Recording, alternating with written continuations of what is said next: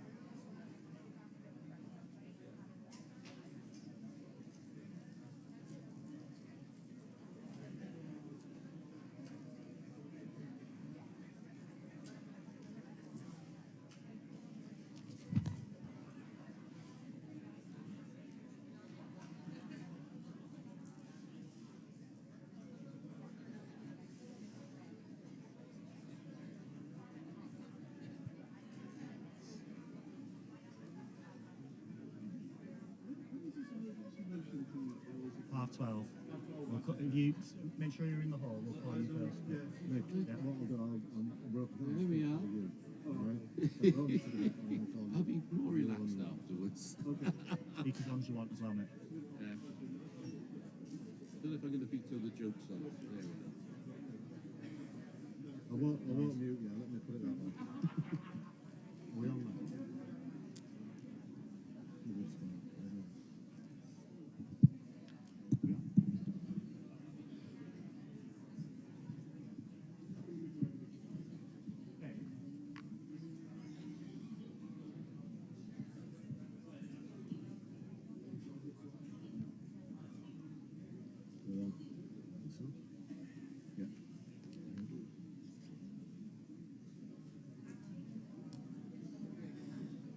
Delegates, can you please take your seat?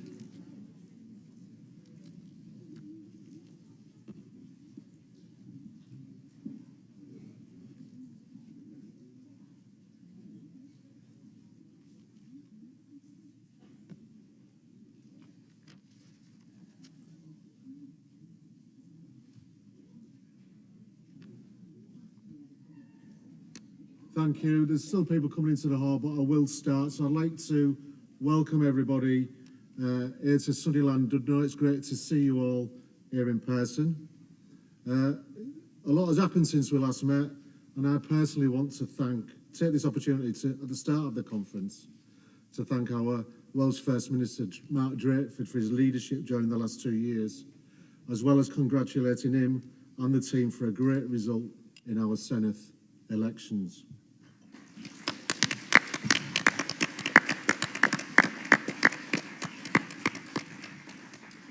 Translation services are to the left of the stage. If you need an headset, please go and collect one. And I've been asked to make sure you please don't take them home, because they're no use to you when you get home anyway, really, are they? So, over the next few days, we'll be hearing all the great work from Welsh Government, our MPs and local government, and how we can shape Wales for the future, building a stronger, fairer and greener Wales. I would remind everyone to please follow the COVID guidance here at conference to keep everyone safe. Wear a mask if you can, wash your hands or use hand sanitizer and socially distance where possible. First, I would like to welcome our Chair of the Standing Orders Committee, Nigel Gibbs, to introduce the Standing Orders report. Nigel.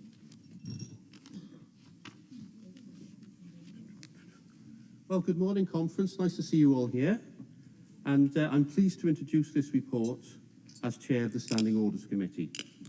Can I thank, first of all, the members of the committee for their work in preparing for conference this year.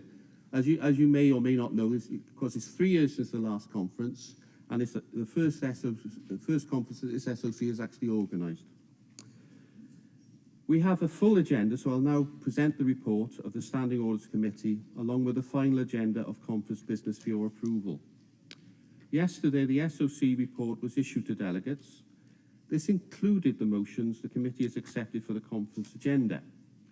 Hard copies have been made available at the administration desk. But first of all, I'll turn to the motions. In the priorities ballot, the following issues were selected for debate. In the CLP section, climate emergency, housing, education and sexual harassment and violence. in the affiliated organisation section, economy, safe travel to work, national care service and transport.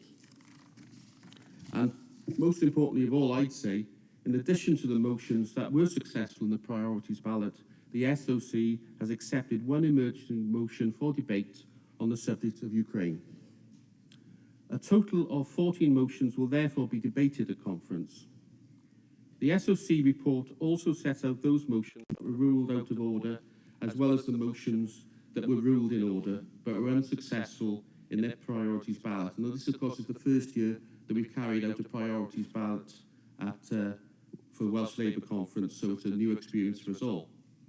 You will, of course, be aware that the job of the SOC is to apply the rules as agreed by this conference. There are motions that we would all support but aren't necessarily within the rules, but we've tried to be as fair and equitable as possible. The motions will be called for debate as indicated on the agenda. The emergency motion on Ukraine has been scheduled for debate after the WEC and WPF reports have been debated in the morning session. Now, this is an important reminder. I remember when this went wrong once, you should make sure your delegation leader collects their card vote packs from the admin desk by 3 p.m. today. Don't miss it and get them in on time. Delegations from the affiliated organisation section will also find a ballot paper for the Welsh Policy Forum reps in that section in their voting packs. This ballot will close at 5:30 p.m. 5:30 p.m. full stop. Literature. This is just the usual message. Delegates are reminded that literature should only be distributed in a conference venue following approval by the SOC. And for the approval of any such literature, please take a sample to the admin desk marked for the attention of the SOC with the contact name and number. As ever, we are very grateful to the stewards, tellers and scrutineers for their work at conference this year. And from all of us at the SOC, we hope you will have a successful conference, that we all have a successful conference. We are, of course, available to meet any delegates who may have concerns about conference business. Please take a note to the admin desk if you need to speak to us. Well, that's about the end of that, but I will happily answer any questions members may have. Thank you, conference, and I formally present our report for your approval.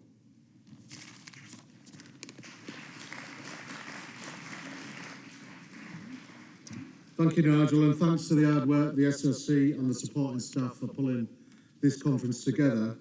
People can make contributions to the Standing Orders report. Please keep these brief. If you make a speech, I will cut you off, as we need to keep to time. And I have got a mute button here, and I'm not afraid to use it.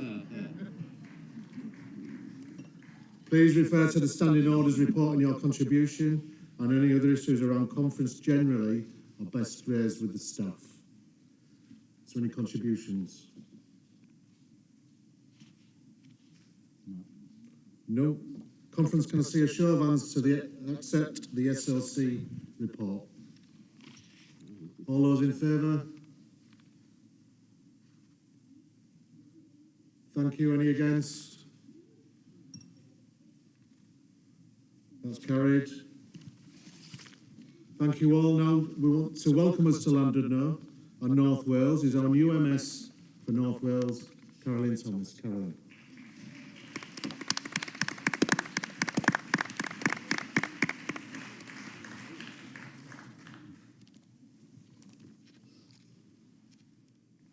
Croeso Conference, welcome.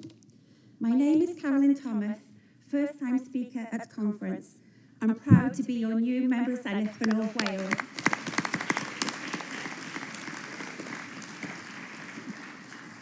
It is an honour to be here in Llandudno on stage, welcoming you to conference.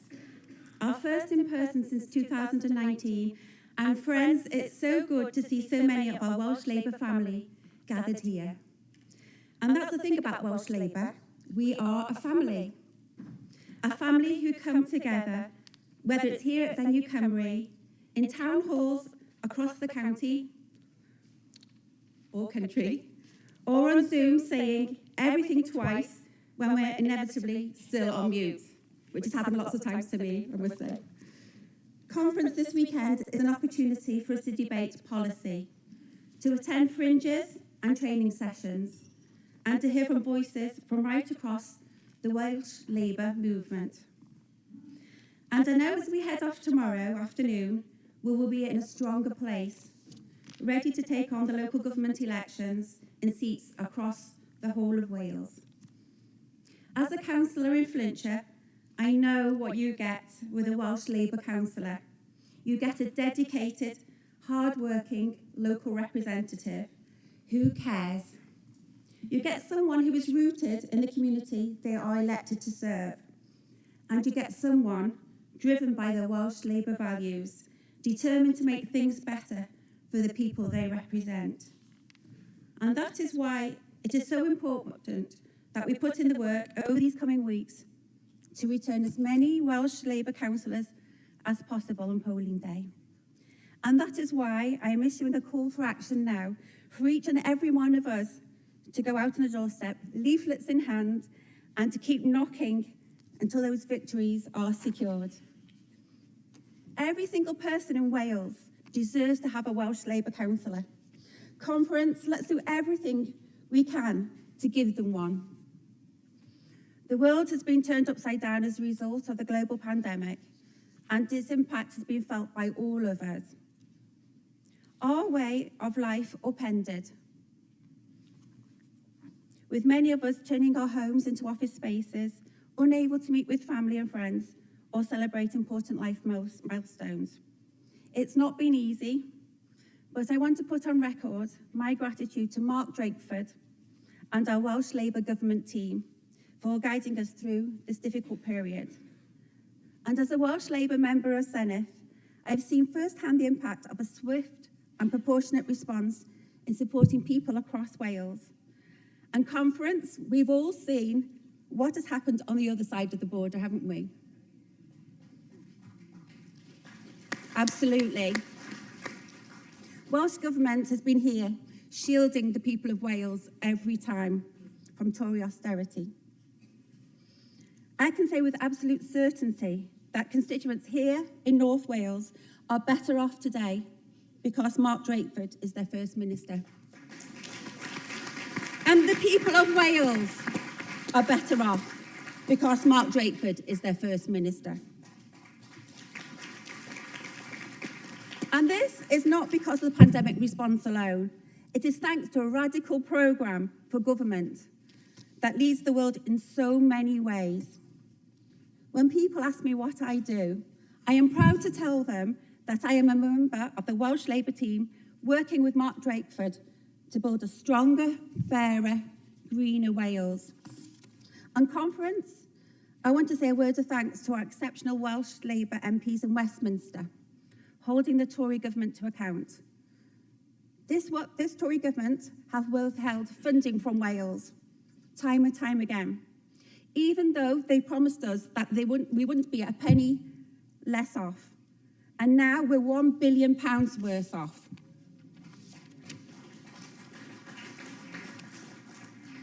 And they did all this while ignoring their own lockdown rules and creating a cost of living crisis that is hitting families across Wales. And don't forget that when you're out there. Tell people, get that point across. They'll try and blame something else, as they always do.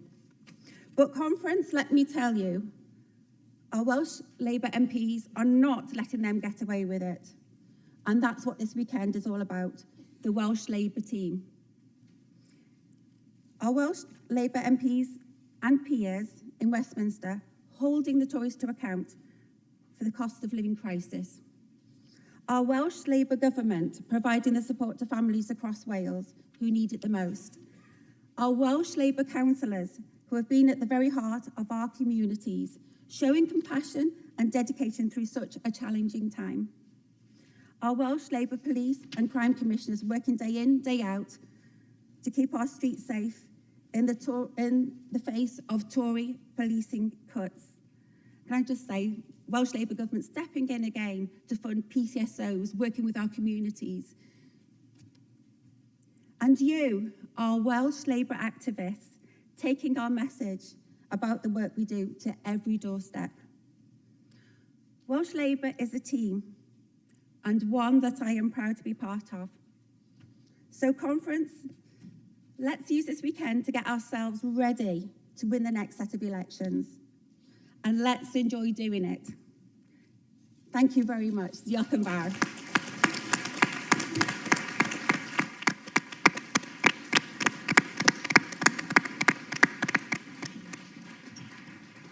Thank you, Caroline, and thank you for all the work you are doing for Welsh Labour and the people of North Wales.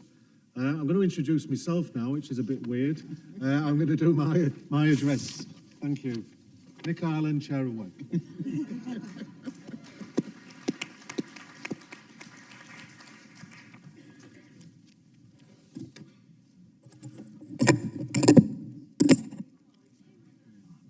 Like loads of headsets and stuff. So Borrowdale Conference again. It's so great to be here in person. And it's lovely to look out at a sea of faces in real life and not have to be flicking between screens, hoping I don't get a lag on my connection or worrying if I'm on mute or not. We've all been there, haven't we? We've all been there. Conferences are sat in my kitchen, beginning to write this speech, doing a bit of research as you do. Although it shouldn't have it, again, it struck me that in the Labour movement in Wales, we are truly standing on the shoulders of giants. From the Chartists in the 19th century, demanding the right to vote and paying the ultimate sacrifice, with 22 losing their lives in my home city of Newport in 1839, to Keir Hardie, the first Labour MP in Merthyr in 1906, and Nye Bevan, leading the formation of the NHS in 1946 and establishing the very foundations of the welfare state. In modern terms, they will be described in that often overused description as legends. Conference. And those descriptions in my book, in this case, those descriptions in my book are true. They shaped our democracy, they shaped our party, and they shaped our society. That's why, as I sat there in my kitchen, it reinforced my view that being chair of Welsh Labour really is a privilege of a lifetime. Working with activists, elected members, and the Welsh Labour staff, some of whom in time, I am sure, will be mentioned in the same breath as those true giants of our movement. Of course, when I took over the chair in July 2020, I anticipated it being for the standard year. Well, conference, here I am, almost 2 years later, still batting on. I may not be the best chair Welsh Labour has ever had. I may not be the most efficient chair Welsh Labour has ever had. But I think it's safe to say I'll probably be the longest serving chair that Welsh Labour has ever had. I think that's a badge of honour if ever there was one. And during my time as chair, I've served with now 4 incarnations of General Secretaries. Probably another record. Well, to paraphrase Oscar Wilde, to lose one General Secretary, Mr. Drakeford, may be regarded as misfortune, but to lose 3 looks like carelessness. But in all seriousness, I'd like to thank Rhiannon, Louise and Dave for their outstanding work whilst in that most demanding of roles, and particularly their support of me as chair.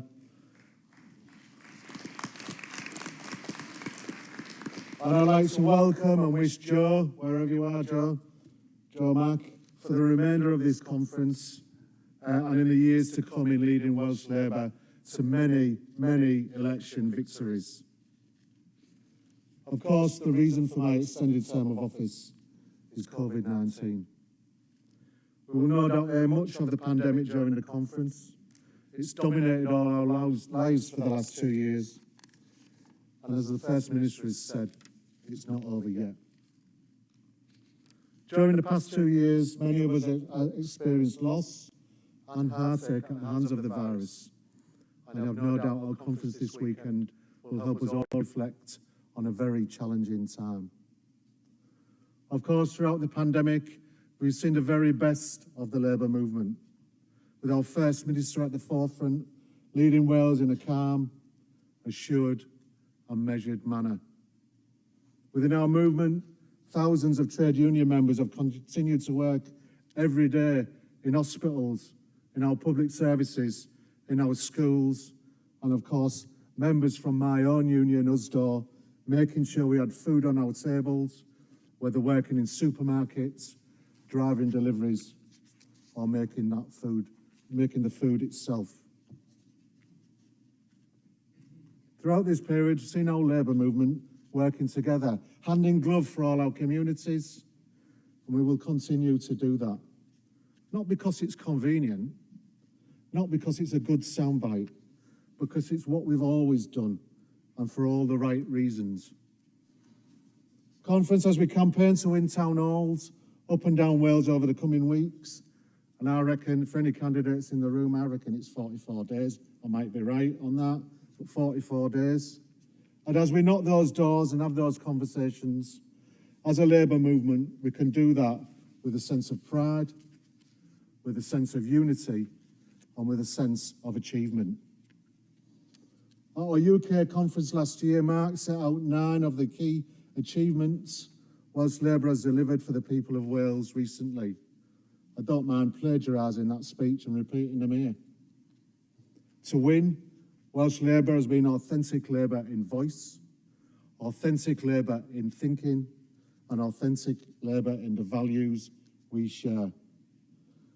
Conference, this is not somewhere else set out in the world or set out in a policy document, but under Labour here in Wales. Welsh Labour has given us free prescriptions, free breakfast for every primary school child, the best childcare offer for working parents in the UK. Didn't have to reintroduce bursaries for nurses because they weren't scrapped in the first place.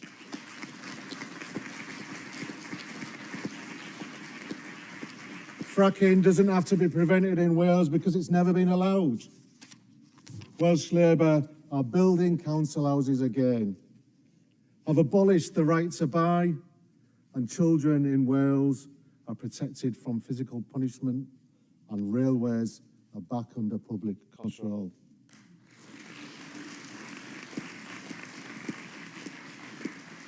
In crafting our manifesto for the Senedd elections last year, it set out to build on those achievements. We had a manifesto that was bold, it was radical, and it had the people of Wales at its heart.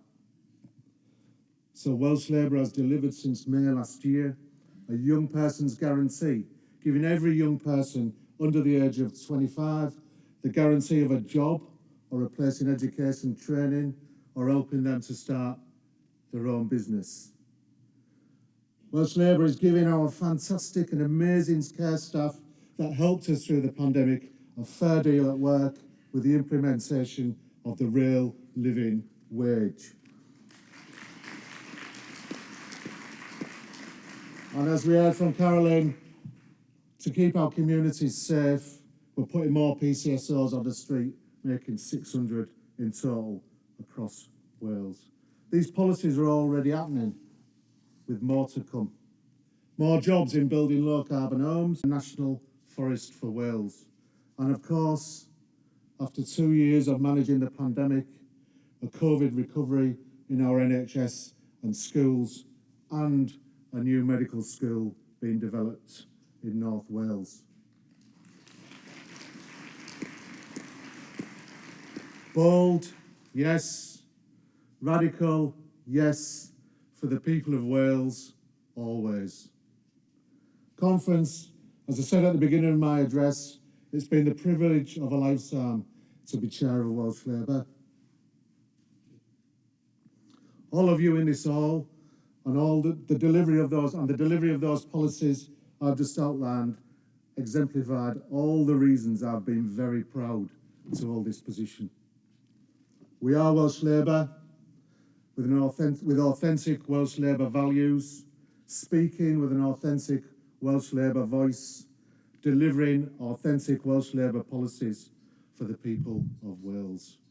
Have a great conference. Diolch yn fawr.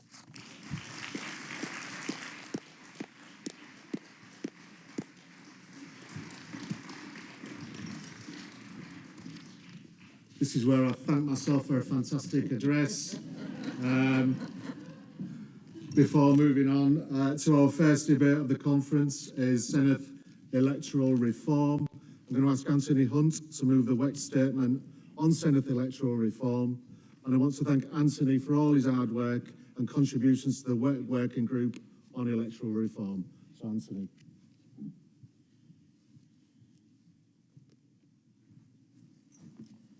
Thank you, Conference. I'm Anthony Hunt, Labour Leader of Torwine Council. I'm proud to open this Senedd reform debate as a Welsh Labour Council leader. Over the past 2 years, we've been helping our people and our communities through a difficult time in close partnership with our Welsh Government and our trade unions.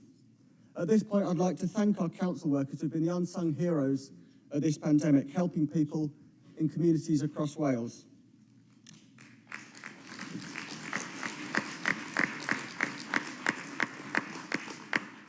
Now, the contrast in the way that we've approached the pandemic in Wales with England is stark. I'd like to thank Mark and ministers. I think at times during the pandemic I spoke to them more than members of my own family. The difference between the experience that I had with some of my colleague council leaders in England is huge. And I think this shows the approach we need to take into the future, working together at our different levels of government. Now, to do that effectively, the case for Senedd reform is compelling. We've come so far since 1999, when I was a fresh-faced young delegate not furrowed by the responsibilities of council leadership. Our Senedd has more responsibilities, lawmaking powers, and it's shown its importance more than ever in the last 2 years, but the basic structure has stayed the same. That's why our 2021 manifesto made a commitment to Senedd reform, and it's why the Welsh Executive set up a working group to look into the issue that I was proud to serve on. As part of that group, I heard from a huge range of voices and looked at lots of evidence. I'd like to thank everyone who responded to the consultation and who made a contribution. A range of views were expressed, the vast majority of which supported reform. I commend the WEC statement, which carefully sets out our conclusions. We need to be aware of the realpolitik at work here. By law, we need a 2/3 majority to take things forward, so it can't happen with Labour MS's votes alone. But importantly, it can't happen without our support, and we should be self-confident about that. The wording of the motion and conclusions are very deliberate. This is a mature, considered approach rather than an attempt to be divisive or definitive. I know there are a wide range of views, especially on voting reform and on the myriad of different systems. I believe this motion gives Mark and our MSs the platform from which to enter negotiations and welcome the commitment to put any final proposals back to the recall conference. I commend the statement on the WEC and look forward to a good debate on this issue. Thank you.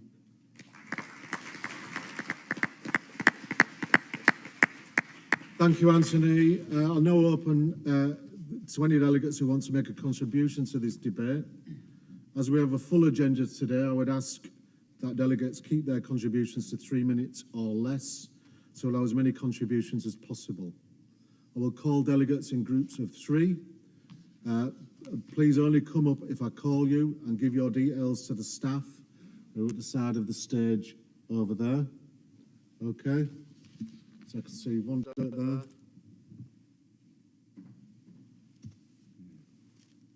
Mary over there. Any more?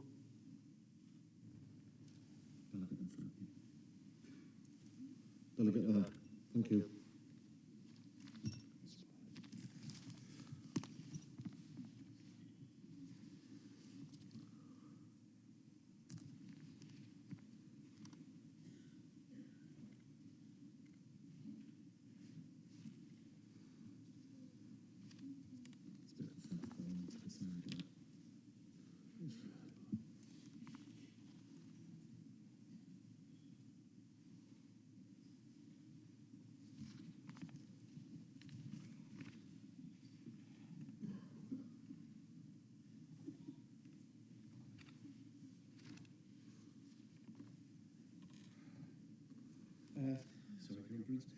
Conference Mike Bird, Abercrombie CLP. Just a very brief comment, and that is that there's a big gap in the accountability of members of the Senedd. If you want to find what your MP has been up to their voting record is very easily accessible, be that in sessions of Parliament or in committee.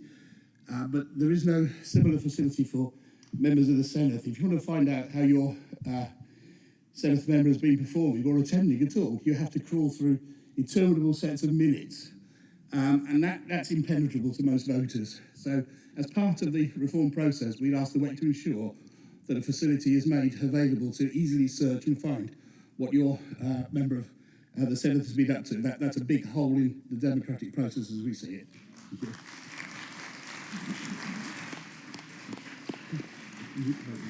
Thank you, Delegate. I'm not really sure if that was on this particular report.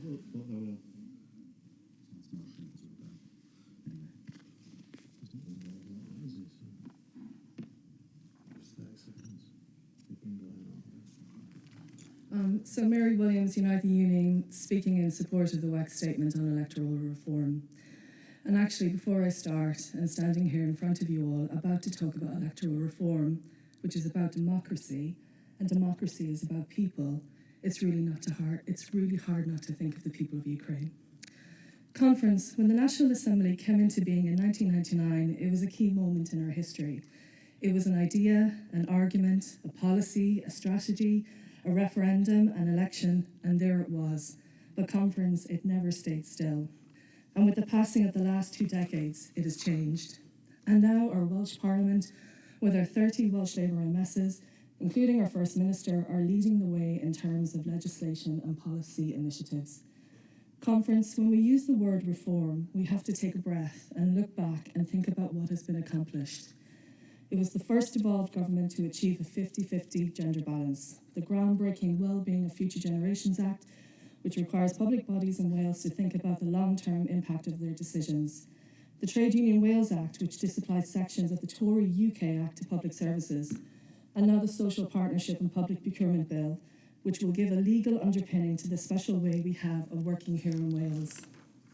And conference, if anything, this pandemic has given a newfound appreciation for the different ways we do things here in Wales. But devolution evolves, and democracy is a living, breathing thing. And as the Labour trade union movement, we have a responsibility, a duty, to keep moving forward and deepen our values here in our nation. Electoral reform is about respecting citizens and the place and importance of participation. There is more work to be done on this, but today we need to ensure our Welsh Labour leader has the full support of all of us going into the next stage of this process, which will be the forthcoming negotiations.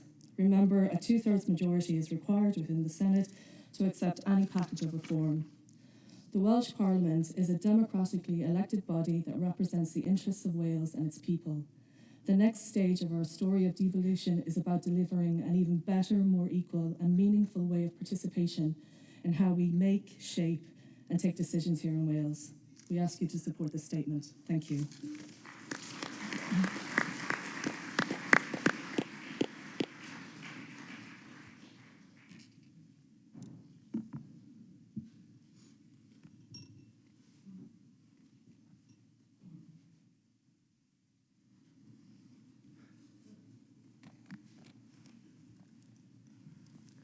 Zach Hayward, Cardiff North CLP, first time speaker, mildly nervous.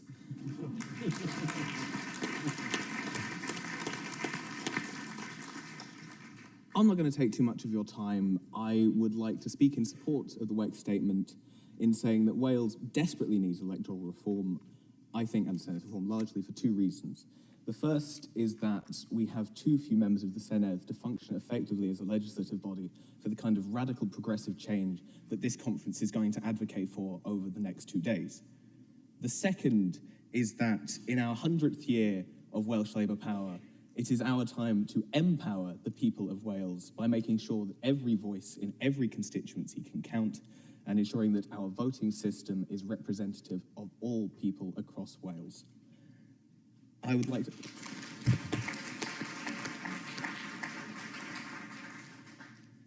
As the party of the people, it's our duty to give Wales the right to true representation.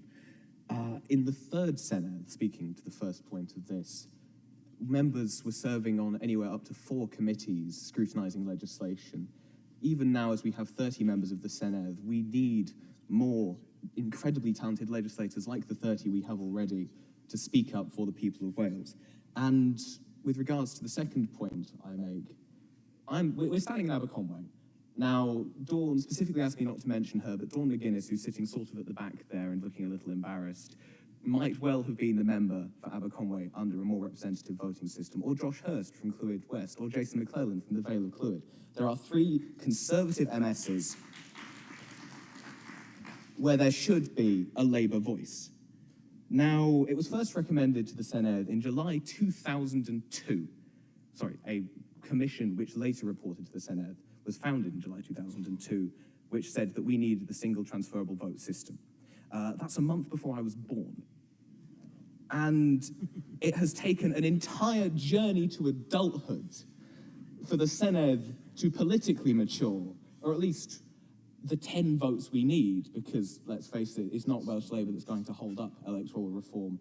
And as such, I think it is long overdue that we now come to support a representative voting system. So thank you, conference.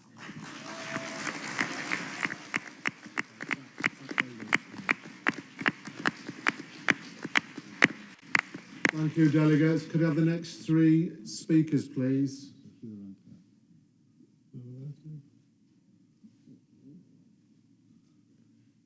Any more? Could you stick your hand up in the really clear in the air, please?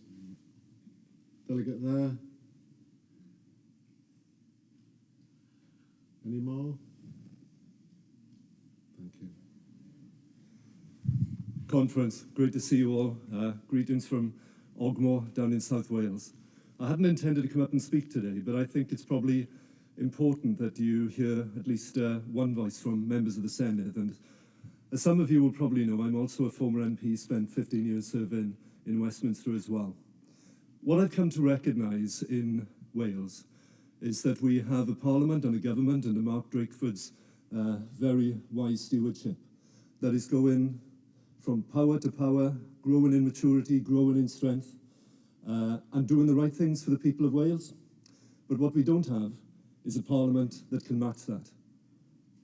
When you only have 60 members, there is a limit to, and I say this with all great respect, Mark, there is a limit to which we can actually hold the government of the day to account. And I'm a backbencher. That's what I do. I hold the government to account on your behalves. That's what all of us do as backbenchers. We are underpowered. We need not to be massive, but we need to be the right size. And by the way, we need greater diversity. We need to make every single vote count. And that's what these reforms are about. We have probably a once-in-a-generational opportunity to make this difference and to show, I have to say, other parts of the UK the way to do it as well. We lead in so much in Wales. Mark and his cabinet colleagues, I'm immensely proud of them for what they do and what they've done over the last couple of years. We need equally to give that strength and power and muscle to the scrutineers, the people who hold government to account. We need specialists, people who can focus on areas of law and policy and do this day in, day out, and do it year in, year out, and hold Mark and his ministers to account. So that's what this is about. I've got the great privilege of actually chairing the committee that is looking at this, and we've got cross-party at the moment engagement on this, really have, because all the parties now are realising that this is a more muscular institution that has tax-raising powers, that has primary law-making powers, that is making legislation for Wales, but we don't have the legislature yet to match it. Conference, I ask you to help make that happen and support this motion today. Thank you.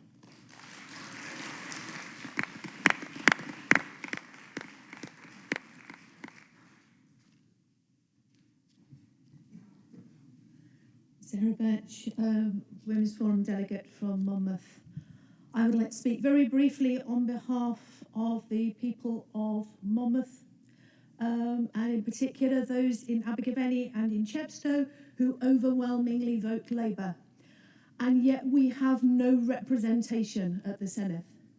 We are not represented by Peter Fox, and nor are we represented by a regional list, because of everybody else in the South East Wales region has the common sense to vote Labour. So we stand unrepresented. So I very much would like to support the motion on behalf of Monmouth CLP, and also to very much support the commitment to enshrine equality and diversity within the future mix at the Senedd. And yes, whilst people are reluctant to perhaps pay the wages of more Senedd members, if the Senedd has more work to do, and it does, then it has to have the people there to be able to do it. So let's pass this motion, let's enshrine proportional representation at the Senedd, and once again, let's be a model for what happens at Westminster, what should happen at Westminster, and take that forward across the UK. Thank you.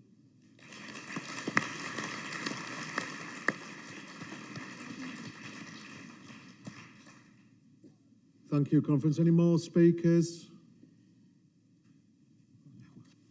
On there. Can't see anybody else indicating. We've got plenty of time for this debate, conference. One in the middle here. One in the middle.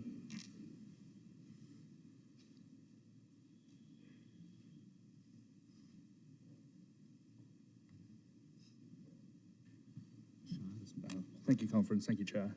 Sean Bendel, GMB delegate.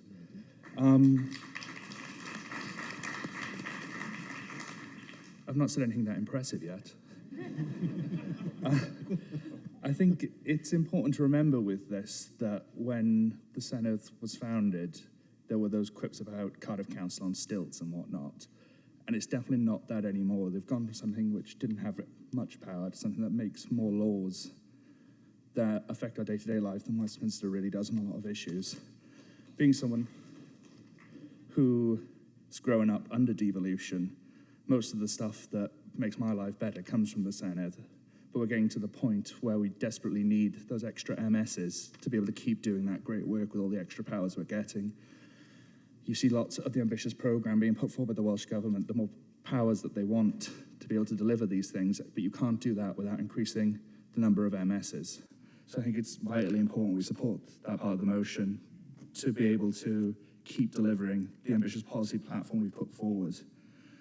And on top of that, I think it's really important that we bring back elements of the rule book, like the reselection of MPs, which was taken away in the past, to the Welsh Executive Committee and to Welsh members so they can directly decide on these things, and actually put power in Wales with Welsh members who actually know what's going on in Wales, not to the NEC in London, as much as you might support or not support them, but they're not Welsh members and they don't understand how the Senedd works and what we do to campaign for it. So I think it's essential we get that power back as well. Thank you, conference.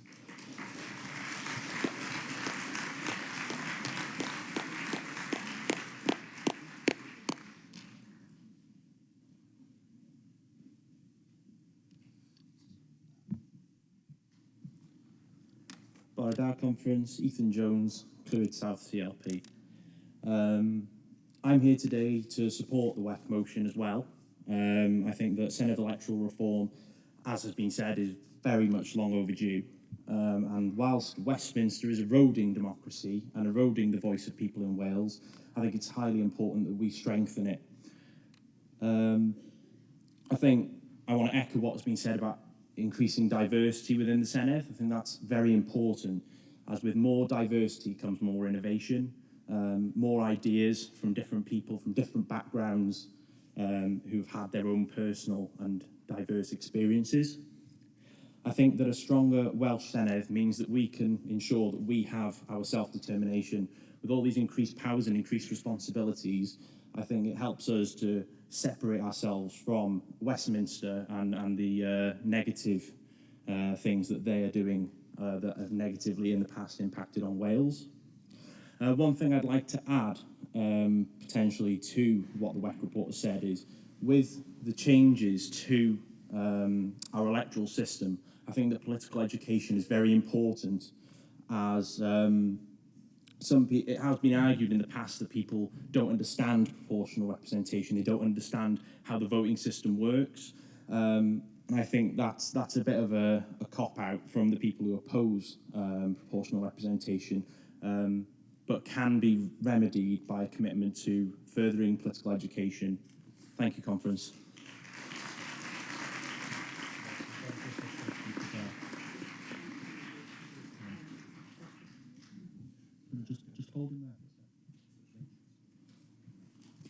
Rachel Garrick, Newport East.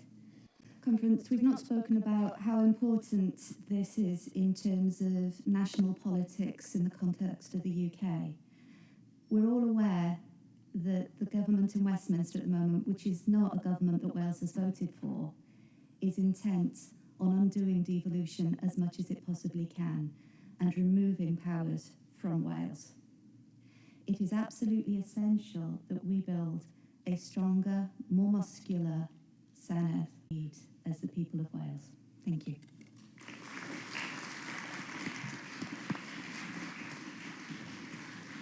Any more speakers? John, down there. Delegate down here. And then we've got Alan already registered. John Griffiths, MS for Newport East. I'm one of the originals, as we say, having been a member of the Assembly, now Senedd, since the very beginning in 1999. I say originals because I got into trouble using other terms like golden oldies or stalwarts or anything that suggested we might be getting on a bit and getting a bit long in the tooth, because there are other originals still in the Senedd as well. So I choose my words carefully, but do you know, having been a member since the very beginning, I've seen that tremendous development of the Senedd. You know, we gained so much in terms of breadth and depth of powers over that 23 years or so. So now we have those primary lawmaking powers and a very ambitious, radical legislative programme to deliver socialism and meaningful change, fairness for our communities here in Wales that matter so much to all of us and matter so much to all of our communities. It's a radical programme. It requires a lot of ideas, a lot of energy, a lot of commitment to put that programme into place for the benefit of our people. And we are underpowered, as we've heard already. We are seriously underpowered. I've seen that development of the Senedd over those 23 years, but sadly we haven't yet seen an increase in the capacity of our Senedd. We badly need those additional members. When you think of the numbers that we have at the moment, it's just a large county council in terms of membership, in terms of numbers, and yet we've got this massive job to do for the people of Wales with that growing breadth and depth of responsibilities. You know, those bedrock issues of health, of education, of community development, economic development, transport. It is so important that we have the ability, the capacity, the pool of talent to drive forward the progress that we need to see here in Wales. So I just hope so much that we have fulsome and enthusiastic backing for these important changes, because it's not about more politicians, it's not about vanity, it's not that sort of project, it's practical. It's about delivering for our communities, for our people, that radical programme of change for a fairer Wales, a more equal Wales, equality of opportunity, more equality of outcome.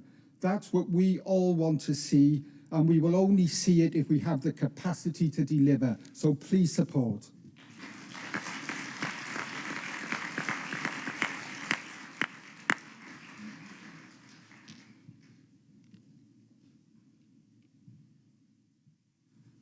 Diolch yn fawr am y fraint o cael gair ar y pwnc pwysig yma.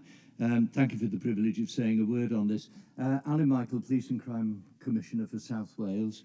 Having served in Parliament for 20 years, having served as the First Minister, I'm conscious more perhaps than anybody of the importance of the role of the backbench member in the Senedd.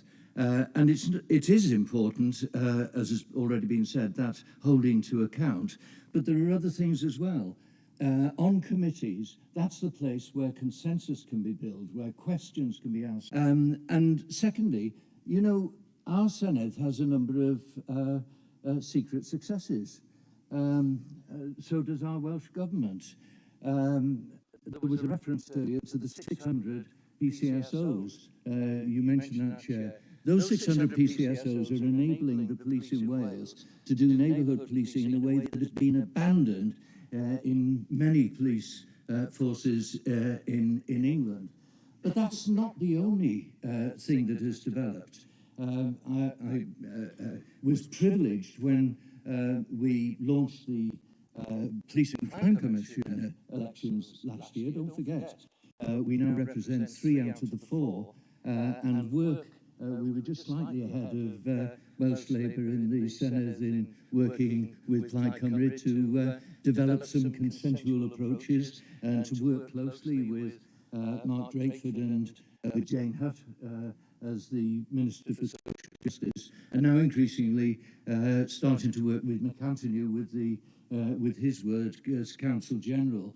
A lot of things are happening to prepare the way for the devolution of criminal justice and policing. It will happen, and my belief is it'll happen sooner than we think, because it's right. When we launched the campaign last year, I was very privileged to spend a morning with Mark Drakeford outside Petherbridge Hall in Ely, where I worked as a young youth worker, and Mark was very important. Those criminal justice services are to be integrated with what's done by our local authorities, what's done by our Welsh Government, with education, with social services, with employment, with all those issues. Criminal justice and policing are not things that should be separate from society.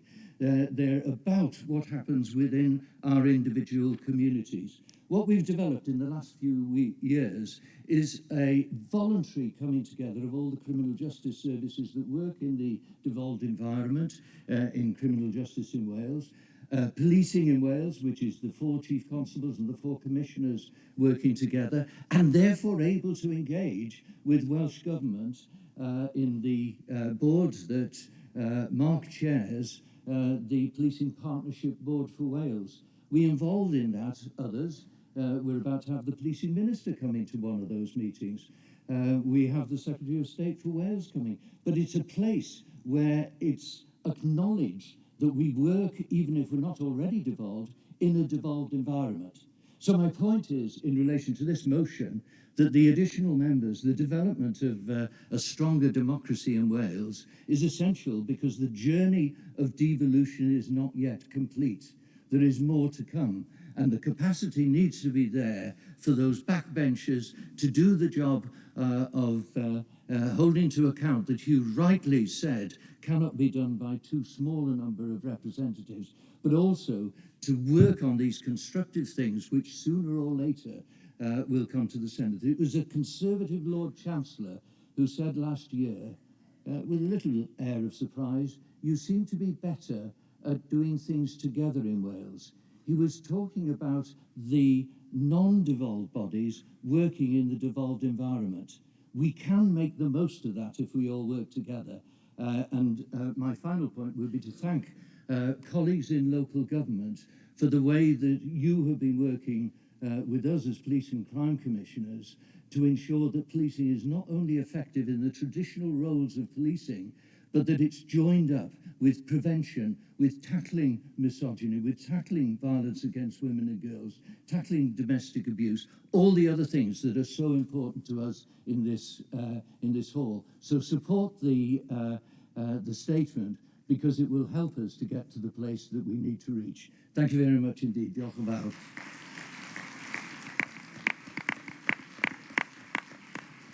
Thanks, conference. A couple of people have waved the watches at me. We are allowing a little bit extra time. We've got another half an hour for this debate, schedule for this debate. So do forgive me, but thank you for pointing that out. It's very helpful. So any more speakers?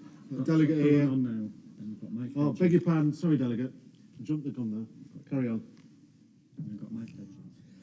Conference. I'm going to show my age now. I was born in 2001. Which means I have always lived under a Welsh Labour government. And that is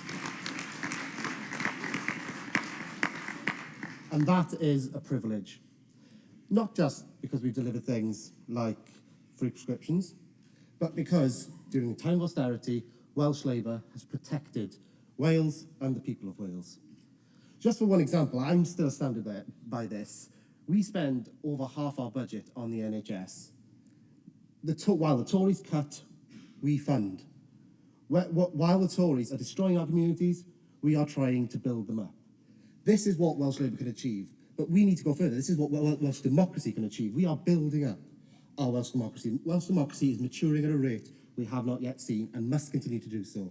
And if it's going to continue, it needs more Democrats within it. It needs more people ready and willing to do the work of building up the communities, of building up democracy in Wales.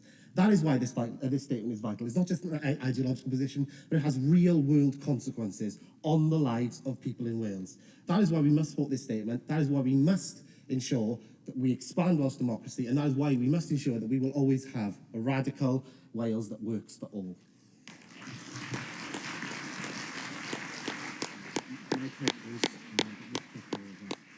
Any more speakers? Got a speaker here. Mike? Still a get here. Thanks. We'll come back for another round. Got a form as well. We've called Mike Hutchins. Mike Hutchins is here. Yeah, no, called him. Have you? Is he absent? I don't know this one. Hi Conference, my name is Yvonne Murphy. I'm a town councillor in Penarth, so I'm from Cardiff South and Penarth. And I'm here, hello, got one in the room, one fan. I'm here because I'd like to talk about all the people, the majority of people who don't understand our democracy. So I'm really in favour of this statement, but this room is in the minority in that we understand our democracy, our Welsh democracy and our UK democracy. So I'd like to tell you a little story. I've been doing some work in the last 2 years with my organisation, which is non-partisan, and one of the many young people I surveyed was really angry, and she said to me, "I'm never going to vote again."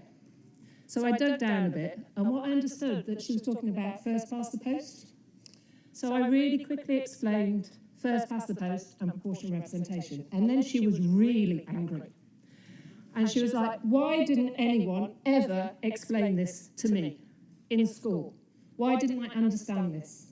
And that is the thing that I hear, the constant refrain from every young person I work with. I've surveyed hundreds across Wales, and they all say, "Why weren't we taught this in school?" So I totally support widening the Senedd. I totally support widening our democracy. But underpinning that has to be a sustained and comprehensive democratic education for not just our young people, but our old people and everyone in between. Because unless we do that, unless we turn around the numbers of my surveys, which show that 80 to 90% don't know what a councillor is, don't know what a councillor does, don't know how they represent them, 60 to 70% don't know what a member of Senedd is, doesn't understand devolution. Unless we change that, we're never going to have a true democracy in Wales or the UK.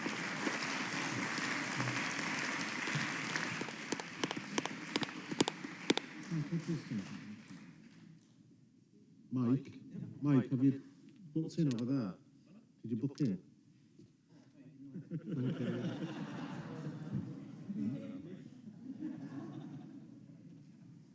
Thank you, Chair. Dave Rees, Unison. Members, I'm here today seeking absolution for my confession. Years ago, shamefully, I opposed further powers to the Assembly. I didn't think the organisation and the institution at that point in time was mature enough, and I thought we were rushing in for that. How wrong was I? I make no apologies. I do, sorry, make apologies for doing that. I didn't want to upset you there, Mark. I was wrong. What the Senedd has done for the trade union movement, what the Senedd has done for the people of Wales, needs to be echoed throughout every household. The trade union movement, under the legislation of this horrid Tory government, we would be struggling. And thankfully, we live in the great nation of Wales, where the Assembly protected the rights of people in the workplace.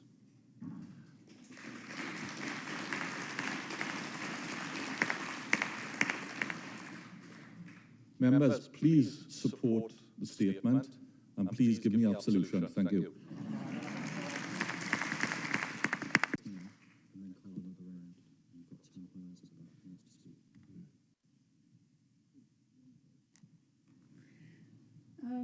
Hello, I'm Cam Rennie from Monmouth, and this is the first time I've ever been to a conference and the first time that I've ever spoken in front of a very large audience.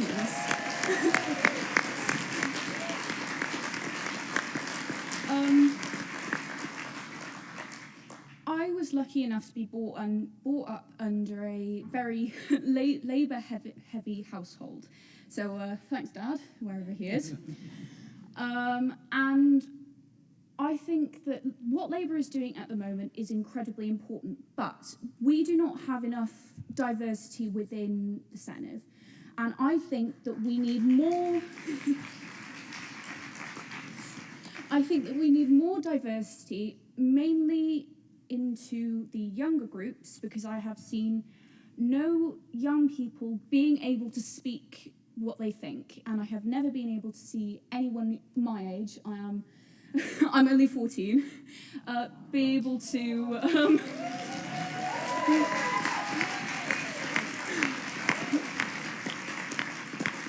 and I've never been able to see anyone be able to put their opinions across to the government, and I find that so frustrating because the problems and the struggles with young people nowadays is so much different, because we have so much more impact with our school, because we have missed so much of our school due to COVID-19, and we need that extra support, and we need our opinions put across to the government.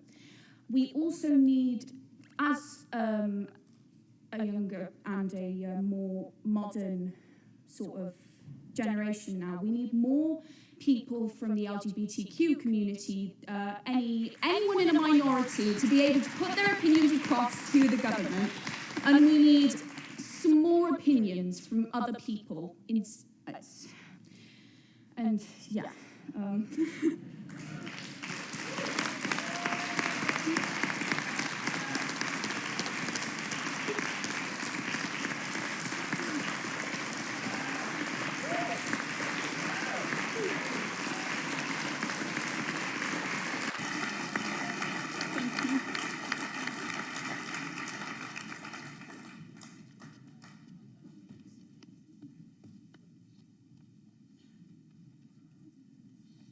Thank you, Chair. I got it right this time. Mike Hedges, Senedd member, Swansea East. There's 3 quick points I'd like to make. One, I think the Senedd does need reform.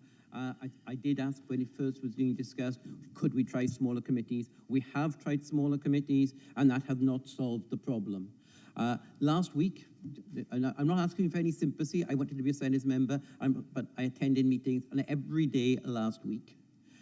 In the Senedd, but you say, well, that's not, people go to work every day. Yeah, but everything you do there, you also have to do preparation, you have to do reading, and people who remember back their university days, you have to read round the subject as well as reading the papers you're sent. So it does create a huge time pressure on members, and it does mean the job is not being done perhaps as well as it could be, and that you're not having enough time to do the reading round the subject.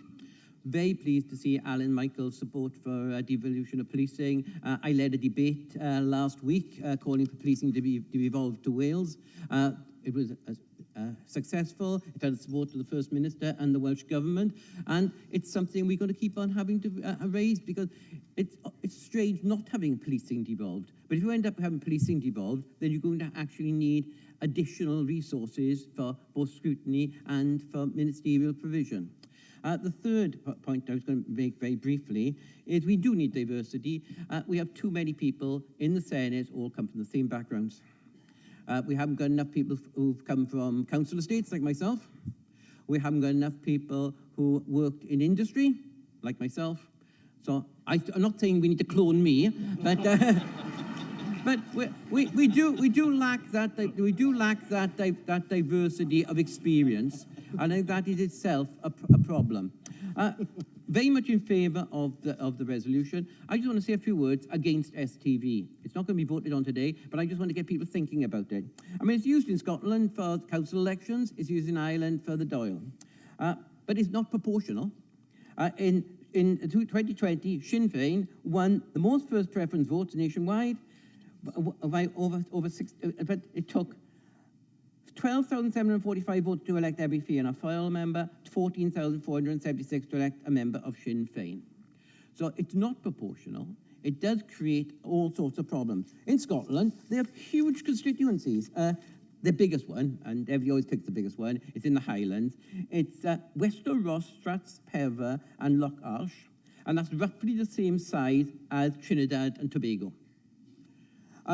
You end up with very large constituencies under STV, and when you have those large constituencies, what you do is you tend to lose the contact. I mean, people in Swansea East might not like me, but I think a lot of them do know me, and they see they see me walking around the different events, etc. Doing that in a very large constituency becomes very, very difficult. Glasgow Ward 1, Lynn, has a population of 30,000. That's 2/3 the size of the Aberconwy Senedd constituency. So you've got very large in urban areas in terms of population, and very large in terms of area at places like the Highlands.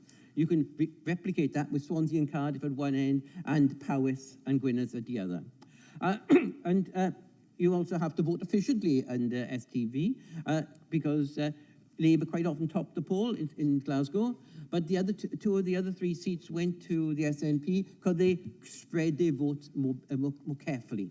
I mean, this idea of having to guess how many seats you're going to have, the idea of needing very large populations, needing large geographical areas, voters efficiently voting for the party candidates. And if anybody's supporting elections, getting voters to vote at all is not easy. Getting to vote the way you want them to do is also not particularly easy. So it really is important to make it as easy as possible. That's why I'm opposed to STV in Wales, but I think we do need to look at other electoral systems, and we really do need to get a larger Senedd. At some stage it's going to break. And we've taken the first option, the one I put forward, that let's try smaller committees. We've now got committees of 4, 5, and 6. I don't think you can get committees much smaller than that without it just being a conversation. So I think it's important that we have more members in order to allow scrutiny to take place. I just want everybody to look at different voting systems, not to be won over by STV, because lots of people are speaking in favour of it. Look at it, look at how it works, and say, well, hopefully I don't like it. Thank you. Okay, conference, I'm going to take 3 more speakers. Lady here. Delegate right at the very back row. And then the lady who stood up there. Thank you. That's it. Thanks, conference.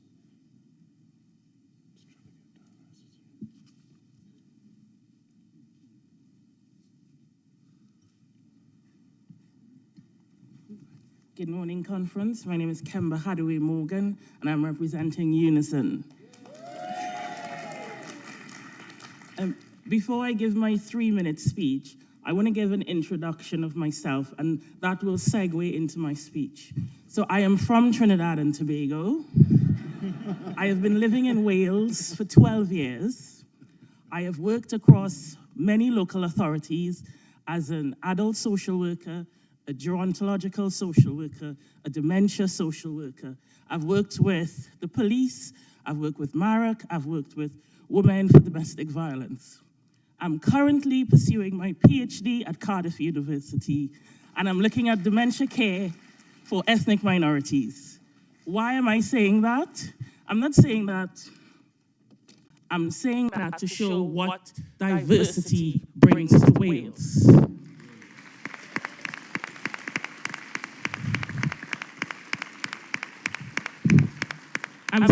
I'm saying all of this.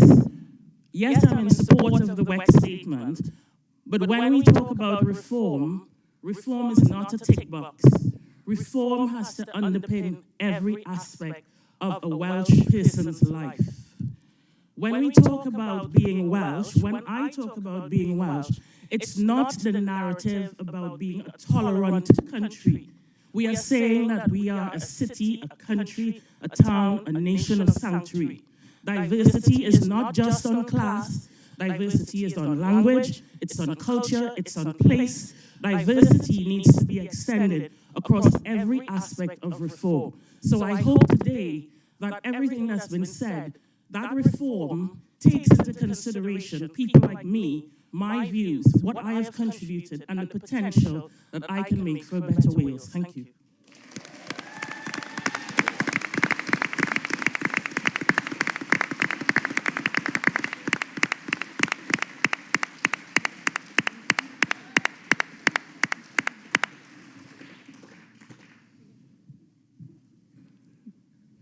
Sorry, take my notes up.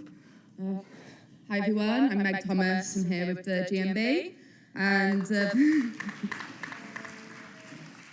I'm here speaking in support of expanding the Senedd. Ever since I'm originally from Stoke-on-Trent and moved into Wales, seeing kind of the good of what a Labour government here can do has been mind-blowing. And I live in Cardiff now, and I see the diversity around Cardiff. I see my own peers, I see my friends, I see my neighbourhoods, and the Senedd needs to reflect that. It needs to reflect what modern Wales looks like. And we need to see more disabled people, more racialised people, more LGBTQ plus people. We're rightfully proud of our record on the representation of women, because it is fantastic. But we need to make sure that we're not stopping there. And also we're not just stopping at women, like the diversity of women that we need and the diversity of experience that we can bring from an expanded Senedd and more members being brought up. We have some absolutely incredible people fighting for our rights every single day down in Cardiff Bay. But this is just an opportunity for us to bring more people in, bring more experience, make it so that the people on the ground experiencing these policies, the people who live the consequences of the decisions that are made, are the ones making those policies and are the ones having. So yeah, happy to support plans for a larger Senedd. Thank you very much, conference.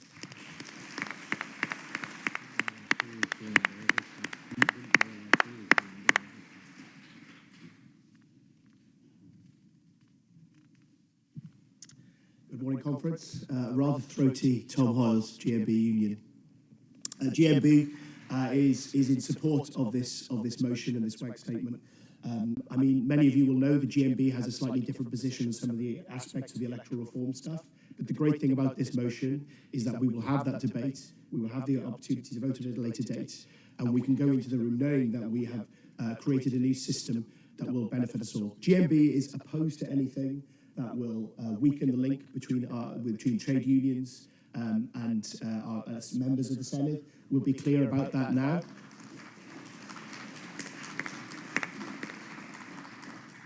But it is overwhelmingly obvious that we now need to get to a situation whereby we have enough Senedd members to govern even more effectively in Wales.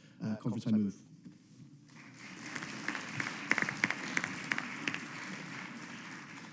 Thank you, conference, and thank you for all your contributions. I think you can agree we've had a really diverse debate there, from a very young member to John and his originals. As chair of the WEG, I'd now like to close the debate.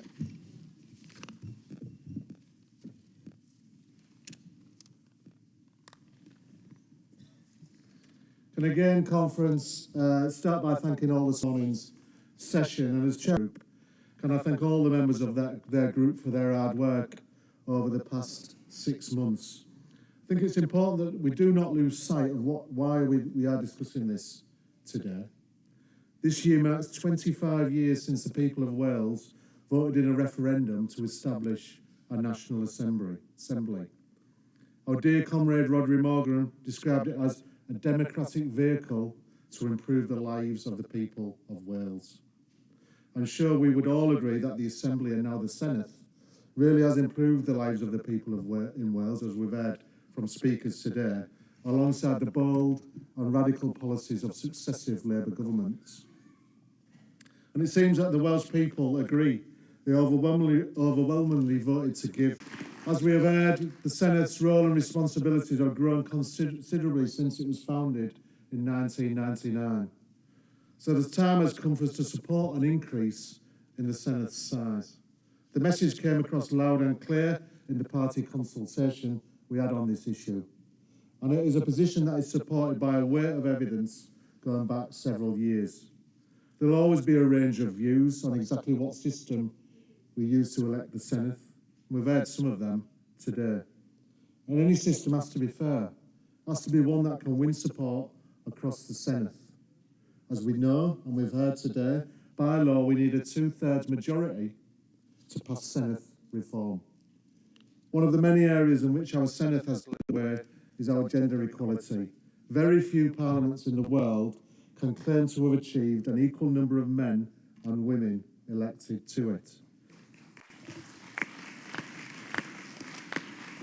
And we know, Conference, this is no small part due to the steps that we have taken in Welsh Labour.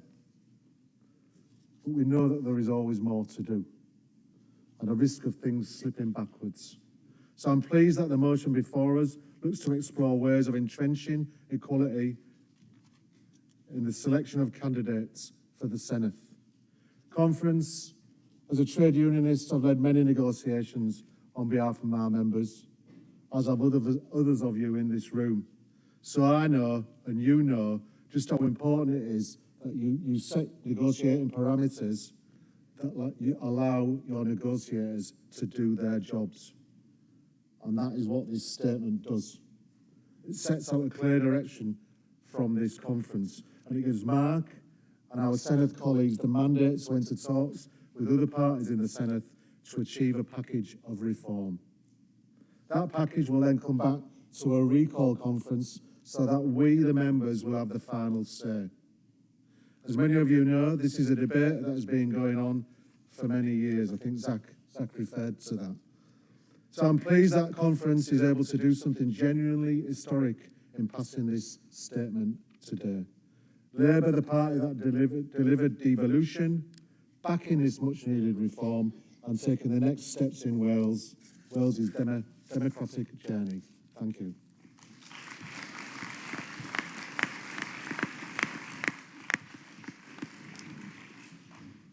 Conference, I'm now going to ask you to vote on the WEC statement. First, can I take all those in favour?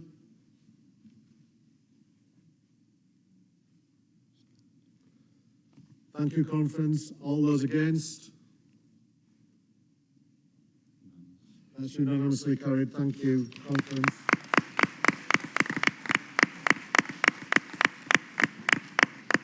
We're now going to move on to the Treasurer's report by our Treasurer, Jen Smith.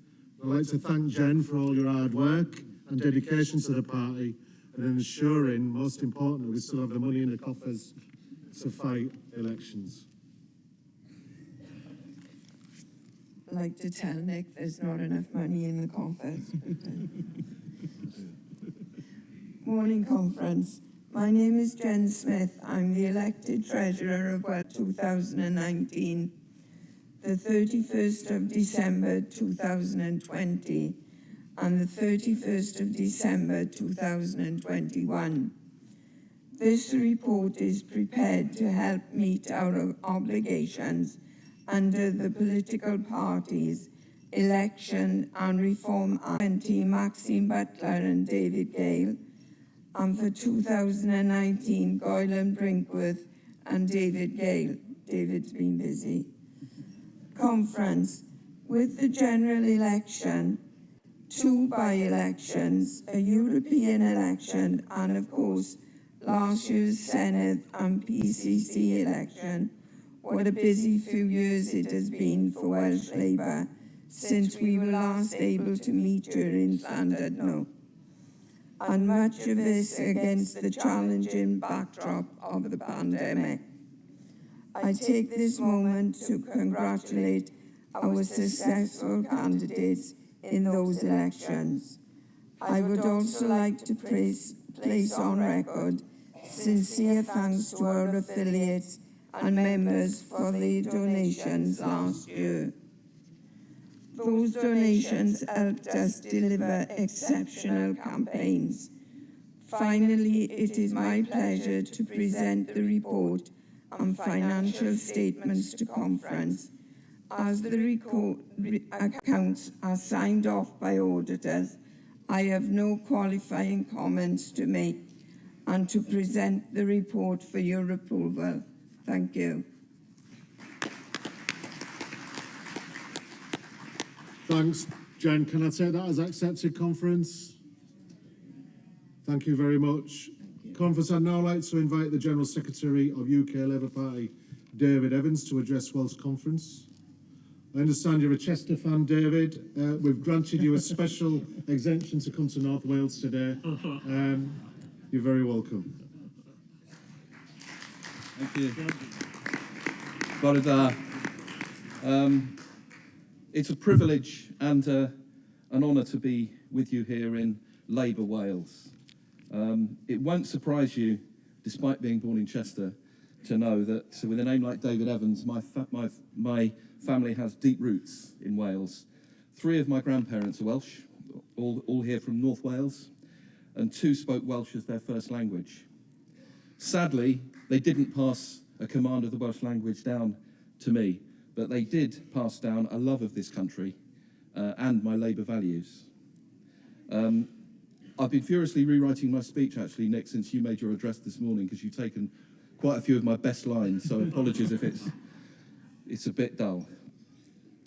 But given my background in North Wales, when we lost so many of our North Welsh seats in 2019, I felt it deeply.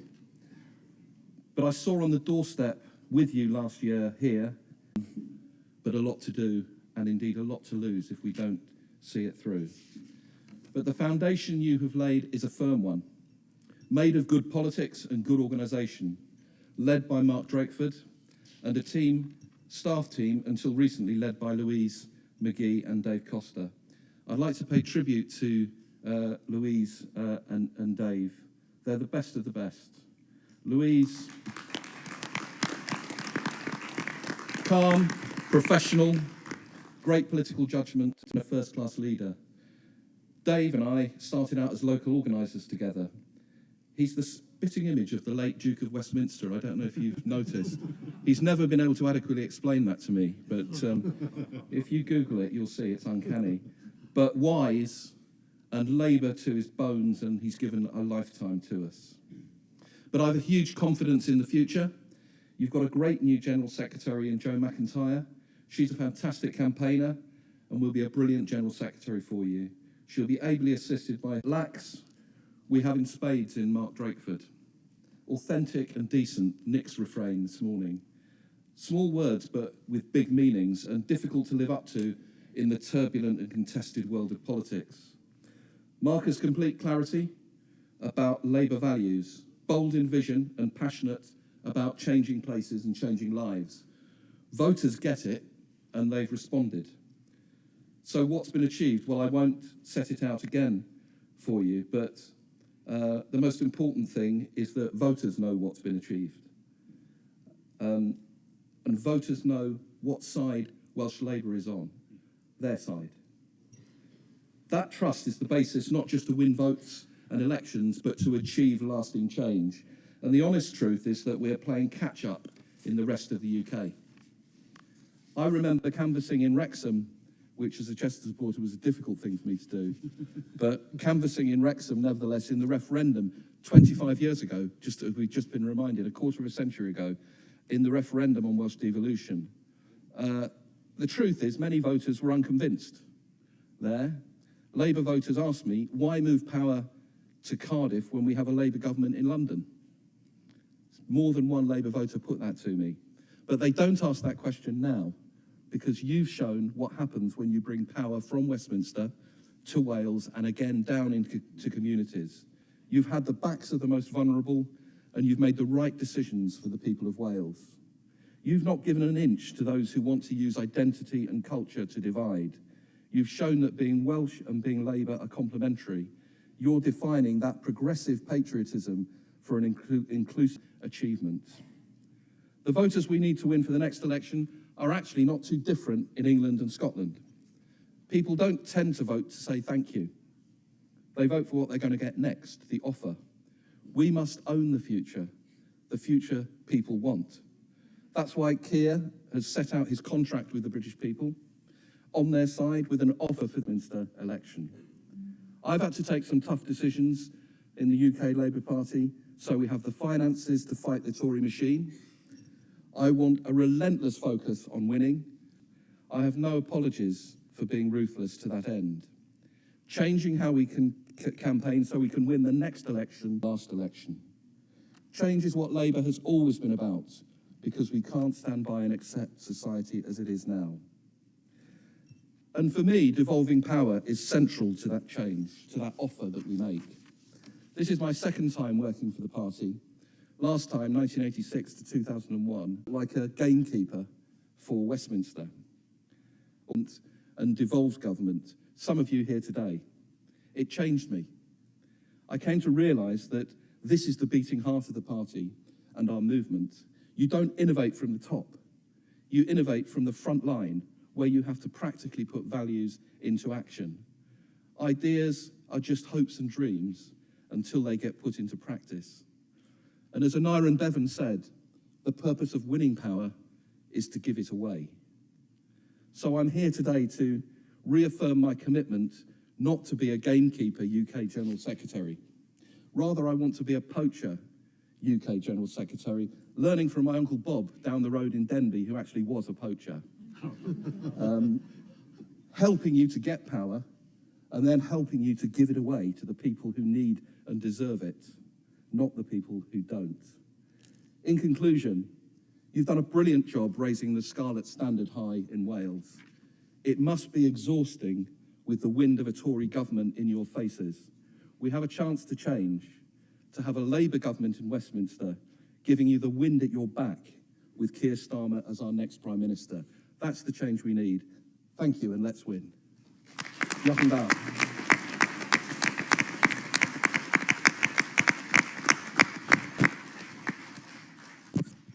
Thank you, David. It's great to have the support of the UK party for all that Welsh Labour has achieved.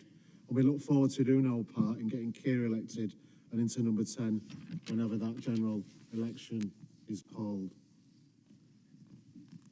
Conference of Welsh Labour councillors across Wales have been working hard to support local communities and people through the toughest of times since we last met. To supporting carers, small businesses and families, as well as ensuring our local services kept running. I would like to introduce the leader of the Welsh Local Government Association, Andrew Morgan, to give his report. Andrew.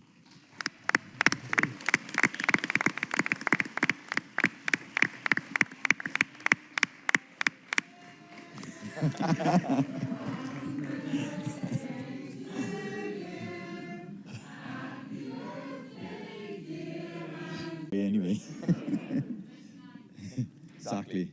So, good morning, conference, and it's fantastic to actually be here in person again to see people.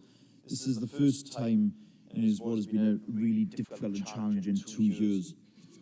This is my second time actually speaking at a conference, but this is the first time I'm speaking to you as the leader of the Welsh Local Government Association, and I particularly want to pay tribute to my predecessor, Baroness Debbie Wilcox, who's a powerful voice now in Westminster at the Lords.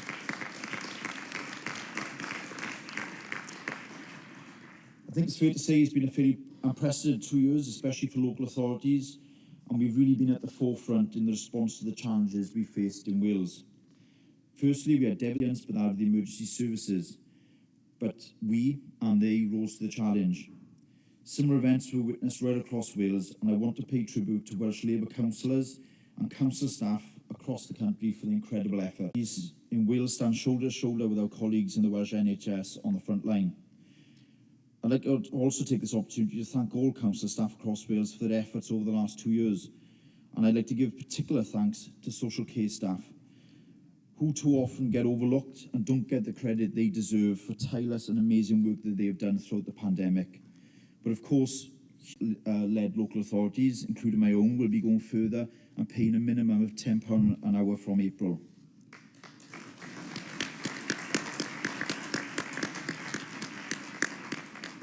We know, though, we need to do more work on retention and recruitment within social care, but at least this recognition that we have carried out does show our appreciation of those staff. And here in Wales, with the Welsh Labour Government and Welsh Labour Councils, we will not overlook their contribution or forget the sacrifices that they made to keep people safe. Compare that to how the Tories responded to the crisis in Westminster. In Wales, local authorities were not only on the front line because we wanted to be, but we were there because our First Minister, Mark Drakeford, wanted us and the public sector to work hand in hand without the need to privatise our response. In Wales, we didn't see hundreds of millions of pounds wasted on contracts with Serco, and I think they're still looking for their £37 billion worth in England. Instead, we saw councils being supported and funded to provide test, trace, protect with our Welsh NHS. We've also seen some local authorities help run vaccination centres and testing centres, and they've been at the heart of providing business support. That business support networks and invaluable services to the vulnerable and those residents who had to shield. Despite all these challenges, our Welsh Labour local authorities have continued to deliver for their communities, and whether that's been essential services such as refuse and recycling collections or delivering on our massive investment programmes. From the brand new arena that's been built at Swansea to Llyscadwyn development in my own area of Rhondda from supporting the South Wales Metro and the South Wales Valleys to developing state-of-the-art 21st century schools from Flintshire to Newport and right across Wales. Our Welsh Labour councils are going all out to support their communities. And we've also been seeing the vast number of council and social houses being built right across Wales thanks to the funding from a Welsh Labour government. A key part of the success in the relationship between local government and the Welsh government, which has never been stronger, is about the way that Labour Council leaders, in particular, work with ministers, and that's all ministers. But I want to pay a particular credit to Julie James, who was the local government minister throughout the first half of the pandemic, and subsequently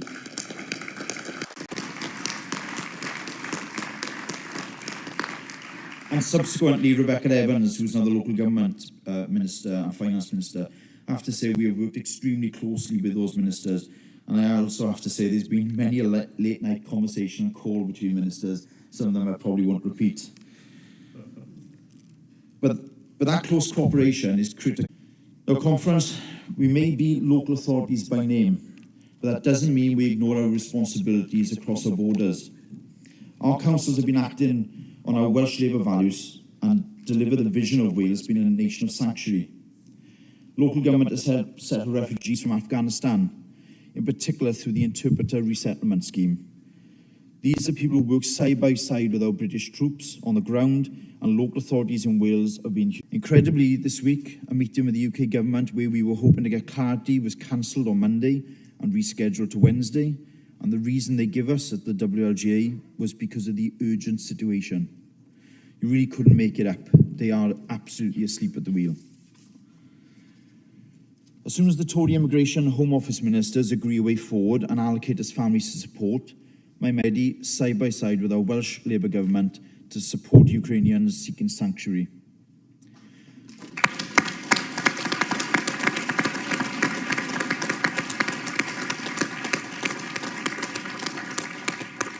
Conference, I want to end by celebrating the fantastic result in last May's Senedd elections under Mark Drakeford's leadership. It was a testament not only to the response to the pandemic in Wales, but also the faith and trust that people have both in Mark and in Welsh Labour.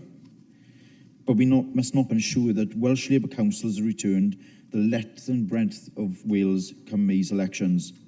And I would ask you all to go away from here in Llandudno and give everything you can to your Welsh Labour candidates over the next 54 days, knocking on as many doors as you can, speaking to as many voters as you can, as every conversation will count. And then we can turn our focus to getting rid of the Tories, putting Keir Starmer into Downing Street, and securing a Labour UK government for Westminster. Thank you, Conference.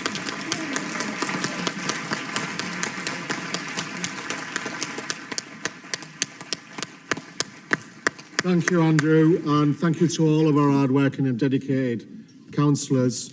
And to echo Andrew's comments, I saw everybody in the room will be out over the next 6 weeks campaigning for the election. Conference, can I take Andrew's report as accepted? Thank you. I'd now like to, oh, she's already there. Carol, that's why you're Deputy Leader, Carolyn. I'd like to ask Deputy Leader Carolyn Harris to address conference.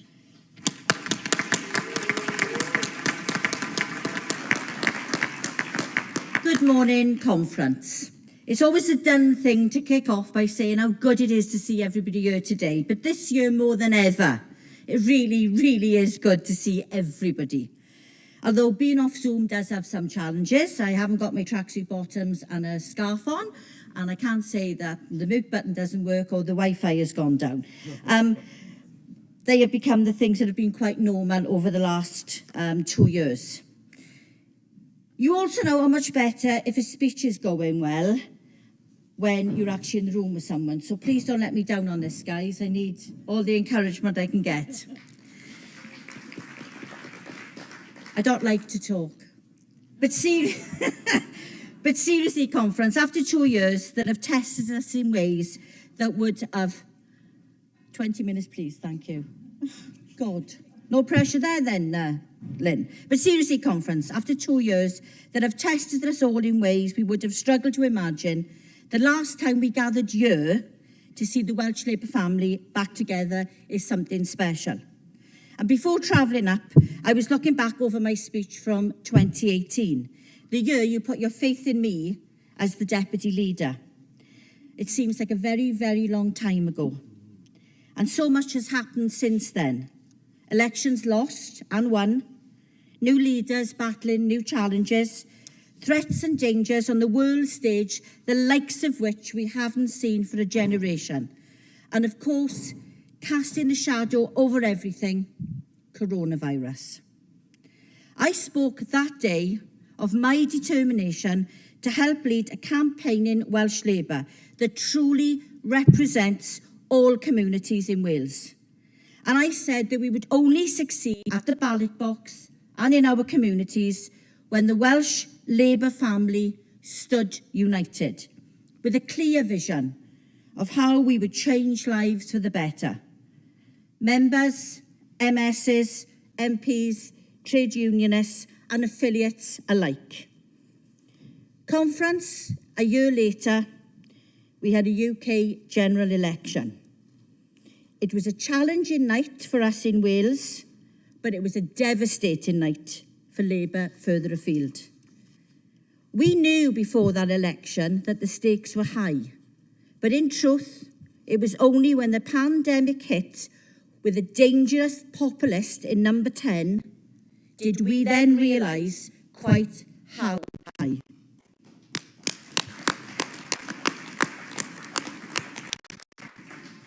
And the story that has played out since across our politics in Wales and in Westminster have been defined by one word, one ideal, one attribute, one essential, almost undefinable ingredient: leadership.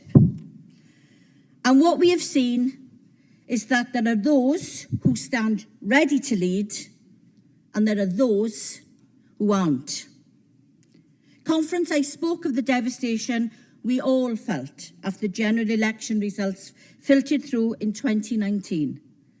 But from the ashes of that defeat, we have seen two Labour leaders step up and chart a course forward that leaves nobody behind. And we have seen a Prime Minister reveal himself as a desperate populist, willing to throw anyone and anything under the bus to enrich himself and his cronies. When Boris Johnson first got his hands on the keys to number 10, there were far too many willing to think of him as a clown. A clueless grin and a ruffle of his hair were penance enough. It seemed for a lifetime of political incompetence. Fast forward 2 years, and nobody, not even his own parliamentary colleagues, are in any doubt any longer. The Prime Minister is a man who is happy to let the bodies pile up as the pandemic hit hard.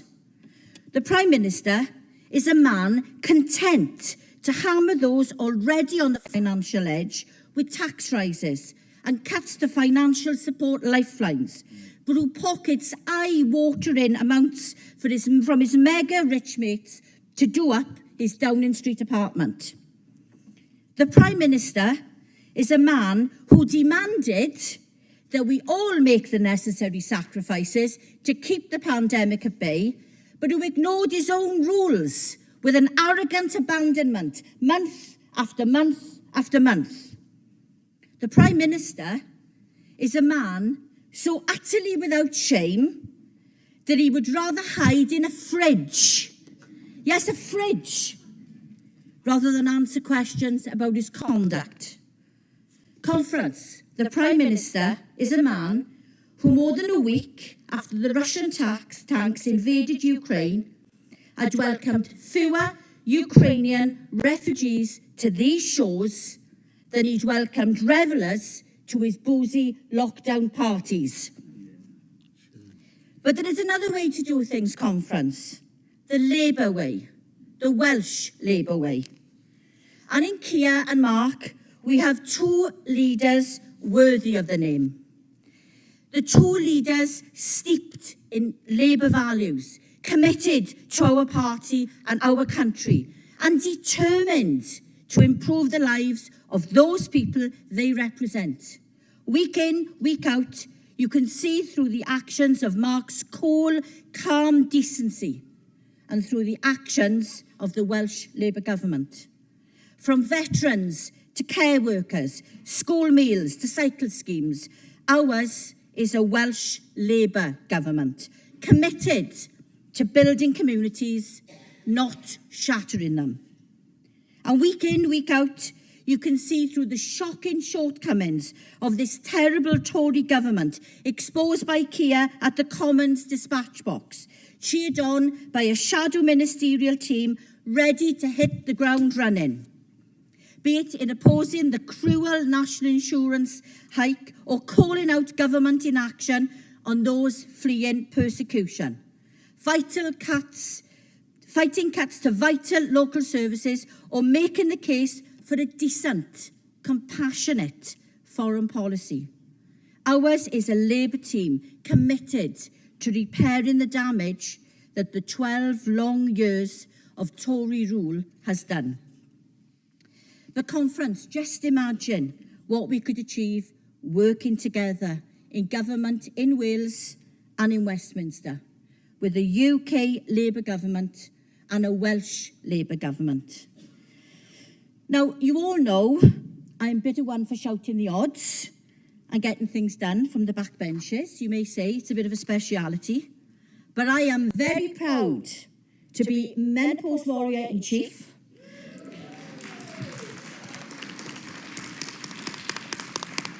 and was delighted last year to actually put the menopause on the political agenda, not just through the private members' bill, but through the work that we've done as an APPG and as women, talking about something that affects every woman.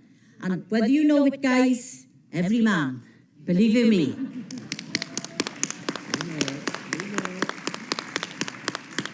And I feel the same pride at the campaigns that forced the UK government to cap bets on fixed odds betting terminals.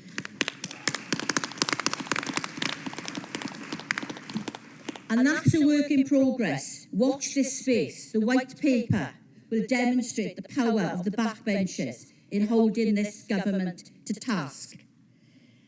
And on a personal level, for creating Martin's Fund, in memory of my son Martin, when I couldn't afford to pay for his funeral. And it was the Welsh Labour government who brought that in within 6 months of me asking. Again,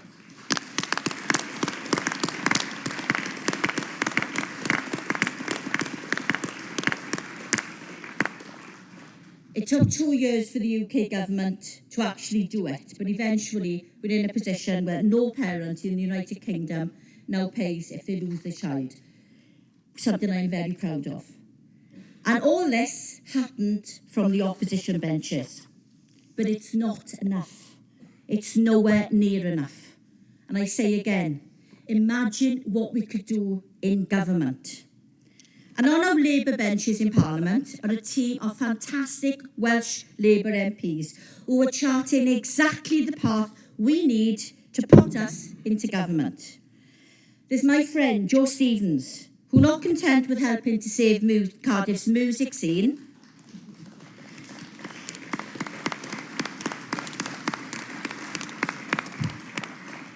and fly the flag for some of the best pubs in the city, is now standing up standing up for all of us in Wales as our brilliant Shadow Secretary of State. She is aided and abetted by the wonderful Gerald Jones, my moral compass. He is the calm to my storm, and he needs to calm me quite often, and the voice of reason on far too many occasions. He's a true friend, but more importantly, he's an MP who passionately represents not just his constituency of Merthyr Tydfil and Rumney, but the whole of Wales. Nick Thomas Simmons is showing in his international trade role that it is possible to take a principled stand on how you deal with trading partners around the world. And then there's Stephen Kinnock, the poster boy of the Welsh PLP.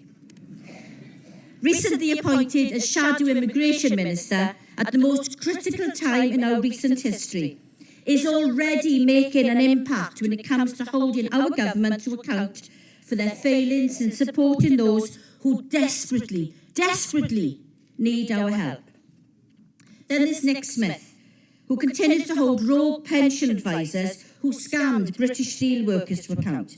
My Swansea neighbour, Tonia Antonazzi, whose determination to fight the legalisation of medical cannabis is unwavering.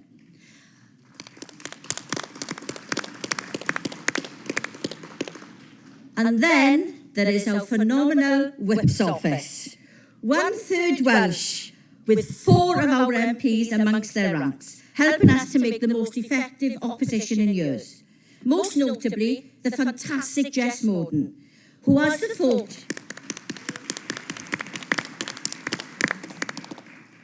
fortune, I think, of being both my whip and my very good friend. And Mark Tarmy, who does the most amazing job. That's about the only cheer I've ever heard from Mark Tarmy. Who does the most amazing job as the opposition pairing whip. And I could go on, because there are so many fantastic MPs in the Welsh PLP. Geraint Davies, Leah Griffiths, Wayne David, Christina Rees, every one of them, fantastic Welsh MPs representing you in Westminster. And every day we are gaining ground from the opposition benches, every day under Keir's leadership, closer to doing that in government. And conference, as we chart our course back to power in Westminster, let us allow ourselves a moment to celebrate together at last the stunning Welsh Labour victory of last May's Senedd elections.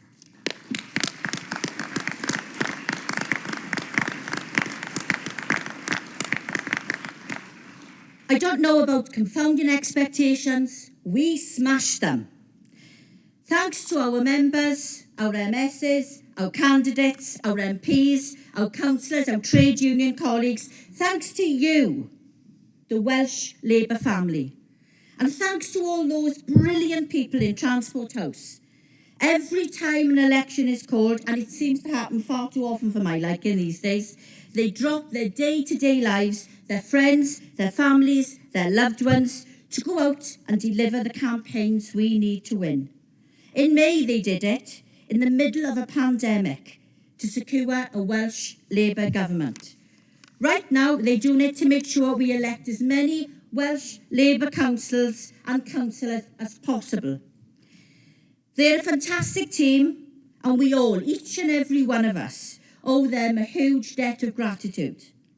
And as we welcome Joe McIntyre and Joe Locke as our new General and Deputy Secretaries, we also say goodbye to some brilliant servants of Welsh Labour. Dave Costa. Dave Costa's been the Labour Party.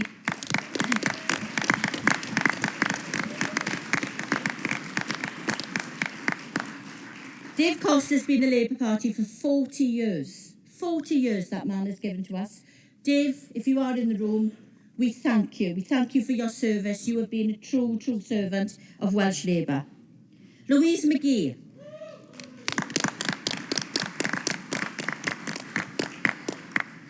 Louise McGee brought the Welsh Labour campaigning machine into the 21st century. And 8 weeks after leaving politics, she's heading off down under to sort them out in Australia. So you can take the girl out of Labour. And it would be very remiss of me to say, not to say goodbye to the fantastic Luke Young,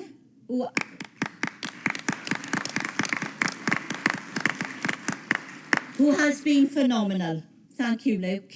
And to welcome Vic Solomon, who've had more comebacks than Frank Sinatra. So as I stand here, as I stood before you in 2018 as your newly elected deputy leader, I said, when we work alone, progress can feel like a bit of a slog. But when we work together and stand united, Welsh Labour is a force to be reckoned with and a power for amazing good. So let us remember what makes our Welsh family so special. And let's take that message with us today, into our communities, onto the doorsteps. Let us campaign as only Welsh Labour can. Proud of our achievements under Mark in Wales, ready to transform lives with Keir Starmer in number 10. This is the right way. This is the best way. This is the Labour way. Conference, thank you.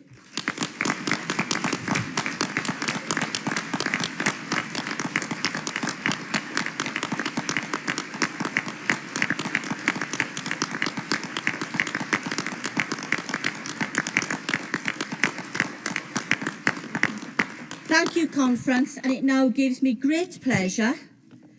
Something I've done for the last 2.5 years is be Keir Starmer's warm-up act. And it's something I'm very, very proud of. So, Conference, let's have a loud cheer and warm welcome for the leader of the UK Labour Party, Keir Starmer.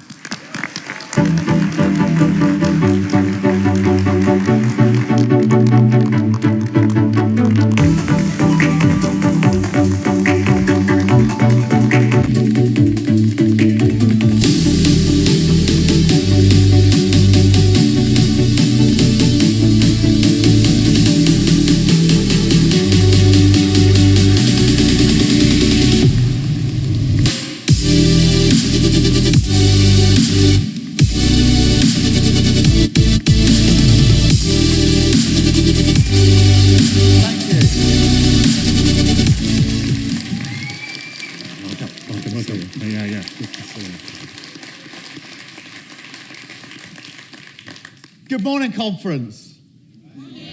Borada.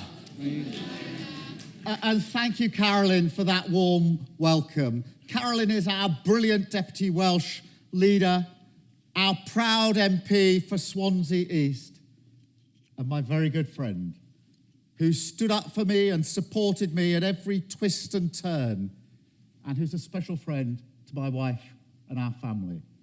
Thank you, Carolyn.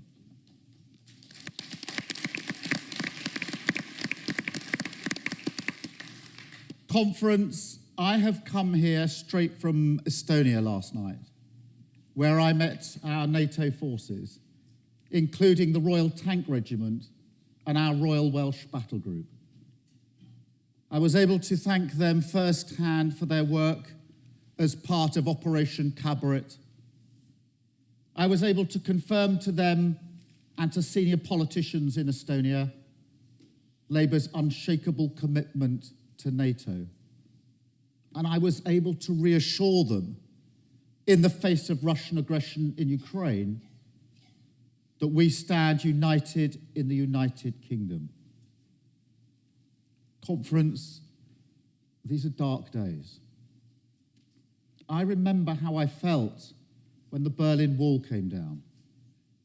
A mixture of hope, optimism, a promise of a better future across Europe.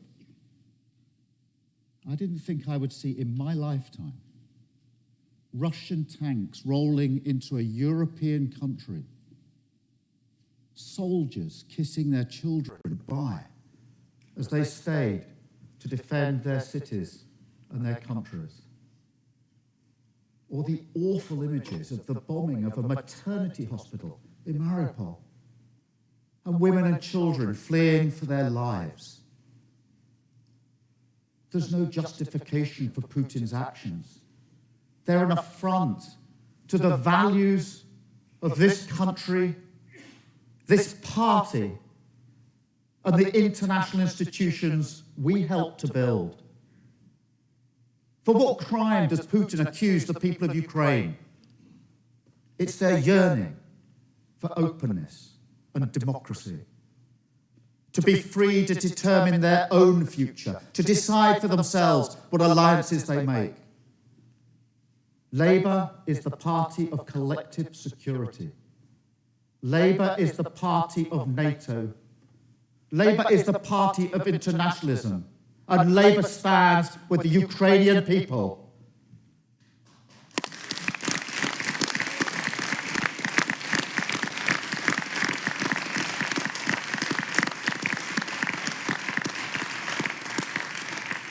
Conference, as you may have seen earlier this week, we had President Zelensky addressing the House of Commons. An incredible moment. His courage, his conviction, his passion to defend his country inspires all of us. And we must rise to the challenge by providing military equipment to Ukraine, by putting in place the toughest possible sanctions, and providing humanitarian support, including a safe passage to sanctuary for all Ukrainians fleeing the terrors of this war.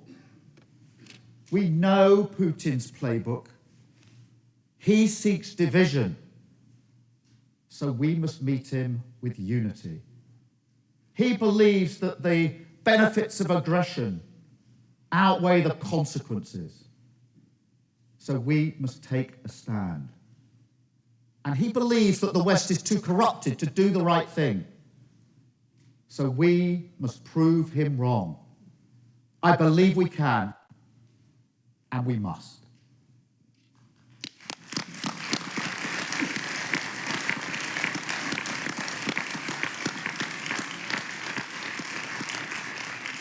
Conference, how great it is to be here with you in person. I spent so much of my leadership on Zoom, addressing you as the leader of the Labour Party for the first time. And it's also the first time that the Welsh Labour team have had the chance to come together to celebrate the success of last year's Senedd elections. And what a success it was!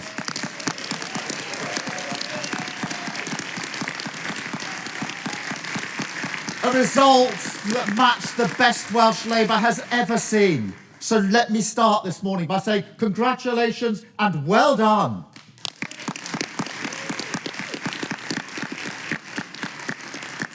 These election successes, they don't happen by chance. They require teamwork, vision, perseverance, and leadership.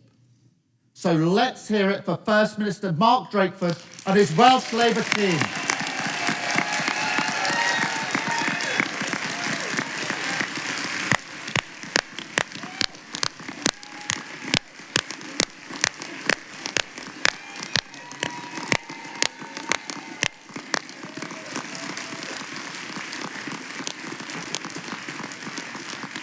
Mark, people trusted you to bring them through the storm of the pandemic, and you did. And Conference, I had the privilege of campaigning with Mark last year, and I saw firsthand how people appreciated his leadership. The people of Wales voted overwhelmingly to keep Wales moving forward. They saw the value of the work this Labour government was doing and how you're doing it. Working together in our common endeavour to build a stronger, fairer, greener Wales in a modern United Kingdom. Mark and the whole Welsh Labour team, I am grateful to you for your honesty, your wisdom, and your friendship. Now, there are some changes in Welsh Labour, of course, and like Carolyn, I want to thank the staff team who played a central role in delivering those results. Former General Secretaries, Louise McGee, who's with us today, and David Costa, who's in Costa Rica today. And former Head of Communications, Luke Young, who's also here with us today. Louise and Luke, this is even better than Costa Rica, right here. They leave Wales, Welsh Labour in good stead, ready with a new team to go forward for the next chapter. And in that spirit, I'd like to welcome to post Joe McIntyre, Joe Locke, and Victor.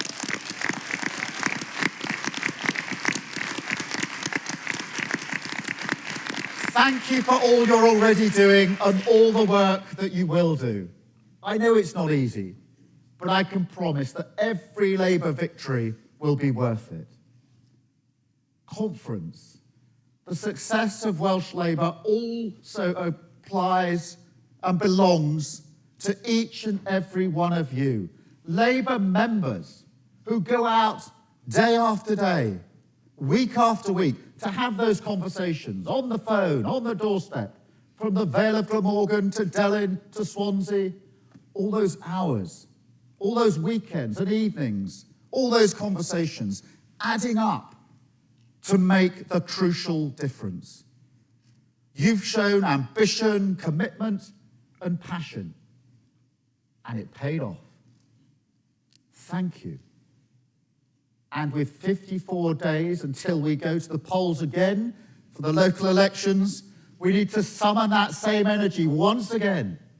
And I look forward to being back with you on the high streets, the beachfronts, and the doorsteps, making the positive case for our great Welsh Labour candidates. The prize in these elections that are coming up is a great one. Together, we could secure the future of Welsh Labour councils, secure the opportunities for the Welsh Labour government, and secure the best possible future for Wales. And when it comes to campaigning spirit, I want to acknowledge the service and hard work of the former Shadow Welsh Secretary, Keir Griffith, in last year's election. Keir made more calls on dialogue than any MP I know. At the last count, it was 600, and that was just the phone calls. Thank you so much, Keir. I'd also like to thank Wayne David for his service over 2 decades, representing Wales at Westminster and Brussels. Thank you, Wayne, for everything that you have done.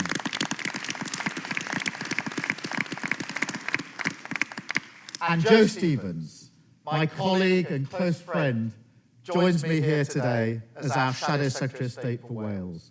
Joe is a committed champion of Wales and wise counsel to me in and out of the Shadow Cabinet. And one of my only regrets on becoming leader of the Labour Party is that I had to give up the office that I shared with Joe for many years in Westminster. Joe and I are with you every step of the way on this path to getting the best out of these elections in May and beyond. Thank you, Joe, for everything you've done and everything you're going to do.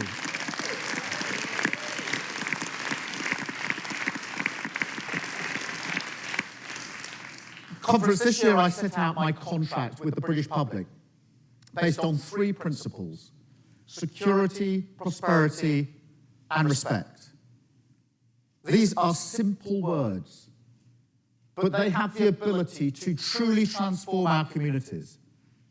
We start with security. I believe that everyone has the basic right to feel safe in their own community. I don't want to see communities blighted by crime and antisocial behaviour. We all know in this room that Tory cuts have slashed policing, victims of crime left without answers, and no plan to improve community safety. That's not good enough.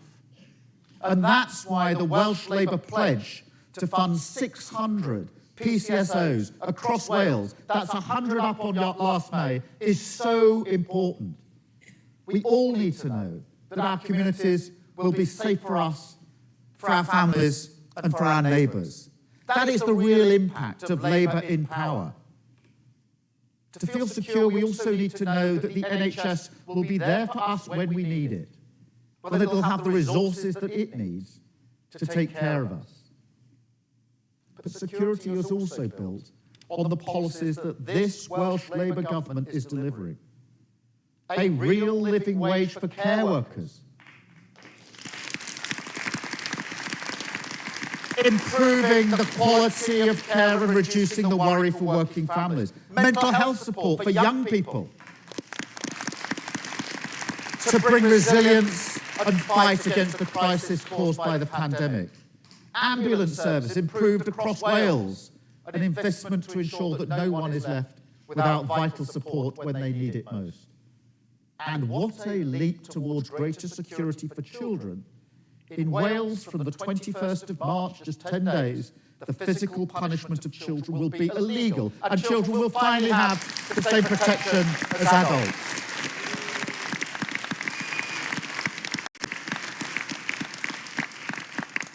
Security also means having a stable job, one that can support your needs and your family's needs.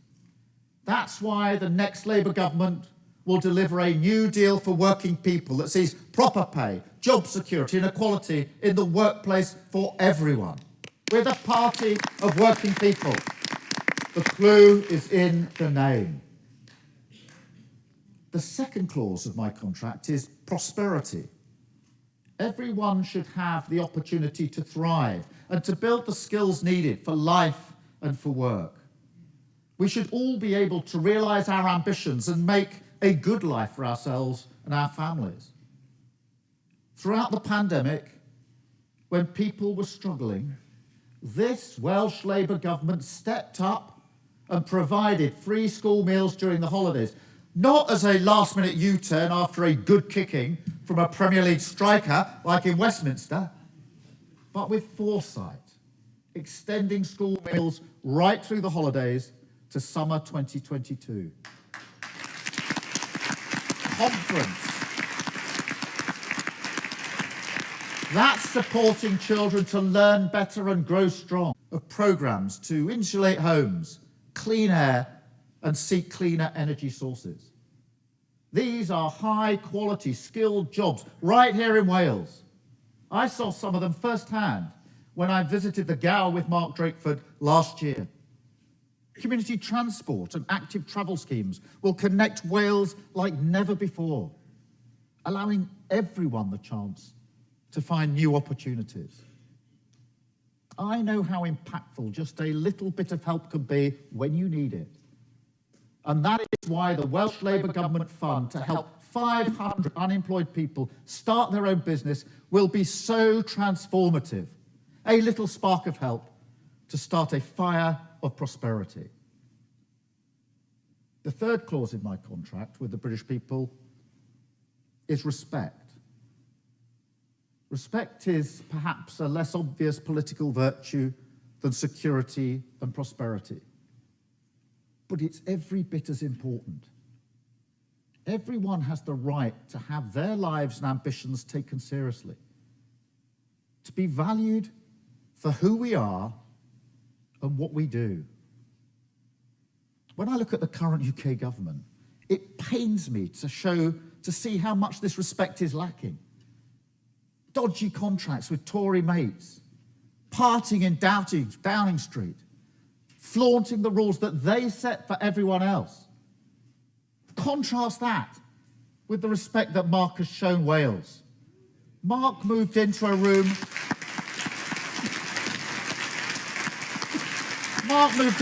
at the bottom of his garden so he could continue to do his job and protect his family.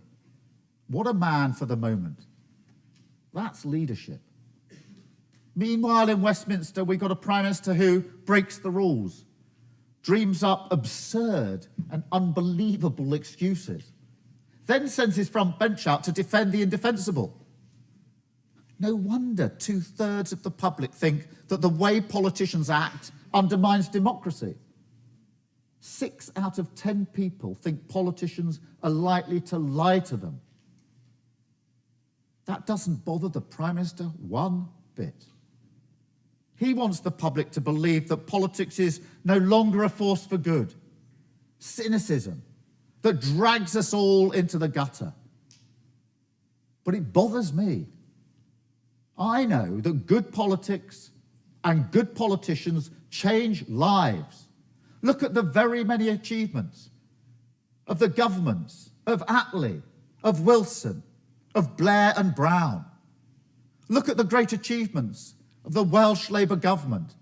And before too long, I want to return here to discuss with you the great achievements of the next Labour government.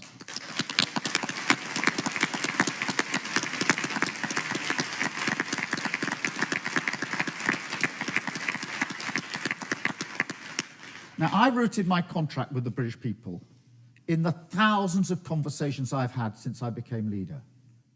I've spent my time in places where we need to win. I've spoken to people who've lost trust in politics.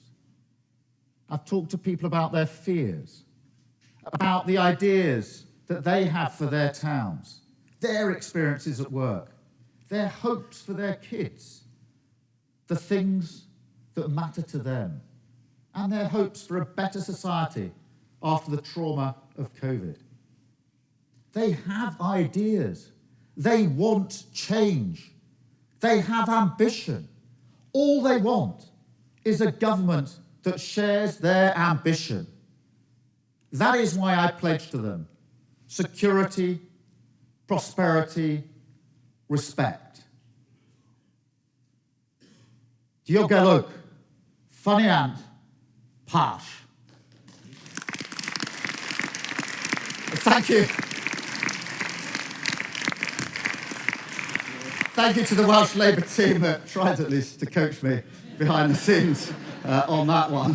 Had several attempts. I think the marking's gone down during the course of the But seriously, here in Wales, a Welsh Labour government is the living proof of what Labour looks like in power. How things can be done differently and better.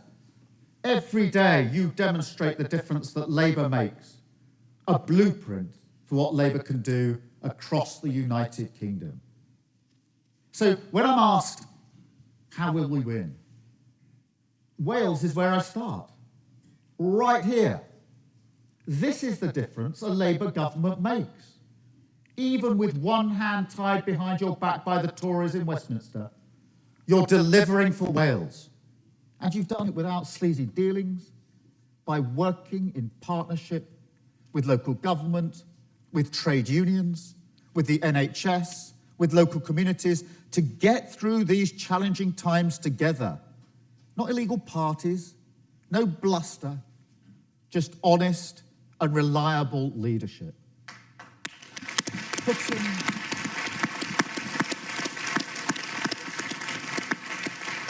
Putting the interests and the priorities of the people of Wales first.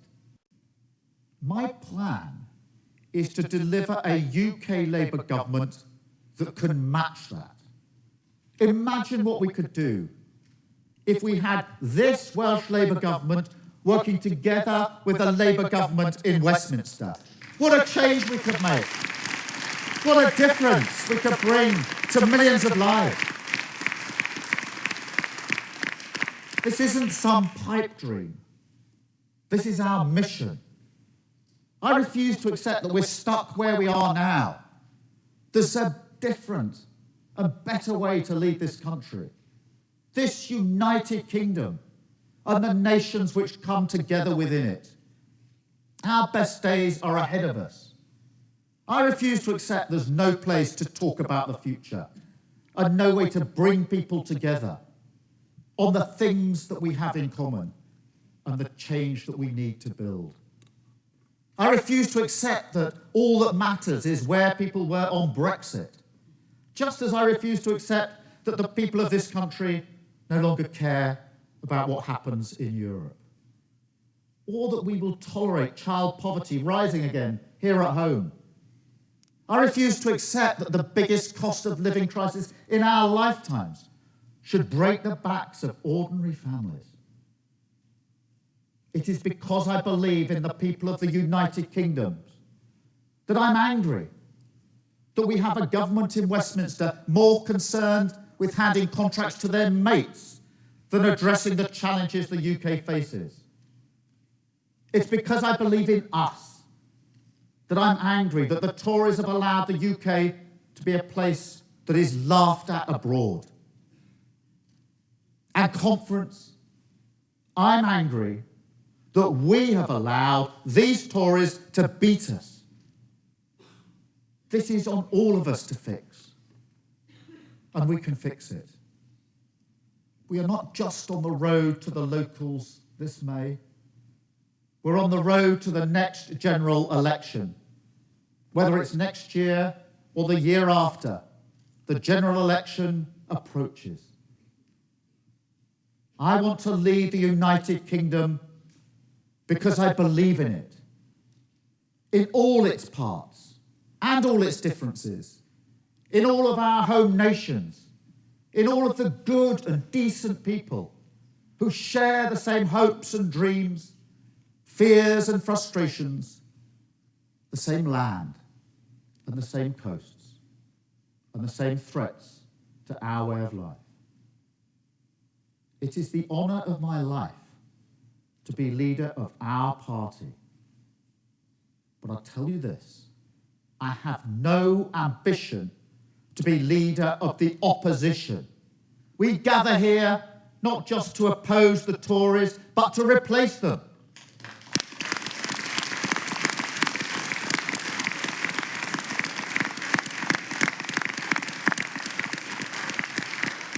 Throughout our history, our leaders have been driven by a love of our country, but also full of passion for what more it can be. Each time, Labour has built a new and better Britain. And that's my ambition too. Not to oppose the Tories, but to replace them, to build a better country. Conference, it's our duty to win. I believe that we can. Thank you so much. Thank you. Thank you. Thank you. Very good. Very well. Very good. Well done. Thank you very much.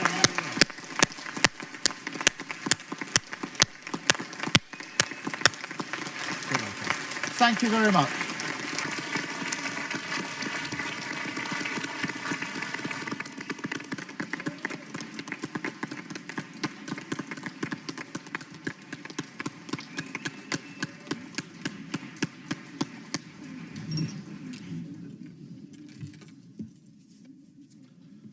Thanks, Conference, and thanks to Keir Starmer. I look forward to welcoming you back to Wales, Keir, in the not-too-distant future as our Labour Prime Minister.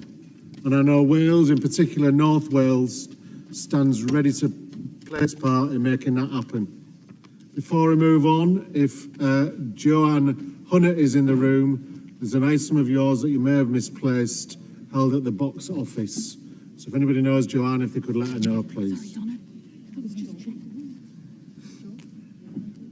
We now move on to the Welsh Executive Committee report and the Welsh Policy Forum report. Yes, you did. I'll just let the room clear. There's my pen.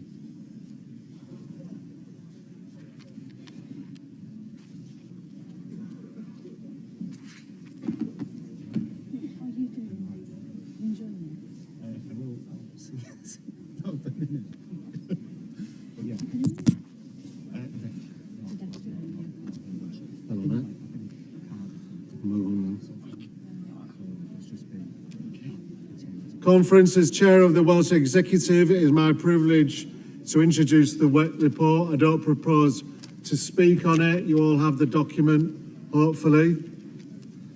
The current members of the WEC are listed in the WEC report, but these former members are not listed, and we'd like to thank them for their service and dedication. Can we have order, please, Conference? Can you leave quietly, please? Karen Loughlin and her Unison predecessor, Amber Courtney, Stephen Williams from the Musician Union and his predecessor, Gary Johnston from the Bakers Union, Louise McGee, General Secretary, Bridie Sedgbeer, Women's Committee, Ramesh Patel from the BAME Committee, and Stephen Doughty from the PLP. So thank you. Conference, is the WEC report accepted? Thank you. I'll now ask Mike Payne to update on the Welsh Policy Forum.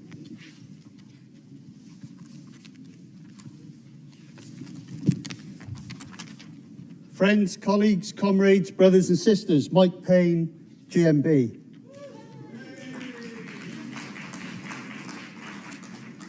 Currently, but soon to be retiring, Chair of the Welsh Policy Forum. It's been absolutely my pleasure for the last 12 years to be the Chair of the Welsh Policy Forum. And in all of that time, we've had some magnificent victories and some magnificent manifestos. It's my pleasure to formally present the conference the report of the Welsh Policy Forum, especially face-to-face here in Llandudno. Conference, our most recent cycle of the Welsh Labour policy development process, culminated in an exciting, progressive policy platform that we're now enacting in government, thanks to the fantastic Senedd election results last May, showing the clear difference that Welsh Labour makes when we win power. The ideas and vision of our members and affiliates shaped the final policy document that laid the foundation of a manifesto that pledged to move Wales forward, sets out the work undertaken to bring the most recent policy cycle to a successful conclusion. While the general election and the pandemic prevented the Welsh Policy Forum from meeting after 2019, the Welsh Joint Policy Committee was able to continue its work online, and in January 2021, it concluded the development of the final policy document, which attracted an unprecedented number of amendments from party units and affiliates, most of which were actually reflected in the eventual text. In these challenging circumstances, we were able to adapt and ensure that our policy process not only continued, but thrived. A record 650 suggested amendments were submitted by party units and affiliated organisations, with well over half of these accepted for inclusion in the final document. And a great deal of the remaining proposed amendments were reflected in over 30 government-side amendments, most of which secured support from CLPs and affiliates. I'd like to place on record our thanks to all of our fantastic party members here in Wales and our affiliates who took the time to take part in discussions, debates and meetings in a consultation process that has reached far and wide over the past few years. I'd like to thank members of the Welsh Policy Forum who played a full part in all of those debates, while we were still able to meet in person and our friendship over many years. Conference in autumn this year, we will move towards an important time for our policy process, as we begin the new cycle of the Welsh Policy Forum, providing... Mike, and thank you for your work on the Policy Forum, as well as countless other jobs across the party, including the WEC over the years. You mentioned you retired. I know you've already retired from the GMB, and we wish you all the best, mate, for a long and happy retirement. But we do hope to see you back in the front row next year, I'm sure bringing us all to order. Conference, can I ask you, is that report accepted? Thank you. Conference, it would be remiss of us not to mention the situation in Ukraine as we gather here this weekend.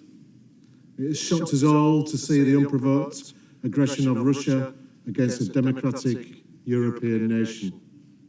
Conference, I know Welsh Labour will want to send its solidarity to the people of Ukraine who have been displaced by this awful conflict and those who are valiantly resisting.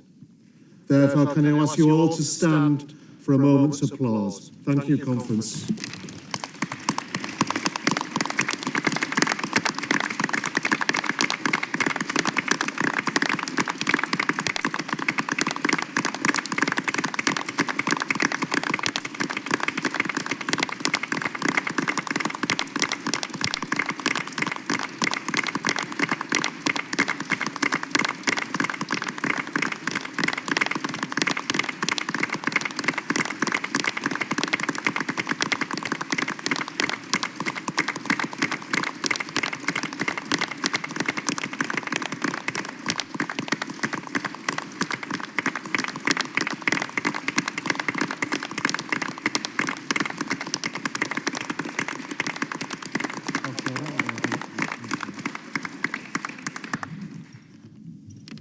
Thank you, Conference. I'm now going to move to an emergency motion, and I call on the GMB to move their motion.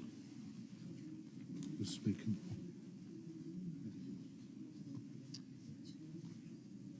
Where's the GMB? Who's moving it? There's nobody.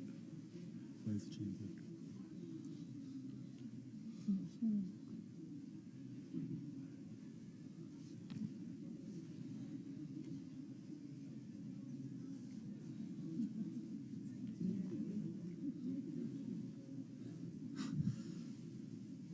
They're getting in now. Okay, if you just bear with us on this conference, please.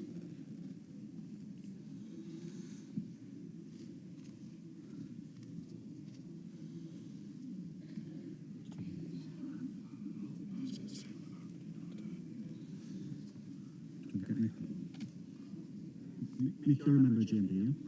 Conference, in the absence of the GMB mover, I'd like to ask Mick Antonou to address conference.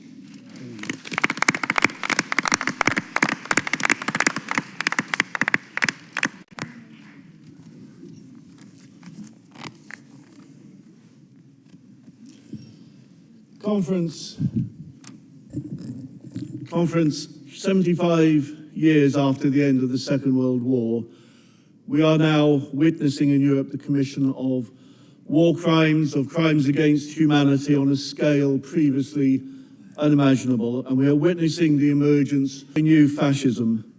A fascism with a difference, a fascism that has global links, a level of military technology greater than anything previously experienced, and nuclear weapons. This totalitarian regime under Putin has grown, invaded and oppressed, whilst Europe slept and others apologized or appeased. First Chechnya, then Georgia, Transnistria, then Crimea, then parts of Luhansk and Donetsk, and now the whole of Ukraine. And let's be absolutely clear for those who have any doubt whatsoever, this has never been about NATO. When Crimea was invaded, it wasn't about NATO, and when Luhansk and Donetsk were invaded, it was nothing to do with NATO. Nor has it ever been anything to do with the Russian language. In the Maidan revolution of 2014, and during my visits to eastern Ukraine, meeting with trade unions, miners, civil rights organizations, the Russian language has never been an issue. Most of the people I meet speak Russian.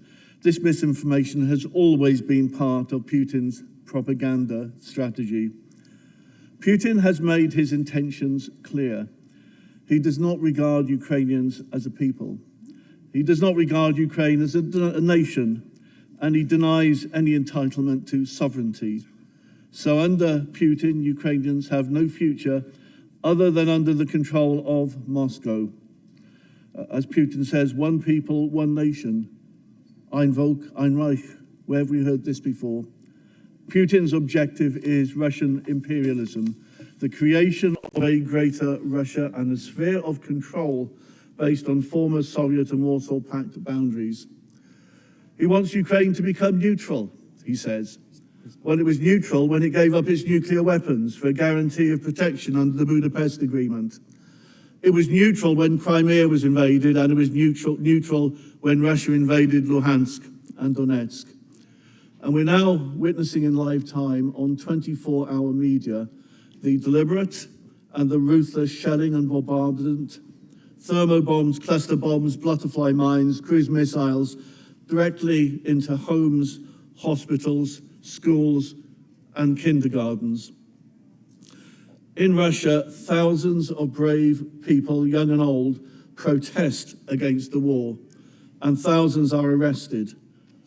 Calling the war a war can now get you up to 15 years in prison. And as my own 74-year-old cousin said when I spoke to him a while back, he said, "Я никуда не иду. Я тут буду до конца. I'm not going anywhere. I'm staying here until the end." And that is his son and grandson, 3 generations who, as the Ukrainian national anthem sings, "Duшу птіло ми положим за нашу свободу." I will lay down my body and my soul for my freedom. And of course, that is what thousands of people are doing at this moment in time. In Kyiv, I recently met with trade unionists, socialists, civic activists, gay and lesbian groups, Crimean Tatars and the Crimean Tatars who are being so ruthlessly ethnically cleansed since the seizure of Crimea. And we were criticised by the Tories for going, but I have to say I'm glad that we went, because those young people have now taken up arms to defend their country, their freedom and their democracy. I'm still in contact, but many I may never see again. So we will be their voice as they defend theirs and our democracy. Conference, the Tories have had their nose in the trough of Russian money for far too long.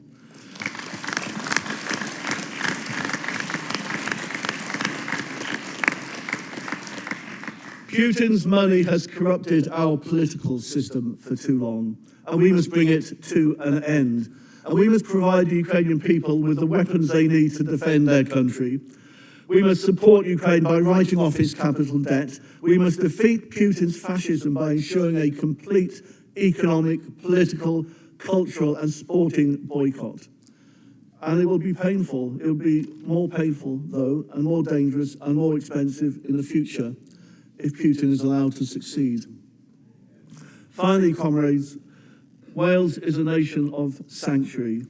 The UK government have been dragged kicking and screaming bit by bit to extend their restrictive visa scheme. It is now better, but it is still not good enough.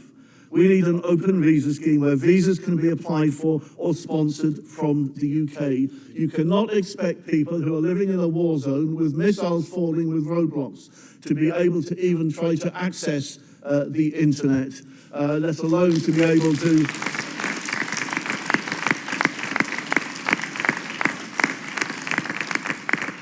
be able to have any security or for their own safety. And I just give this example because I've been waiting for cousins of mine who will now be waiting till Tuesday to apply online if they are still able to. But they had a place on a bus to come back had they had the visa. In fact, what has happened is that bus is now full of people. But it is going to Ireland instead, because the Irish government is going to pay its ferry fares, it's going to provide the accommodation, it's going to ensure the safety and support for all those people. And sometimes I'm ashamed to see what is happening in this country. My father was a refugee who was given sanctuary in the UK after the Second World War. All refugees are the same. They are all our brothers and sisters, wherever they come from.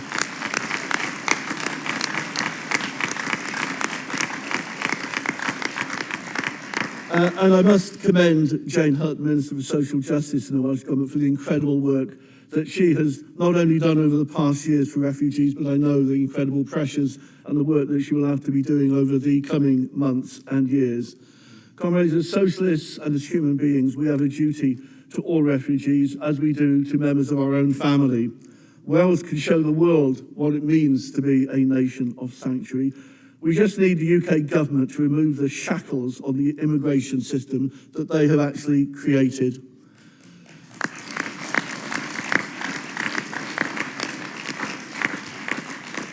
Perhaps I finish now just in the way in which most Ukrainian speeches finish now, with the words that are always delivered, which is glory to Ukraine, glory to our heroes, Slava Ukraini, Heroyam Slava, Peremojim, we will win.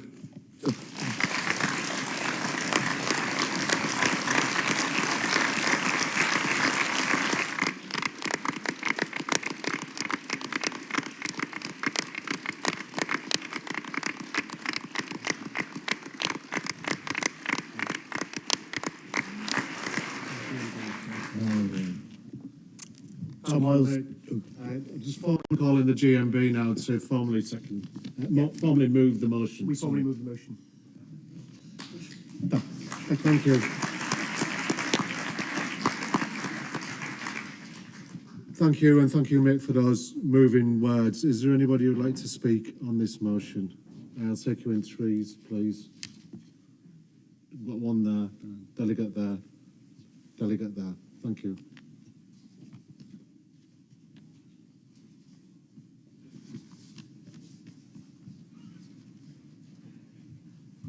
Conference. Daniel Beard, Unison Cymru Wales.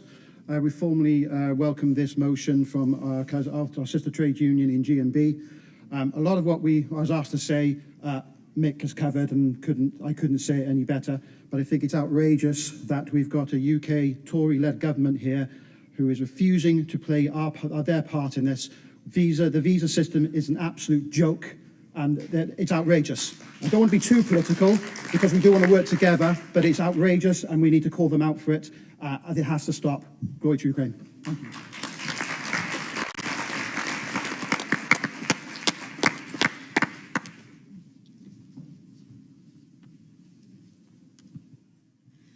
Rachel Garrett, Newport East, also proud GMB member. I also convene the trade unions in my workplace. This is an international crisis, but it's also a very personal crisis. I'd like to support this motion in the name of my colleagues, those that are Ukrainian who are worrying about family on the borders, those that are Polish with border families, those who have already lost their parents in the last week and cannot go to funerals or see them. Those who've made the last-minute desperate rush to Poland to retrieve their parents and the dash to Warsaw to try and get visas to bring them into the country. There are many, many people affected right here by this crisis and this war. Very proud to support this motion. Slava Ukraini.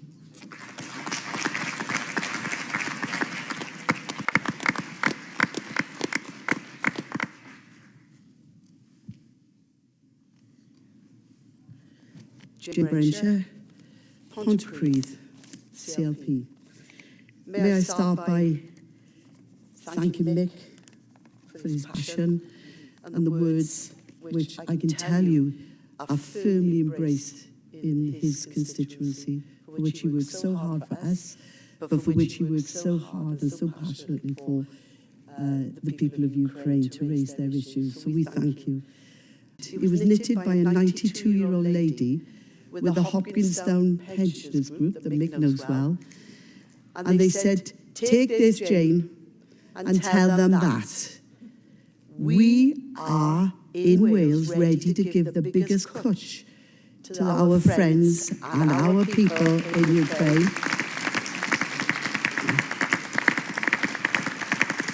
And tell them that in our lifetime we did not wish to see anything of this happening anywhere in the European or indeed anywhere, but certainly in Europe.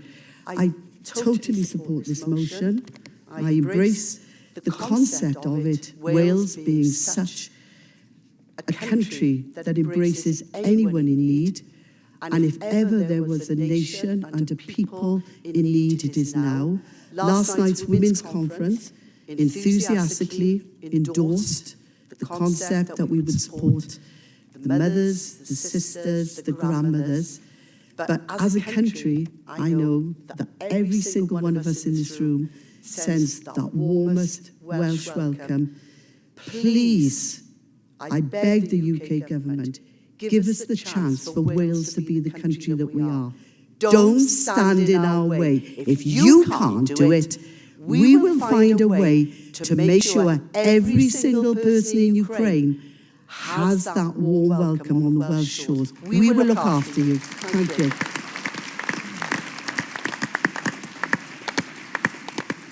Thank you, delegates. Is there any more speakers? Mary over there, behind you. Yeah.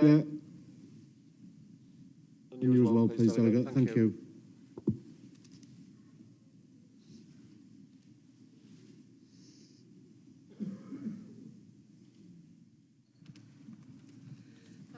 Mary Williams, Unite the Union.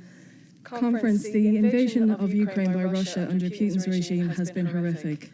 We've seen it reported on our news, Ukrainian citizens recording it live for all of us to bear witness on our social media channels, on our mobile phones.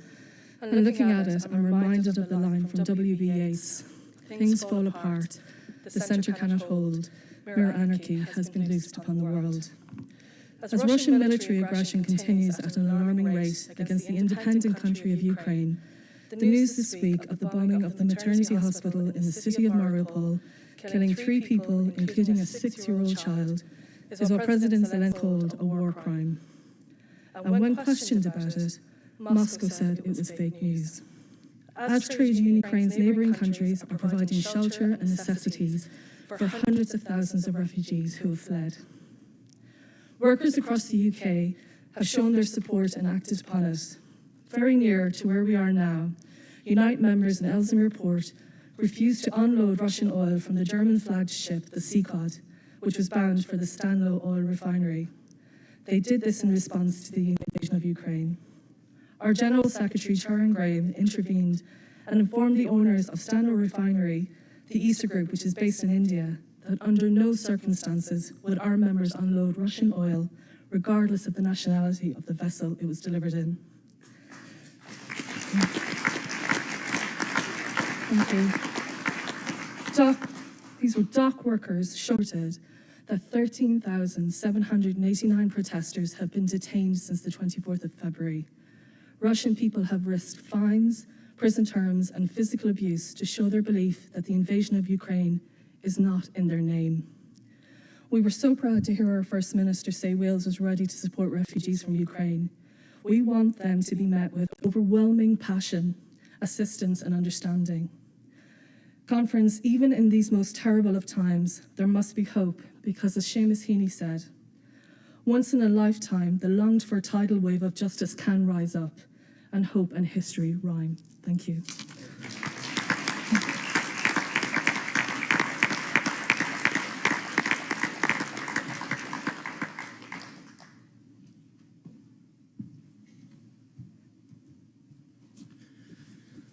Graham Cole, CW, speaking to support the emergency motion, but also to show my support to my comrade as chair of Pontypridd CLP.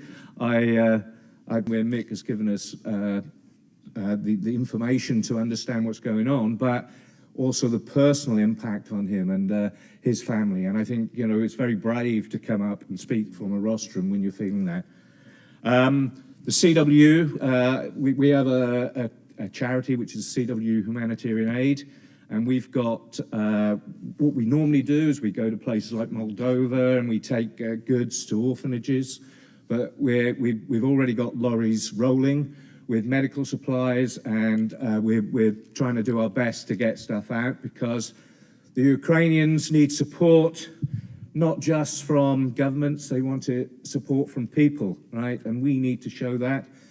You know, the bravery of those Russian protesters matches the bravery of the Ukrainian people, you know, in that they are fighting for another land and putting themselves at risk.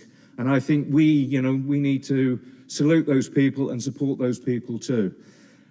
Let's look at it. The response from the Welsh Government has been excellent. But we can do nothing really to support refugees without the UK government relaxing their requirement for visas. They just need to enable people to have access. Don't care whether it's through Ireland or whatever. And hopefully many people will try and get people through Ireland. But this government has shown its true colours. They're not with people. They're with the Russian oligarchs. The sanctions, too little, too late. They've allowed those Russian oligarchs to salt their money away, to move it to Bitcoin. They are supporting those Russian oligarchs in defending their ill-gotten gains. And basically, why? Because for the last 10 years, they've received Russian money and Russian interference. The Conservative Friends of Russia, right, disbanded, but they haven't disbanded. They're still existing, right? They're having to disband because it doesn't look good, and that's the only reason. So we need to make sure, whilst we support the Ukrainian people, whilst we support people in Russia who are supporting, whilst we support the EU who are doing the right thing, we also call out a Conservative government which is basically corrupt and not supporting Ukraine in the way it can. And with that, I support the motion.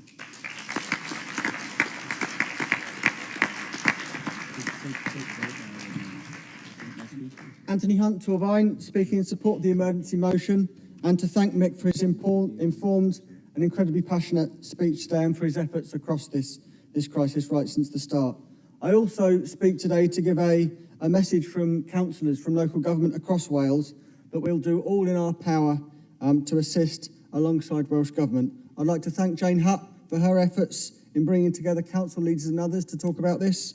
We've also got plans in place on a local basis. All we need now is for the Home Office to get its act together, to sort itself out so that we can act as we want to act across Wales. These people are evacuees. These people are fleeing terrible atrocities. People need sanctuary, not bureaucracy. In Wales, we will act in local government as our duty as a nation of sanctuary. Thank you.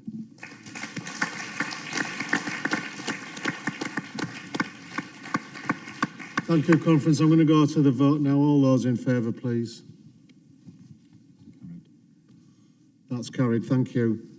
Anybody who would like to make a donation, if you could do it to the Disaster Emergency Committee, which can be found online, DEC. That's where we ask you to make a donation. Thank you. And thanks again to Mick for those very moving words. Thank you, Mick.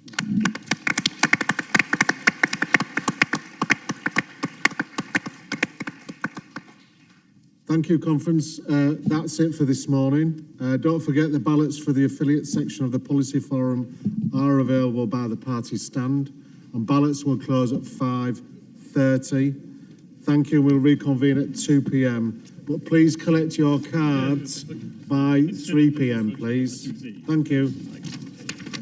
Well done, Nick.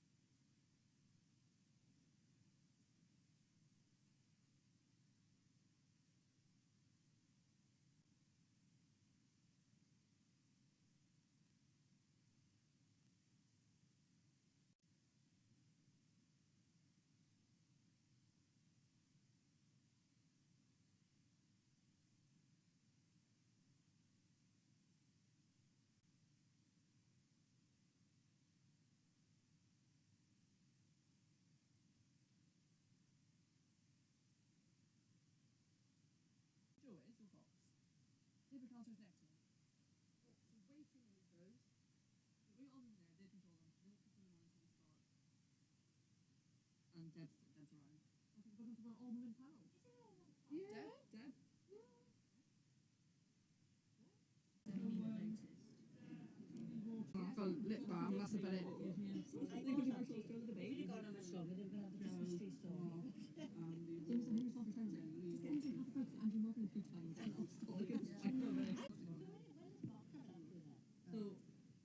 Mark,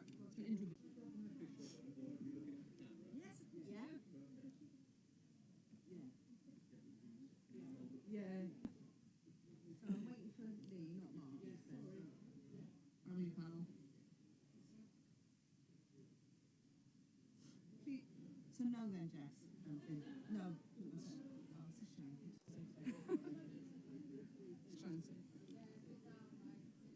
He's trying to take a picture, formal picture.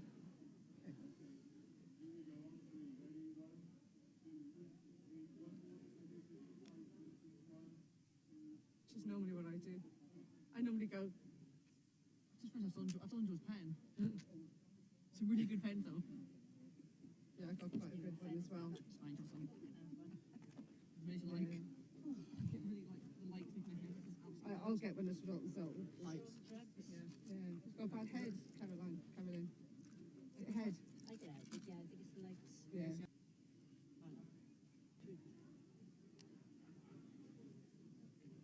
Since we had dinner last night. That's what I do. You bugged up from where we were. We went straight. Oh, I didn't see that. Are we straight across from where we were? We should really get going. Yeah, It's like come 10 on, past 2. Which we need to signal to. Yeah, 5 women. I think if you just shout into the microphone, delegates take your seats, then we can then they'll know. Will they what? Will they? Oh. Yeah, we're good to go. Okay. Good afternoon, everyone. That's not on. Oh, it's not on yet. No, you need to be on. It's a bit of a floppy mic. Yeah, try it now. Good afternoon, everyone. Delegates, please take your seats.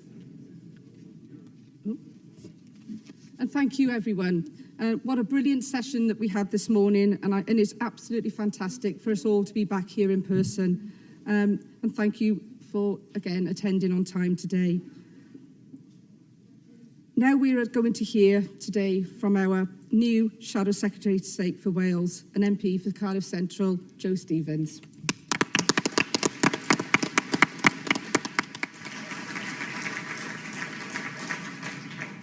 Chair, conference, a warm welcome. Conference, I know that everyone here and across Wales are thinking about the people of Ukraine.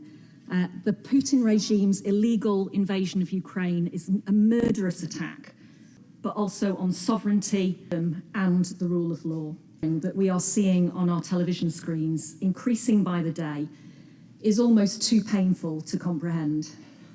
Wales is a nation of sanctuary, and we stand ready to welcome and support refugees from Ukraine, as we did from Afghanistan and from Syria. And I know the people of Wales will play their part. But the UK government has to step up. The Home Secretary's chaotic approach and the government's incomprehensible lack of planning has been deeply, deeply damaging. And I'm pleased that today we have sent that clear message from conference. Thank you.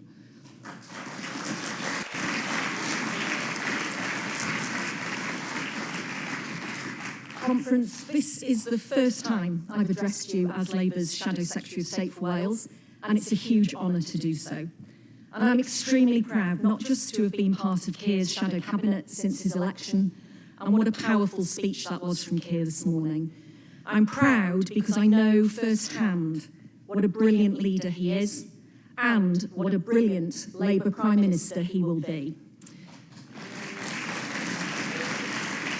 Leading a Labour government that will have security, prosperity and respect at the heart of everything we do.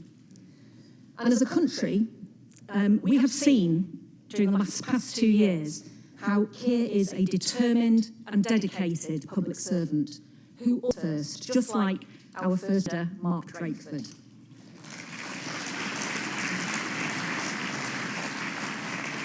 Conference, I'm also very proud of our 22 Welsh Labour MPs, both for the work that they do on behalf of all their constituents, but also for challenging and exposing day in, day out what the Tories are doing.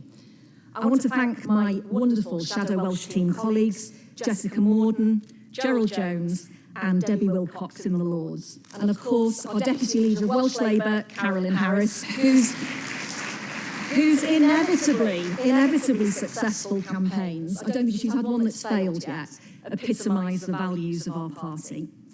And I want to pay tribute to my predecessor, Nia Griffith, a dear friend and an amazing colleague. Thank you, Nia. Whatever we do in our Labour Party, we do it as a team.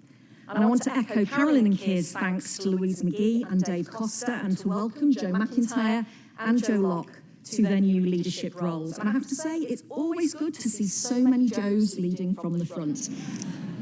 Thank you also to all our Welsh staff who work, our Welsh Labour staff who work their socks off to get candidates elected at every level. I'm in awe of what they do every time an election is called. But none of us could do what we do without you, our Welsh Labour family, without your support, your dedication and your commitment. And to all our trade union friends across Wales, my wonderful trade union family for over 30 years, I want to say a very personal thank you. Thank you for the honour of working with and for you, campaigning with you, and especially winning with you. Thank you.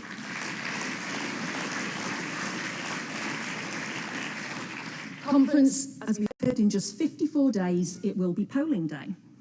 The elections on the 5th of May will be our last elections before the next general election, and that can't come soon enough. People across Wales and across the UK are facing the biggest drop in living standards for 30 years. This is a Conservative cost of living crisis, a crisis that has been made in Downing Street. It's down to the choices made by the Conservative government. Highest inflation for a decade. Gas and electricity bills rising 14 times faster than wages. Cuts to universal credit and to working tax credit. More people being pushed into higher rates of tax. And national insurance levels about to increase by more than 10%. Yet another broken Tory manifesto promise. And a real-term cut to state pensions. In just a couple of weeks' time, the numbers on people's pay slips will go down and the numbers on their bills will go up. But it doesn't have to be like this. It did not have to be like this. And it's time for Labour's proposal for a windfall tax on North Sea oil and gas profits to be implemented by the Tory government.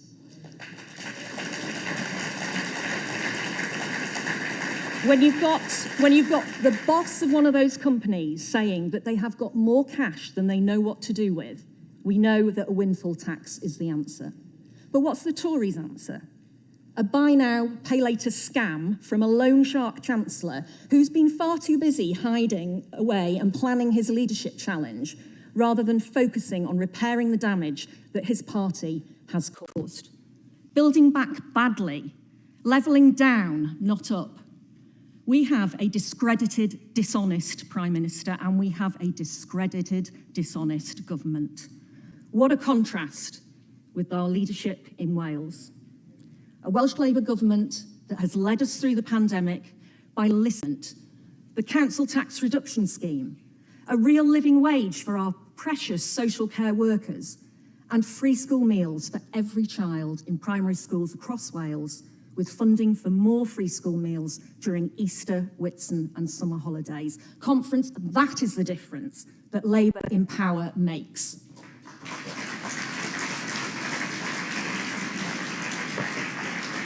Our council staff, with our trade unions, put huge changes into effect and adapted to unprecedented circumstances. People moved and did different jobs and new jobs because that was what was needed for Wales. And they kept going throughout those 2 years. I saw my own Welsh local Labour councillors and others across Cardiff picking up prescriptions, delivering food and essential medicines to those who were vulnerable and shielding, also organising food drops to our fabulous key workers in our local hospitals. In Wrexham, Labour councillors at the Venture charity in Kaya Park that provides trailblazing play facilities, learning and support for children and young people, showed real leadership, in contrast to the infighting of the independent councillors in control of Wrexham Council, who are just fighting amongst themselves instead of for the people of Wrexham. Our Labour councillors up and down Wales have been inspirational in the most difficult of times. But as well as helping our communities through the pandemic, Labour councillors have been delivering and investing for the future. In Bridgend, the Labour Council has helped more than 4,600 people into work through their dedicated employability scheme. At the height of the second COVID wave, Labour's Caerphilly Council delivered their 1 millionth free school meals, an astonishing achievement made possible by a great Labour Council with a great Labour leader, Philippa Marsden, and our Welsh Labour government.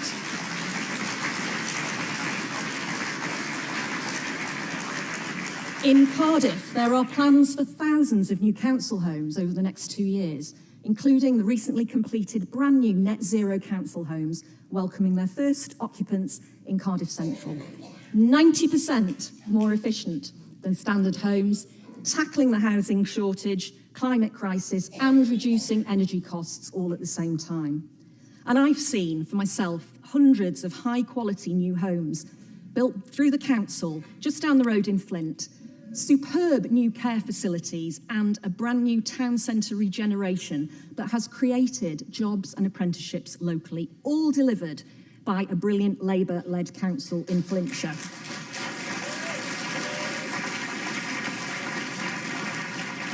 Conference, in recent weeks, Wales has borne the brunt also of 3 storms, wreaking havoc within days of each other. And we don't forget the impact of the floods and the damage they caused to our valley communities, which is still very raw. Significant investment in infrastructure and flood defences has been made by Labour councils across Wales, including in Neath Port Talbot, Cardiff and Rhondda-Cynon-Taf, amongst others. And most importantly, for Wales's future and Wales's future generations, our Welsh Labour government and Welsh Labour councils are transforming our schools through the 21st Century Schools Building Programme, delivering the best possible learning environments for our children and young people, from Bishopston to Bryn Bal. Conference, we want and we need to continue this work, to continue to make that real positive difference for all our communities, villages, towns, cities, right across Wales. And that's why we have to get as many of our brilliant Welsh Labour candidates elected as we possibly can in just 54 days' time. And I talked earlier about how we only achieve what we achieve as a team. And imagine what that great team would be. More Labour-led councils, Mark as our First Minister and Keir as our Prime Minister, leading a UK Labour government. And our first step towards that is on the 5th of May. I know you will do everything you can to get as many of our council candidates over the line, to make that difference. So, conference, 54 days, we've got to do it. Let's get out there, let's do it, and let's do it successfully. Thank you very much. Thank you. Jo Stevens, MP, Shadow Secretary of State for Wales and Cardiff Central MP. Thank you.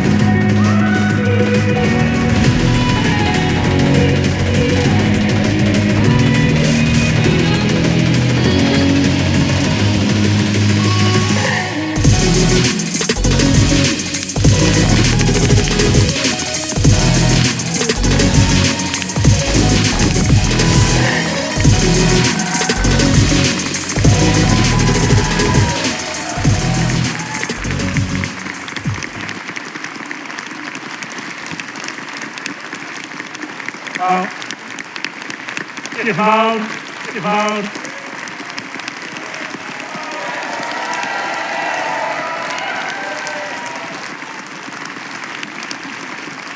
Thank you very much. Thank you very much. Diolch yn fawr. Wael prynawn da. Diolch yn fawr I chi gyd. Thank you all so much for that welcome. Thank you to Jo for everything that she and your colleagues do every day in Parliament on behalf of the people of Wales. You've heard it many times from the stage already today, but it is genuinely aims too.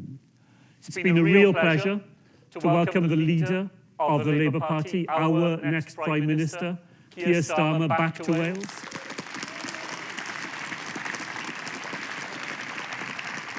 Great to be able to welcome him to this, his first Welsh Labour conference, and let me just echo what Keir said. There is nothing more important to a Welsh Labour government than a UK Labour government. Thanks to all our colleagues in Westminster for everything they do to bring that day closer. So, Cynhadledd, diolch. Mae'n bleser go iawn bod yn ôl yma ar lwyfan Fenyw Cymru yn Llandudno, yma yn presennol ar gyfer y Gynhadledd Llafur Cymru gyntaf ers dechrau pandemig. Cwrdd â hen ffrindiau unwaith eto, a nifer o rai eraill. At the start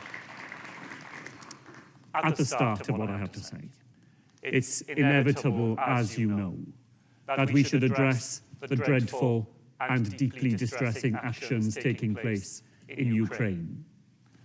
The barbaric forces unleashed against the remarkable people of Ukraine are the responsibility of those in power in the Kremlin. They must be held responsible for every human tragedy and every war crime committed.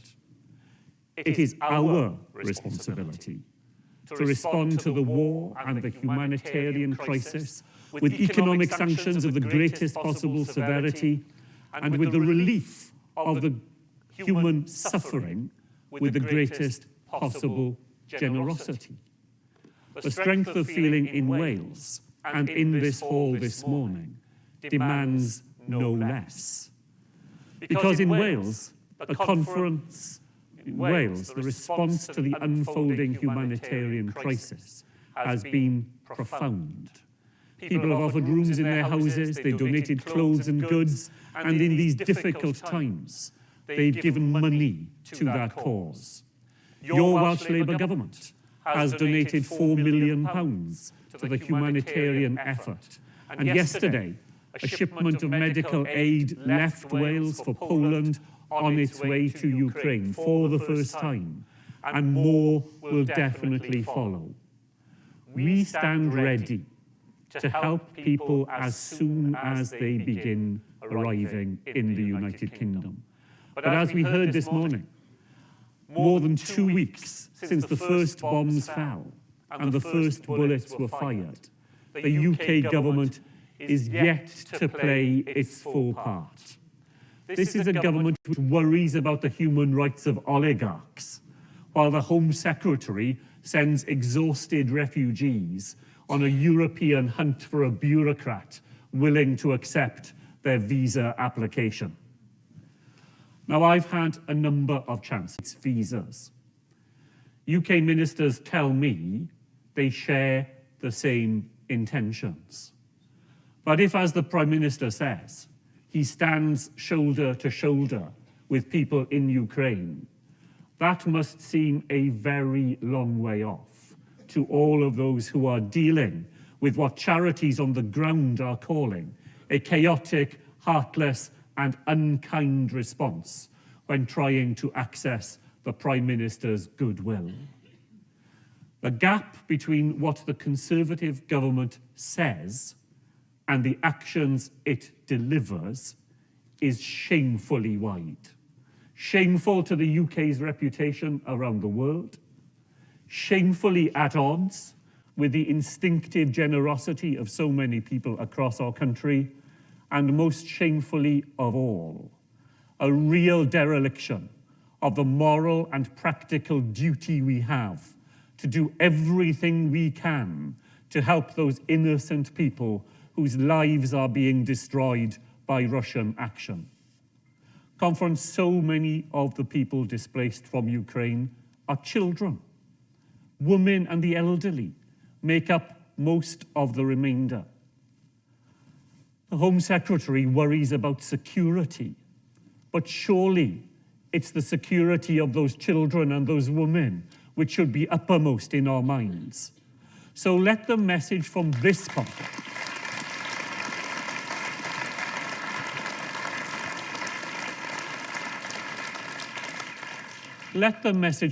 conference be clear.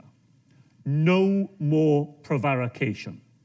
No, we last came together in 2019. Nobody who was here and heard it will ever forget the speech that Eliston Morgan made from this very stage, when he told us that over his long life, the two greatest decisions, the ones of which he was most proud, were to have married his wife and to have joined the Labour Party. Now, he's just one of too many people who are not with us today. Every one of us in this hall will have someone in our minds at this moment. A friend, a loved one, a member of our Welsh Labour family, someone who is no longer here. Ymunwch gyda fi wrth i ni oedi am eiliad, I cofio amdanyn nhw I gyd. Please join me just for a moment as we pause to remember them all.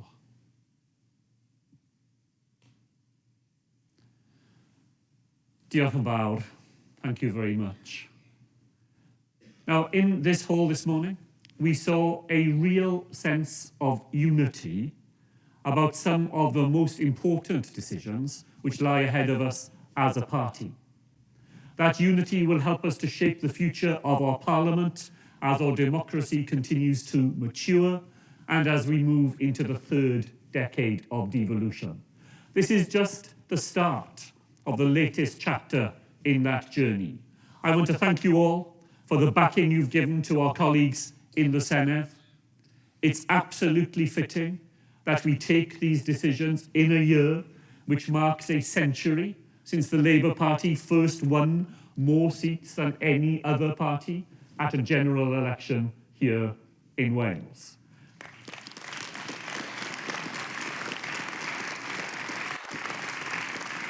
And 100 years later, Welsh Labour is still winning in Wales. We stand on the shoulders of those giants of our past. And we use that platform to work every day to earn and re-earn the trust of people in Wales, to make that stronger, fairer, greener for our future country. Now, all of that was at work in last May's election. People in Wales once again gave us their trust to keep them safe during the pandemic, and they shared our ambition to put Wales back on the road to recovery. We asked people to vote for what they valued, and that's exactly what they did. And the lesson I think we have to take from this is that Labour's unique record of democratic success in Wales is rooted in our determination to earn every vote that comes our way. Never, ever to take any Labour vote for granted. Ni fyddwn byth yn cymryd unrhyw bleidlais lafur I ganiataol. For all of us in this hall, every election is an opportunity to make and remake the relationship between the enduring beliefs and values of this party and our supporters. Now, on a bleak December morning, on election day in 2019, I knocked the door of a very elderly lady in my constituency on the west of Cardiff. She told me that she had voted Labour in every election since she was first able to vote more than 60 years previously. And she said to me, "This may be my last chance to cast my vote for Labour." And then on a beautiful spring afternoon last April, I met a group of 16-year-olds in Merthyr Tydfil. They told me that in that, their very first election, they would be voting Labour.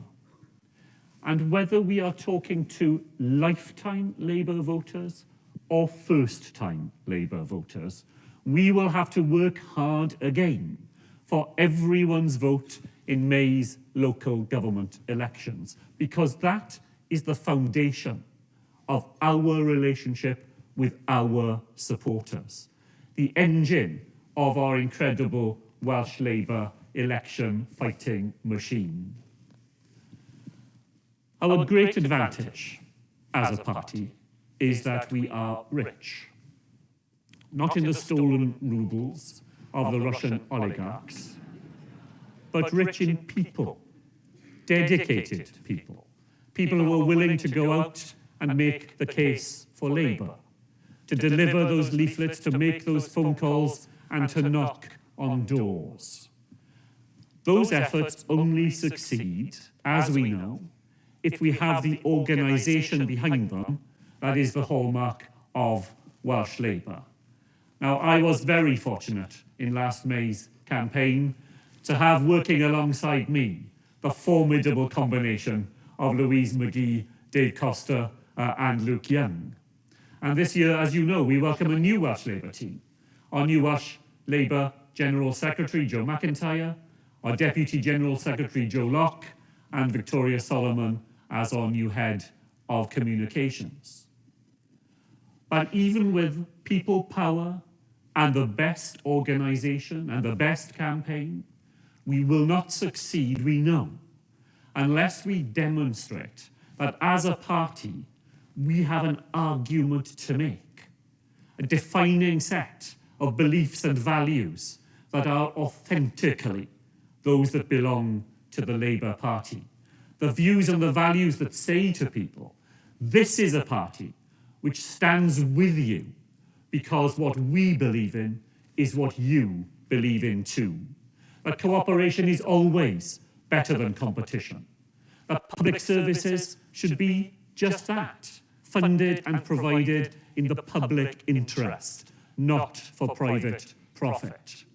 That a more equal society is a more successful society, and that the fate of any one of us, as every socialist knows, is a fate bound up in the fate of us all. Now, I'm very proud that people across Wales put their trust again in a Labour government. Rwy'n falch iawn bod pobl ledled Cymru wedi ymddiried mewn Llywodraeth Lafur Cymru unwaith eto, to keep them safe during the awful pandemic and guide Wales into recovery. A recovery which puts the NHS back on track, to make sure the lost years of the pandemic don't hang there over the future of our children, and to tackle that other great emergency of our time, the emergency in the climate and in the nature that we are so lucky to enjoy here in Wales. I'm so pleased that in our very first year, with a new climate ministry at the heart of our government, we've made huge progress in repaying that trust. We promised an extra 100 PCSO on our streets, and we delivered them. We promised a youth guarantee to protect our young people, and we delivered that. We promised a real living wage for our social care workers, and next month we'll have delivered that as well. We said we'd be a government, not just of the Labour Party, but of the wider Labour movement. And in this first year, we'll have expanded our Wales Union Learning Fund, created green trade union representatives in the workplace, and we'll have put our social partnership arrangements on the statute book here in Wales. All of that conference in our very first year.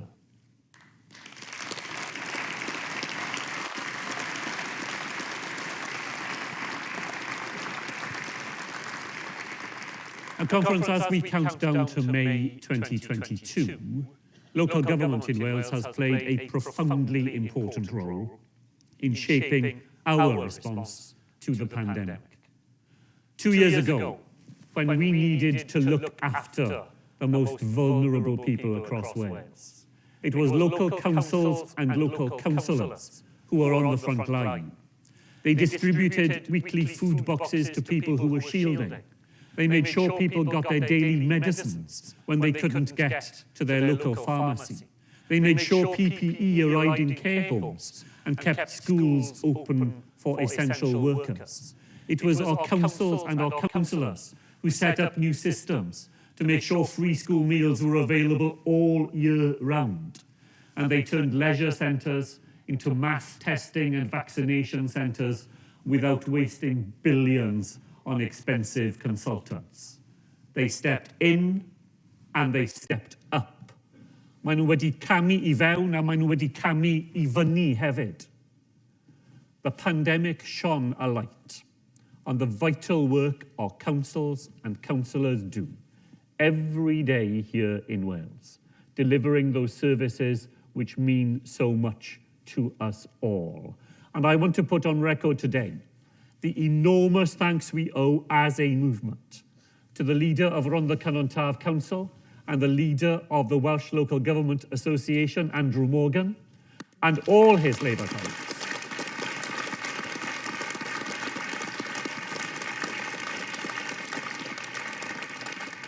Andrew, alongside all those Labour colleagues, for the dedicated leadership they have provided and go on providing to communities across Wales. We couldn't have been more fortunate or more proud of our Welsh Labour councils. And that's why, as you've heard, this year's elections are so important. Because on that journey to that stronger, fairer and greener future, we need Labour councils and Labour councillors in every corner of our nation. And I can tell you that on the campaign trail last year, it made such a difference to have a hard-working, committed and knowledgeable Labour councillor out there on the doorstep as part of that team. That sense of day-in, day-out service to the community is the bedrock of our message to people in Wales. That a vote for Labour is a vote for a party which works for you because we are on your side. So colleagues, let's mark it in our diaries. May the 5th is the day we play our part here in Wales in getting rid of this toxic Tory government and begin to repair all the damage that they've inflicted on this country for far too long.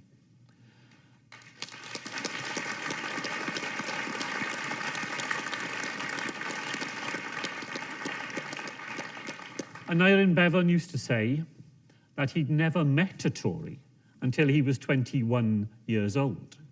And conference, we have a responsibility to offer young people in Wales today the same opportunity.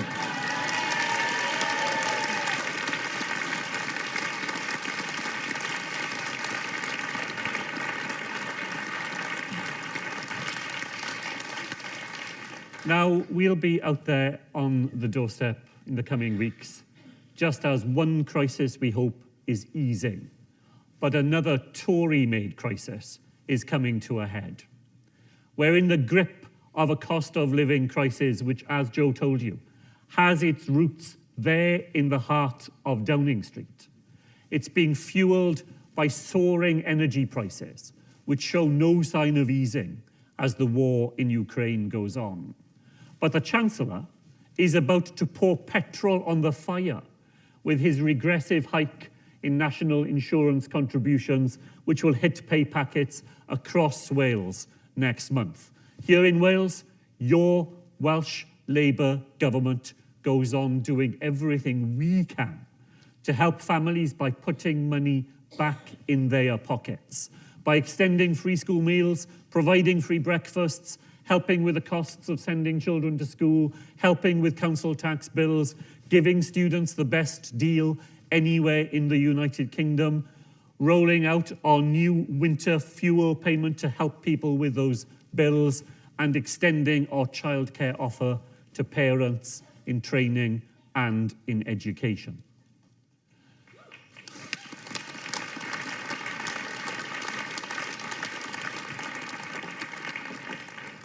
Conference, I want to say something to you this afternoon about the future of the Union, that is, the United Kingdom, about the sort of country we want to live in. I do so because I believe the Union is under greater threat today than at any point in my political lifetime, and because I continue to believe passionately that a successful future can be crafted for the United Kingdom. A United Kingdom to which people in all its nations would choose to belong and want to belong. A United Kingdom of the future, a United Kingdom which has a future, will be one in which power is redistributed radically to its nations and regions, in which the reality of devolution is recognized and respected. But most of all, it will be a United Kingdom in which membership brings everyone, wherever they live, a set of fundamental guarantees, a set of labour guarantees.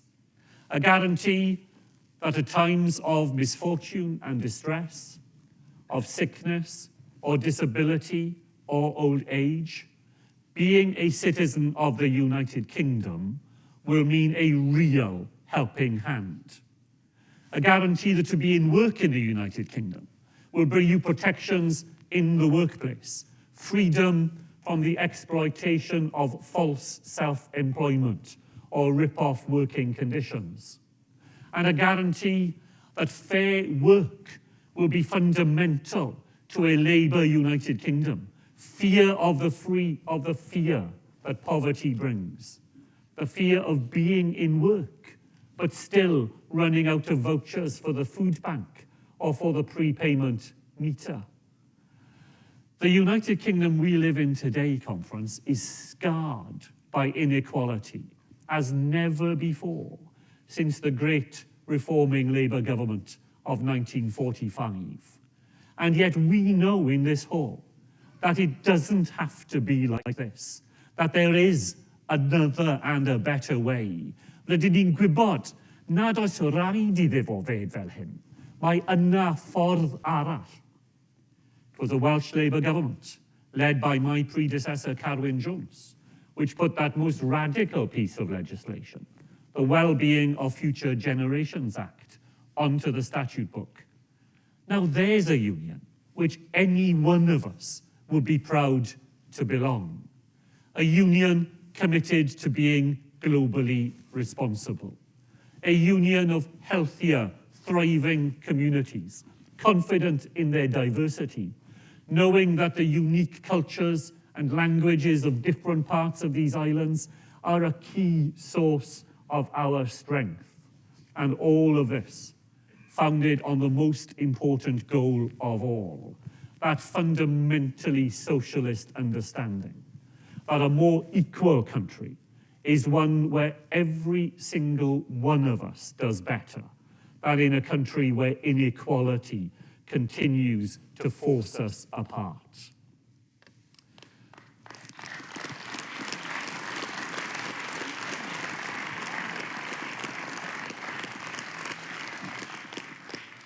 Now, I want to end by returning to the theme with which I began this afternoon, the theme of responsibility. Because the responsibility shouldered by Welsh Labour and by all of us in this hall this afternoon is enormous. Of course, we take the responsibility of being in government at the Senedd and in local authorities across Wales. And despite the failures of the present UK government, we embrace that responsibility because it provides us with that precious opportunity to shape the stronger, fairer and greener Wales of the future. A unique responsibility, because only in Wales do we have the chance to show what a Labour government can do. Ready to stand up for Wales, ready to stand up for a different future, ready to demonstrate the difference a Labour government makes. Barod I sefyll dros Gymru, barod I sefyll dros dyfodol gwahanol, and barod I ddangos y gwahaniaeth mae Llywodraeth Llafur yn ei wneud. We will celebrate over the course of this Senedd term all those things a Welsh Labour government has done, those bread and butter things which make a difference to our lives. It will be 5 years in this Senedd term since we took the railways back into public ownership here in Wales.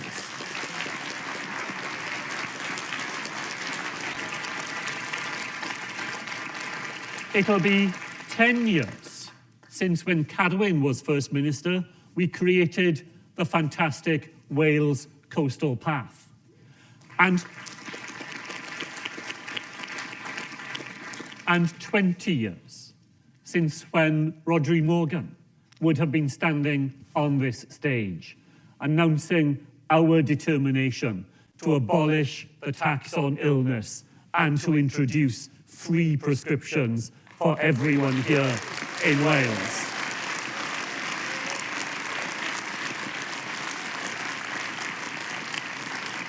And just as we've shown what we have done in the past, we will show now what a radical Labour government can do today.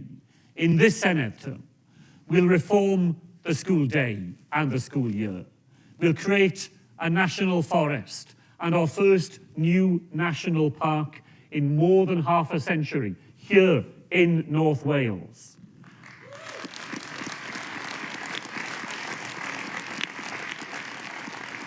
And when we talk about the climate emergency, we know that there is no solution to the future of our fragile planet by a return to fracking or the digging out of more oil and of gas.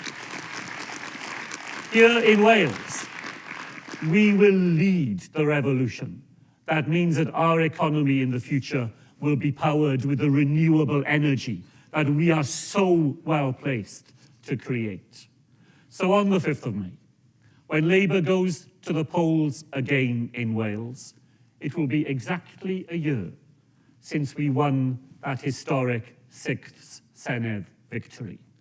A year in which so much has happened. And as we sit here this afternoon, our great tradition of social solidarity has never been more important. The solidarity which kept us safe during the pandemic.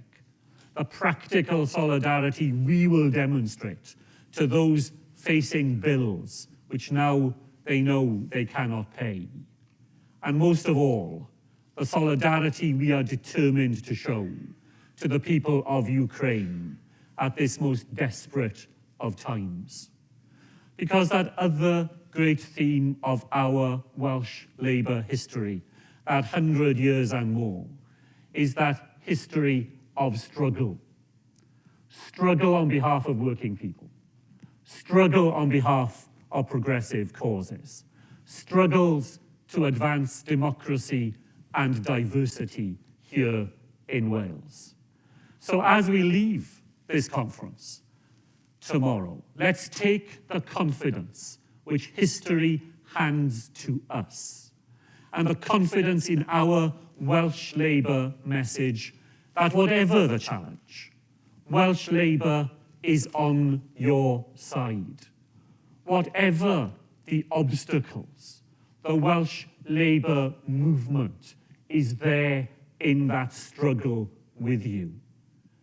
And for the people in Ukraine, let our message be clear. From this party and from our nation, in your struggle, we stand with you in solidarity as well. Diolch o galon I chi gyd.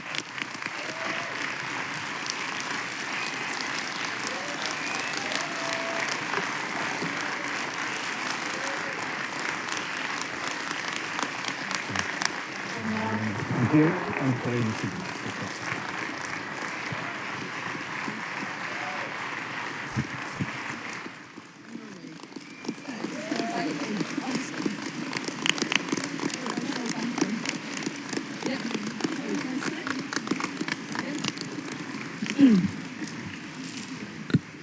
Well, I was supposed to be saying thank you for those inspirational words, Mark, but he's disappeared off the side of the stage. But no, seriously, but I should say thank you for your leadership, and during the darkest of times, we all know that too well. You've demonstrated the difference having a Labour government can make, and I know everyone here is grateful for what you have done as our First Minister and leader of our Welsh Labour Party.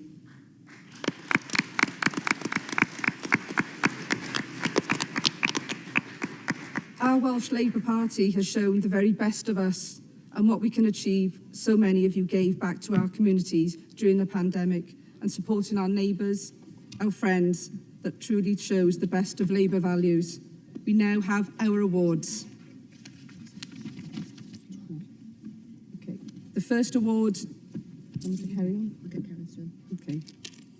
The first award it's the Lily Summers Award to honour commitment to fighting for LGBTQ rights and social change in the Labour movement. And today, this one is awarded to Melly Buckley from Delyn.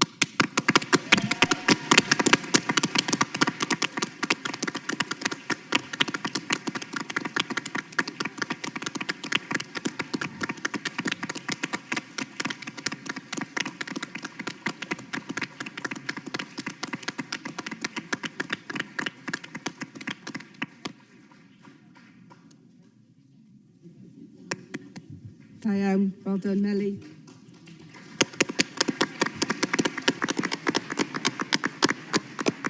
The next award is for Best Labour Party Campaign to honour a group that has run an outstanding campaign, and this year it goes to Rhondda the Senedd campaign.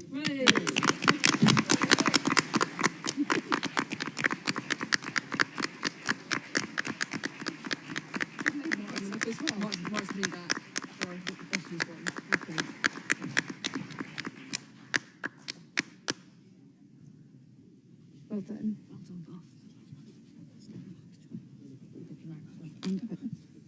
Okay.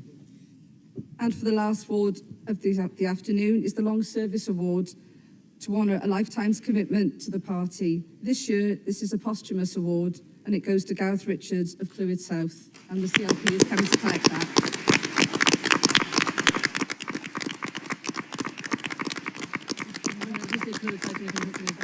Yeah, the Clwyd South want to come up. Clwyd South are coming up.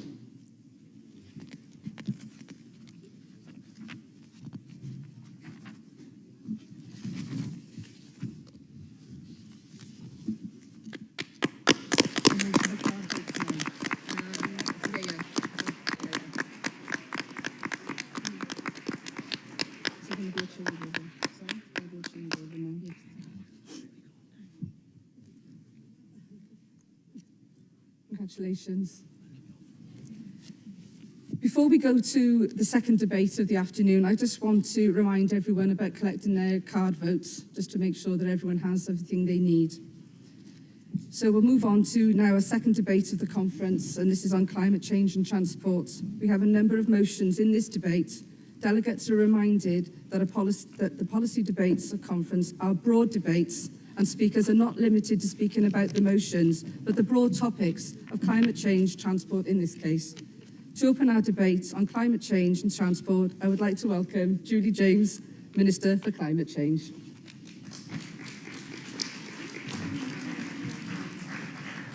Diolch yn fawr, Philippa. Thank you very much, Conference.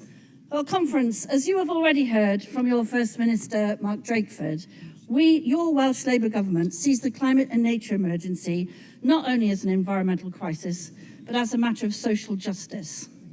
And your Welsh Labour government has put the environment and social justice at the very heart of its decision-making. The future we pursue is one in which our economy meets the needs of people today without sacrificing the well-being of generations to come. Putting our society on a more sustainable path will require us to address inequality and exploitation in all its forms, economic, social, and of course, environmental, all at once. The action we take as a Welsh Labour government isn't just about restoring natural habitats and reducing harmful emissions, though of course we are doing those things. But much more importantly, we are doing those things in a way that delivers fair work and public ownership, in a way that draws on the Labour tradition of collective action. Developing a more sustainable relationship with the natural world begins in our local communities, with access to green space, a local economy that avoids waste, locally generated renewable energy, locally grown food, protecting our communities from the impact of pollution and the changing climate, and of course, helping deliver 20,000 new low-carbon homes in order to ensure that everyone in Wales has a safe and decent home in which to live. Assisted by your Welsh Labour government's policies of meeting net zero, abolishing single-use plastics, planting a national forest, delivering a new national park, and addressing the decline and restoration of precious diversity, we are taking all the action required to put us on that track to net zero. Conference, as we prepare for local elections, we're reminded of the critical role that local councils play. Every single day, they are out there taking action to improve the lives of local communities at the same time as addressing the global environmental challenges of our time. From the work they do to have delivered the third best recycling system in the world, and I hope soon to be the best recycling system in the world, to responding to flooding, to planning our future energy systems, and to restoring our natural habitats. This and so much more is the daily work of our Labour councillors. We need to return even more Labour councillors this May to accelerate that environmental action right across Wales. The Labour way of delivering environmental action is more important than ever in the context of the cost of living crisis that has been created by the Tories. As we have heard from Joe and from Mark, their policy of austerity is one of choice, and it will not deliver anything like the investment necessary across the UK. Instead of confronting the scale of the challenge we face, they content themselves with playing political games at the expense of our Welsh communities. The Tory failure to acknowledge their role in addressing the risks presented by the abandoned coal tips is nothing short of a scandal. They say that the Welsh Government should bear the cost for coal tip remediation, with funding that ought to be allocated to delivering the public services in coal-filled communities. We will not leave those communities behind, but never forget that it is a disgrace that the Tory government does not deliver the funding necessary to do that. Because Conference, they are effectively punishing those communities for the role they played in creating the very prosperity enjoyed across the whole of the UK. This despite the fact that those communities whose Labour created that vast wealth did not see it retained for their benefit. The way in which the Tories in Wales have acted as apologists for the outrageous position of the Tories in Westminster betrays their continued contempt for Welsh communities. The contempt they showed towards those communities in the last century persists to this very day. The Tories will never win an election in Wales because, Conference, we will never forget what they have already done and continue to do to our communities. And Conference, the Tories claim to support the global goals of net zero and nature restoration, but they have been absolutely consistent in their opposition to any measure designed to deliver them. So again, empty words, false promises. Instead, they always seek opportunities to both threaten and divide the people of Wales. They shamelessly oppose your Welsh Labour government's utter determination to redirect road investment towards maintenance of sustainable travel. They continue to uphold the regressive system of loading the cost of green infrastructure onto household bills rather than sharing the costs fairly through a general taxation. They continue to maximise extraction of fossil fuels, whilst under this Welsh Labour government, Wales joined as one of the first 9 nations in the world the UN Global Climate Summit, a pact to bring about the ceasing of exploitation of fossil fuels across the globe. The Tories oppose actions to address pollution of the air and water by provoking culture wars and pitting communities one against the other. It is the work of every single one of us here in Welsh Labour to never allow the Tories to get away with poisoning our political debate and ambition here, to never allow them to distract us from the difficult decisions we require to deliver our stronger, fairer and greener Wales. And Conference, this Labour government is doing just that. Conference, I'm sorry to say that Plaid Cymru have also on too many occasions aligned themselves with the Tories. The divisive brand of politics that our First Minister outlined earlier seeks to cast environmental challenges as a grievance rather than as a necessity to ensure the very future of the planet we all share. We cannot allow the politics of nationalism to distract us from the fact that the only means of meeting the global challenge is through the international solidarity and socialism that we are very much part of the worldwide movement for. We have seen in recent weeks that spirit of solidarity in the actions taken in Welsh communities to support those fleeing the horrendous violence in Ukraine. And of course, our hearts go out to the people of Ukraine and the humanitarian disaster unfolding in front of us. But it is, of course, also an environmental disaster that will have ramifications across the globe for many years to come. This is the spirit with which we must pursue our environmental agenda here, a spirit of solidarity that recognises the fate of humanity as a whole as inextricably linked, a spirit of solidarity that recognises the threats faced in any one part of the globe are threats we must all face together. And Conference, throughout the pandemic, people have been able to rely on the Welsh Labour government to be straight-talking, to follow the science, to trust in local public sector partners to deliver effectively, to take decisions in ways that reflect the need to promote equality and to protect the most vulnerable. Our approach to the climate and nature emergencies is absolutely imbued right through with those very same Welsh Labour values. So Conference, a greener future must be a fairer future, and we cannot rely on the free market to deliver it. As we saw during the pandemic, collective action supported by local and national government is so much more effective at delivering meaningful change. This is the work of the Welsh Labour government, and it will be the daily work of even more Welsh Labour councils when we return them in May. Get out there and let's make that a reality. Diolch yn fawr. Thank you, Julie. I'd now like to invite Cardiff West to move their motion.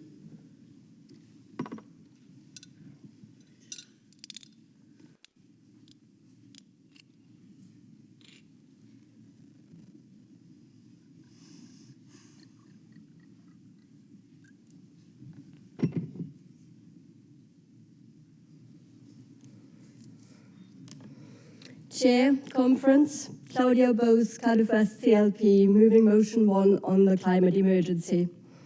The report published in August last year by the Intergovernmental Panel on Climate Change could not have been clearer about the severity of the threats posed by the climate emergency to life on this planet.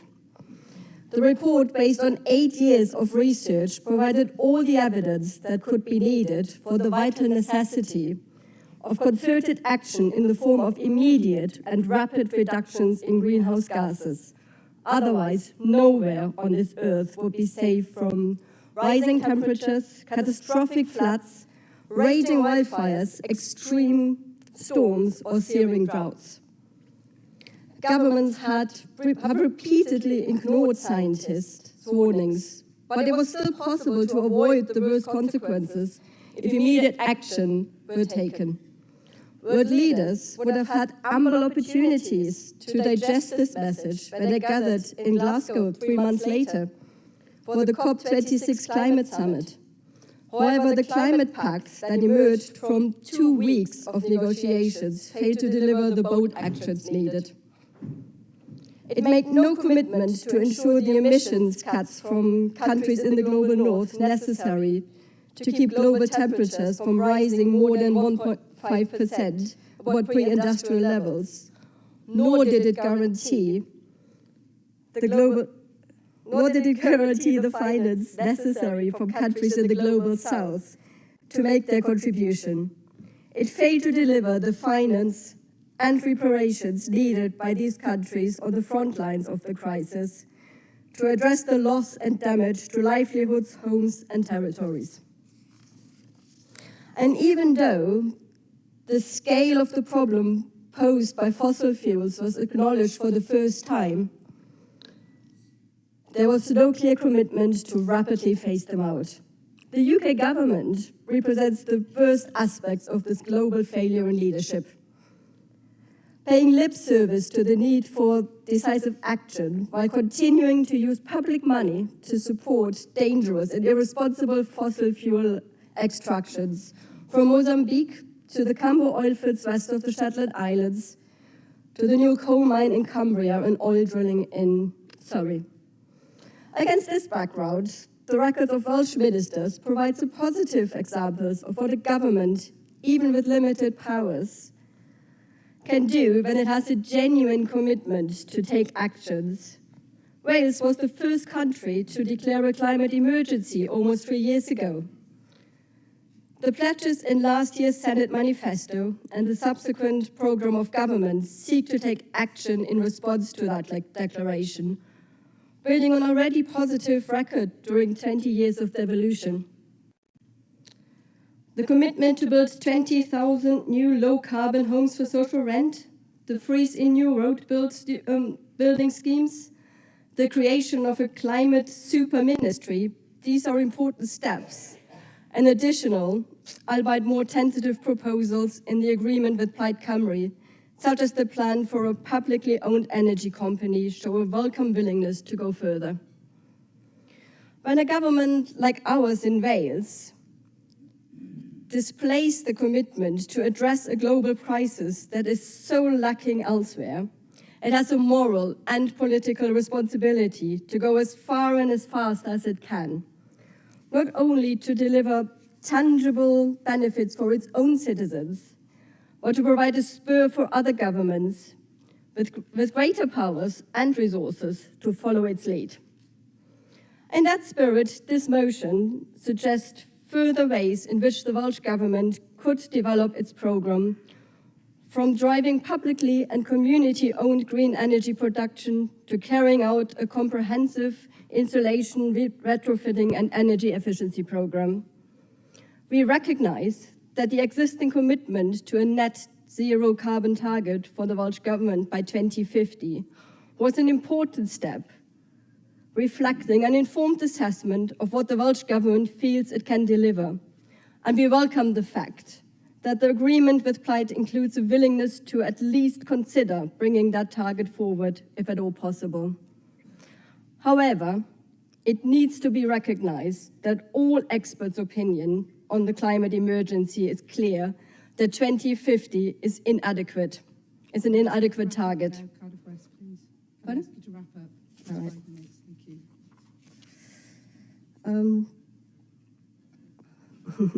Sorry. I've lost my train now. Sorry. Please, we were asked to remit this motion. However, I think it is important to at least try and risk falling short than not try at all and accept an adequate target. So please support the motion. Thank you, Cardiff West. I would now like to invite ASLEF to come up and move their motion, please.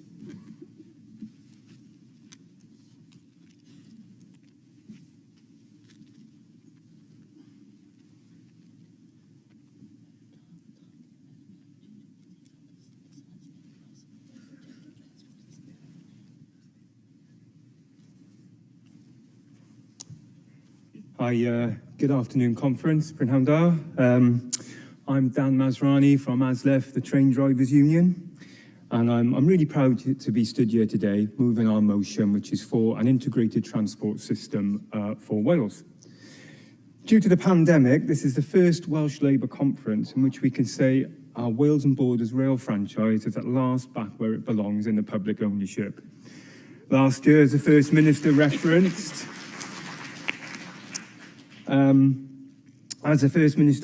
the Labour government in Wales created the publicly owned Transport for Wales, an organisation that aims to put passengers and the Welsh public first, not the shareholders and profiteers that blighted our previous franchise of the railway in Wales, draining funds away for nothing in return. Shortly following the Transport for Wales creation, we had our fantastic triumph in the Senedd elections. And whilst we won't claim this was solely down to Wales rail nationalisation, it certainly vindicated a party offering bold, progressive policies that put working people and the communities at the heart of government. And public ownership is good for people and good for the economy. As a rail worker, as a trade union rep, and as a proud Welshman, I know that a publicly owned railway is safer, is fairer, and delivers more for the people of Wales. And ASLEF are proud to support the Welsh Government in this. Our railway here in Wales is a vital public service, and it's a vital infrastructure. As well as moving passengers to connect communities, to go to work, and for leisure, and to show off our beautiful country, rail also moves goods. But on this front, it's probably not enough. Freight trains can move food for supermarkets, steel, etc. for industries, and through the pandemic, we moved healthcare supplies for PPE for our frontline workers. Moving good by rail produces far less carbon emissions than the equivalent road journey, so over 75% lower. And that's why ASLEF believes we need proper policy and investment to encourage more goods onto the railway. Reducing carbon emissions is in all our interests as we look to make Wales cleaner, greener, and fairer for future generations. I'm so proud to be a train driver, I really am, and represent train drivers who play their part in this green revolution. And yet, despite the importance of rail for Welsh communities, the economy, and cutting carbon emissions, ASLEF does have concerns over our industry's future. We know the railway has received huge subsidies over the last few years. COVID has hit passenger numbers terribly. I sat at the front of the train, I could see it daily, the difference it was making. And even though numbers are starting to go back up again now, we know it's not back to the pre-pandemic levels, and we're not receiving the money back into the railway that we were. But what we cannot allow is our railway to go into a managed decline. We know this is exactly what the plan of the vile Tory government in Westminster has for the network across the border. We need to continue to attract people back to our network, and we believe we will not do this by cutting staff and services. We stress the importance of holding our nerve and continuing to deliver the new trains, the new jobs, the new infrastructure, the new services that we've promised the people of Wales and that the community of Wales deserve. Conference, it's now is the time to further invest in rail, to continue to create jobs, to connect our communities easier and better, and really importantly, to cut emissions. So please, let's make sure that this is an important cornerstone of Welsh Labour policy, just not now, but for future parliaments as well. Thank you very much. I move. Thank you.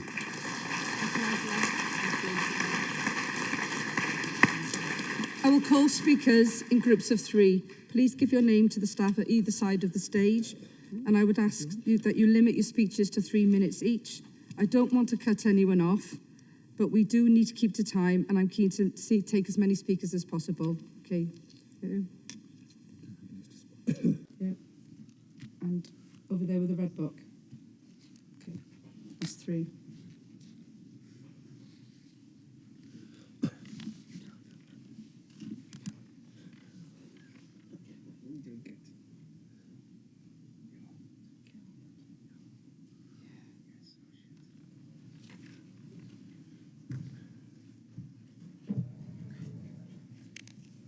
Good afternoon, Chair, Conference. My name is Jane Gebby. I'm from Unison Cymru Wales.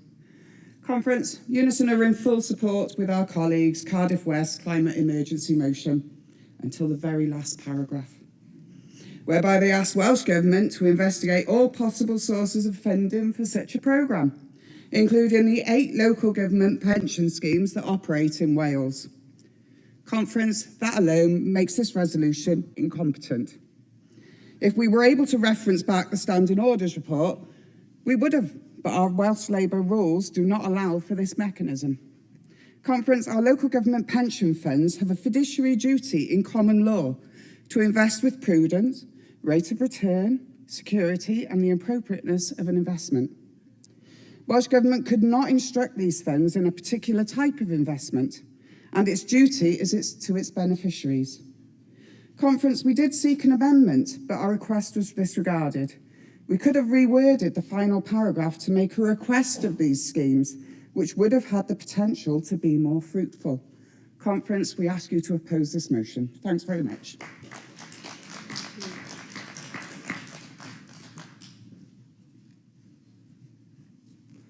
Gareth Davies, MB Swansea West Conference. As the bombs rain down on the Ukraine, let's remember those bombs were paid for by oil and gas from Russia bought by the West. And also, let's remember when the Uyghurs are being oppressed or democracies being destroyed in Hong Kong, that's been paid for by manufactured products made by coal-fired power stations. And also, let's remember that 6% of the world's gross domestic product goes on fossil fuel subsidies, and that's why for every second of this conference, 8.5 tons of ice is melting in Greenland. And that's why I think we need a carbon border tax that I'm putting forward in the Council of Europe, supported by the EU, which would mean that instead of Chinese steel coming into Wales with twice the carbon footprint undercutting our Welsh steel, they'd have to pay for that carbon, so we would create jobs in Wales and in Britain. That's why we need a tidal lagoon in Swansea. The Tories said no, they wouldn't provide the money, yet our Labour Council is going ahead anyway with Blue Eden and delivering that lagoon alongside the Welsh Government, because they can see that the price of energy is going up, and obviously it's inflating more with Ukraine. We also need our £4.6 billion share of HS2. If we had the same share as Scotland, we'd have nearly £5 billion to accelerate towards net zero. Yet despite having thousands of miles of electrified rail track in England, we've got 22 miles in Wales. We have 1.5% of the investment for 5% of the money. This is criminal, unfair, and we need our fair share. We need to use that money, yes, to invest in a rail system, as Aslef has said, but also in marine renewables, organic batteries, so that we can store that. We need to encourage England to have onshore wind, as we do in Wales, rather than just have land for sort of grouse shooting or whatever they do. We need World Health Organization air quality standards to protect our children, our population, and to reach our climate targets. And we need a moratorium on incineration, which is what Julie James has delivered in Wales. We need that in England. So well done, Julie, and well done for the Welsh Government for pulling together energy, transport, housing, planning. It's a one holistic vision for a sustainable Wales. That's what we need in England as well. So in a nutshell, we need the money from Westminster for Wales and for the UK to transform the future. We have shown here what Labour can do in practice and showcase what a UK government would do for the UK in terms of greening our economy, saving our planet and defending our democracy. Diolch yn fawr iawn. Thank you.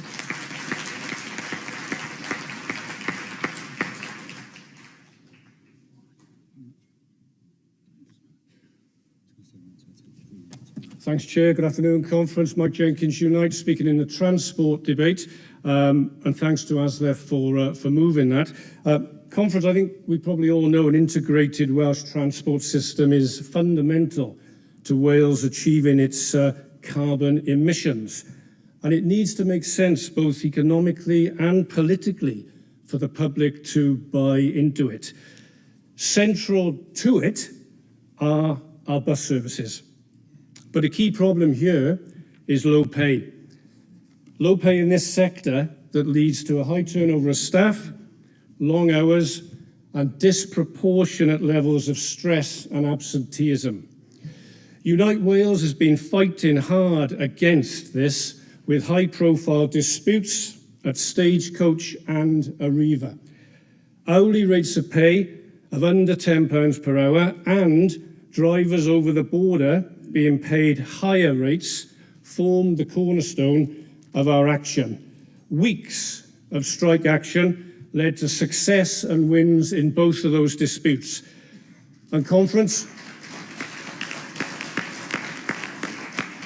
thank you. Conference, let me take this opportunity to thank everyone in this hall who supported us, including our Senedd members. And you know, things are changing. Deregulation is coming to an end in Wales. Unite is calling on Welsh Government to embrace sectoral bargaining so we can drive down the pay rates and stop the race to the bottom that is causing these pay rates to be reduced. Conference, let's not forget also the important role that taxi drivers play in all this, and the taxi trade, and the work that Unite with Welsh Government has done to introduce the grant system for taxi drivers during the pandemic. Another great example of Welsh Government listening to the concerns and offering support to trade unions and our members. So Conference Unite is very supportive of Welsh Government's direction for an integrated transport system for Wales, and that public ownership models are central to delivering on the green agenda. This motion certainly builds on those values, and Unite encourages you to support it. Thank you. Thank you. I'd like to invite a further 3 speakers, please. Glasses, yes, you. Yeah, okay, at the very back row, and one waving at me. Stand up 19 times. Okay.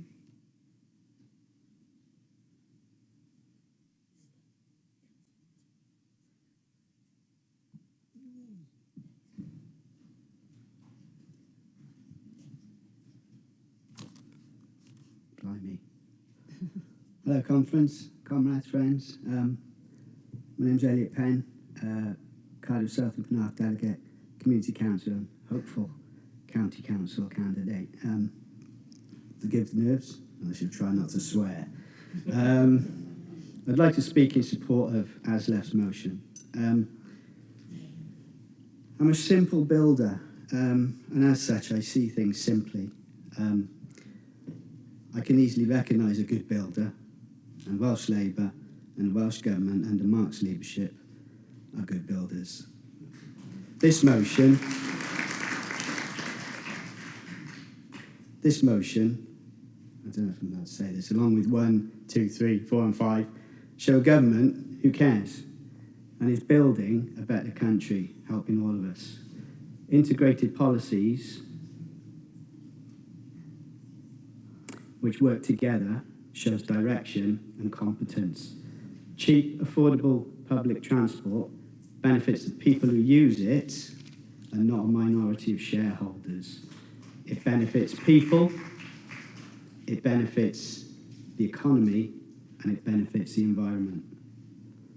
I'd like to see a faster rail link from South Wales to North Wales.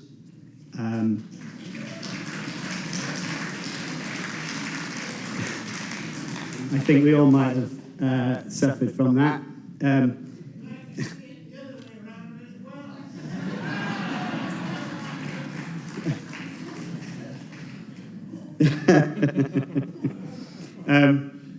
Without having to take a large detour into England, this is vital in my opinion. Being a builder, I can also recognise dodgy builders. And the Tories are dodgy builders. Bodging and papering over the cracks to such an extent that even Del Boy would be ashamed. Someone needs to ring road traders about them, I think. I'd urge conference to support Aslef's motion. Thank you. Thank you.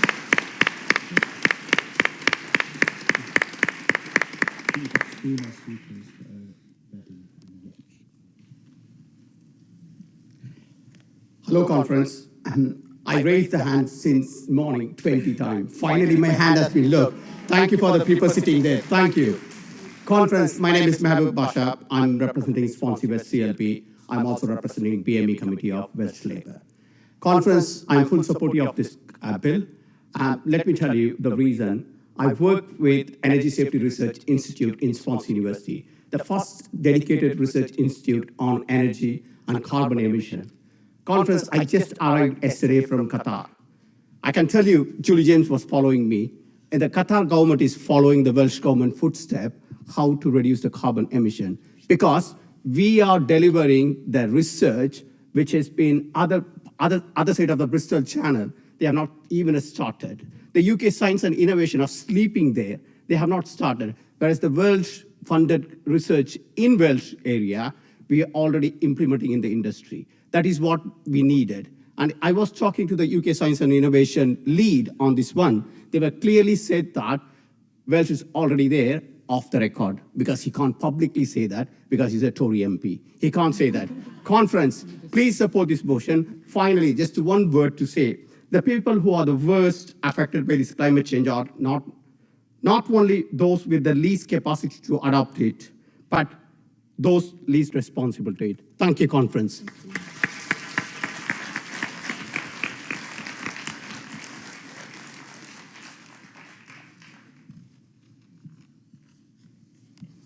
Chair, Conference, Chris Binding from the GMB, opposing motion 1. Conference, let me start by saying where we agree.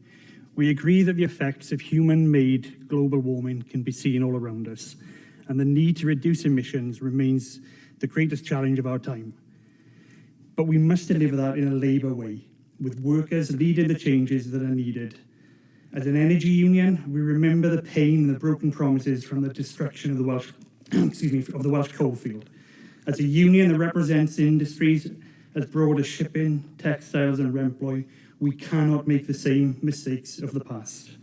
Frankly, there is no route to decarbonisation and net zero by 2030 that does not involve large-scale job losses in Wales, in industries from steel, chemicals, transport and aviation. Meanwhile, we would be only exporting our carbon emissions across the rest of the world. The Committee on Climate Change has said that 2050 is the earliest date by which we can be realistically net zero. GMB cannot support targets that are not based on the science and that which would put our members out of work and would not reduce global emissions. If our movement is serious about a just transition, we need more than just slogans. There is no justice in a transition from skilled work to the dole. Workers need to be properly consulted at sectoral and workplace level. Our movement should not impose targets without proper development or scrutiny, whether that comes from conferences or ministers, and we support the WEC recommendation to remit. Thank you. Thank you.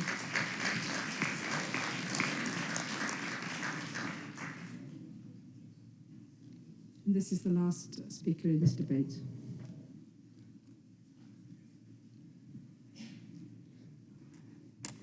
Joy Rose in Ismon.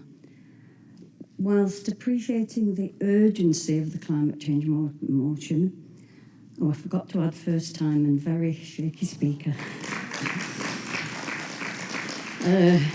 and supporting the aims and concerns and intentions of the motion, I note that it is entirely focused on providing energy for human comfort. Yet safeguarding the planet also includes a commitment to protecting biodiversity and the ecosystem. I think particularly about Morley in our beautiful Ynys where tidal power is being planned. I urge the Welsh Government to look deeper into the impact of tidal power in this process and to rethink how we protect the life in the seas around our shores, and to challenge the companies building and profiting from tidal turbines to listen to the science and address this issue. Thank you. Thank you for all your contributions on what is an important topic, and I'm sure, as we look to the future, I will now ask Lee Waters, our Deputy Minister for Climate Change, to wrap up the debate. Thank you very much, Conference. If you'll indulge me a second, I was thinking up on the way yesterday, it's been 25 years exactly since I first came to a Welsh Labour conference in Llandudno. I still haven't learned the vital lesson: you should go to bed early on the Friday night. And I've spoken from this platform as a student delegate, as a CLP delegate. I've reported on it, I've written speeches for other people who've stood here. I've spoken as a candidate, as a Senedd member, and I can tell you I'm as proud as punch to stand here as a minister in our new climate emergency as part of the Welsh Government on this vital mission that Mark Drakeford has given Julie James and I. And can I say what a pleasure it is to work with Julie too. Julie is a radical politician who knows how to get things done. And I think between us, we are working as a double act to pull off the twin challenges of tackling the climate and nature emergencies, but also building social justice as we go. These are two sides of the same coin. There's a threat from climate change, but there's also an opportunity. If we do this right, we can do things that will improve the quality of life of the people this movement was created to help. A year ago, Ken Skate and I launched a radical transport strategy, and Julie and I are now delivering it. And at the heart of that is a vision for buses. As has been mentioned, buses have been a neglected part of the transport system for too long. They carry 3 to 4 journeys, and we know that 80% of people who travel by bus don't have a car. So there's a social justice imperative to improve the bus system. And in a few weeks' time, we'll be launching a radical bus strategy for Wales that will put right the damage done we're still feeling from Tory privatisation from the 80s, put passengers before the profit of private companies, and join up a system, and crucially, join up bus and rail to make public transport the easiest way to get around.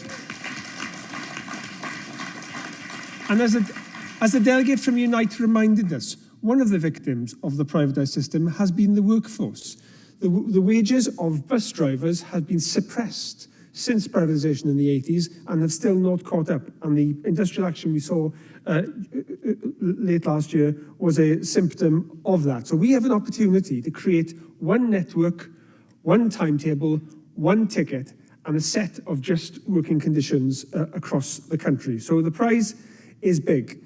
And from a climate point of view, right across the piece, we need to make the right thing to do, the easiest thing to do, whether that's recycling or whether that's catching a bus. And at the moment, it is easier to jump in a car than it is to use public transport. And until that changes, we will never hit our climate change targets. So we support the ASLIV motion calling for investment to bring about an integrated, accessible and sustainable transport system. And as Geraint Davies reminded us, we have in Wales 20% of the level crossings in the country, 11% of all the stations in the UK, 11% of all the track in the UK, 5% of the population, and we get just 2% of the investment. Rail infrastructure is not devolved, and we do not get our fair share. The UK government is spending £100 billion on HS2, which is an English project. Not a bit of track comes into Wales, and its own business case shows it takes money out of the Welsh economy. But we are not getting our share. If we had our share, we would get £5 billion to spend in Wales. The Scots are getting their share, they're getting £10 billion. We deserve £5 billion to spend on implementing the public transport vision that we have. And that's a call we must keep making to the UK government. We're selling Wales short. But that's just one part of a radical package we have in transport. We are rolling out next year a default 20-mile-an-hour speed limit in all residential areas, which will improve road safety. You are 5 times more likely to die if you're hit by a car at 30 than you are at 20. This is going to be a big culture change, the same as seat belts or banning smoking in pubs that we'll be bringing forward. We're giving councils extra powers to tackle pavement parking. We've dramatically increased investment in active travel, and we're seeing the brilliant Labour councillor in Cardiff using that money to take away road space through the centre of our capital city, in front of our castle, away from cars towards safe cycle routes. When I was elected, we were spending £5 million a year on active travel. This year conference, we're spending £75 million, and that'll be going up. And we want to shift more money into sustainable transport, and we are reviewing all road schemes, a bold, radical, sometimes uncomfortable policy.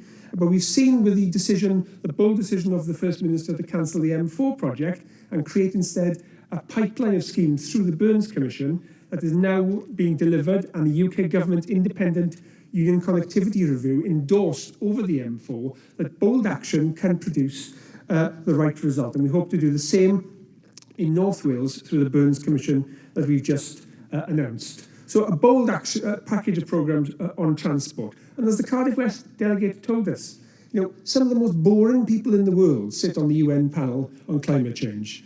These are highly intelligent but quite dull scientists. And they are using the most alarming words that they can think of to scream at us that we are facing an emergency. If you read their reports, this is dry stuff they're writing, but they're digging deep to find things that we will respond to. They're saying we face a red alert. They're saying it is worse than they predicted. This is the upper end of the projections. They're telling us the window for action is closing. These are people screaming at us to take notice. And it is right that Cardiff West is challenging us. I must say it's great to have a motion criticising us for not doing enough on climate change. So I certainly applaud the ambition about that. What we have done is listen to the scientific advice from the UK Climate Change Committee. And when that climate change advice changed, we legislated to put net zero in law. We have to achieve it by 2050, and every 5 years, we have to publish a detailed plan about how we're going to get on the trajectory for that. We've just published the net zero for this 5 years, and conference, just to give you the scale of the change involved, okay, to get our heads around this, we have to cut more emissions in the next 10 years than we've managed over the whole course of the whole of the last 30 years. And when we think of the last 30 years, we've done things like close coal-fired power stations. We can't do that again. Greater cuts in the next 10 years than over the whole of the last 30 years. Now, the motion is asking us to speed that up again, and the delegate is right. The science is screaming at us, but we need to be sensible and responsible, because the faster we go, and if we go out of step with the scientific advice, social justice will be the one that suffer. The faster we go, the rougher it'll be, and we are committed to a just transition.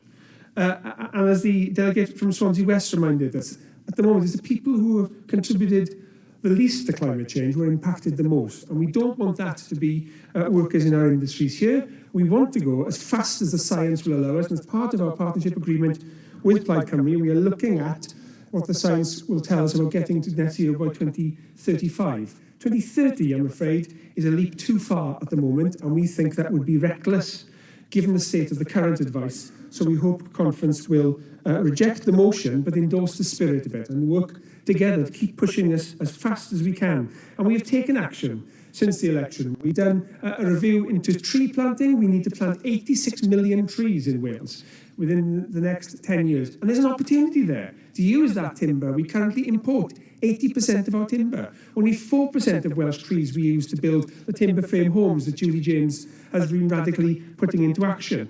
We've done a review of wind deployment and have set out a series of practical steps. So we are going at it.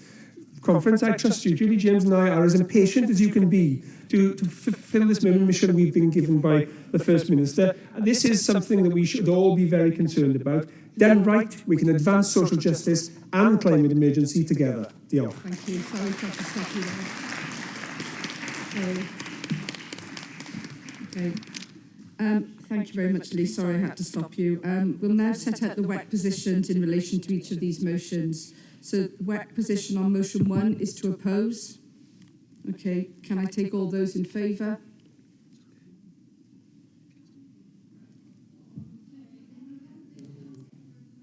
Favour of opposing the motion? No. In favour of the motion. In favour of the motion. In favour of the Cardiff West motion. Yeah. Yeah, I set out that the WEC's position was to oppose, but I'm still asking whether or not you're in favour. I've still got to ask that question, and that's how you do it. Okay? Okay? Those against? Thank you. That's false. Thank you very much. Okay, thank you, conference, for that. The WEC's position on motion 2 is to support, and if I can take all those in favour. Okay, thank you. Those against? That's carried. Thank you very much. Okay, and thank you. Now we'll move to the TULO report, where we'll hear about the great work our colleagues in the trade union movement are doing, and I would like to invite the Chair of TULO, Steve Belcher, to address conference.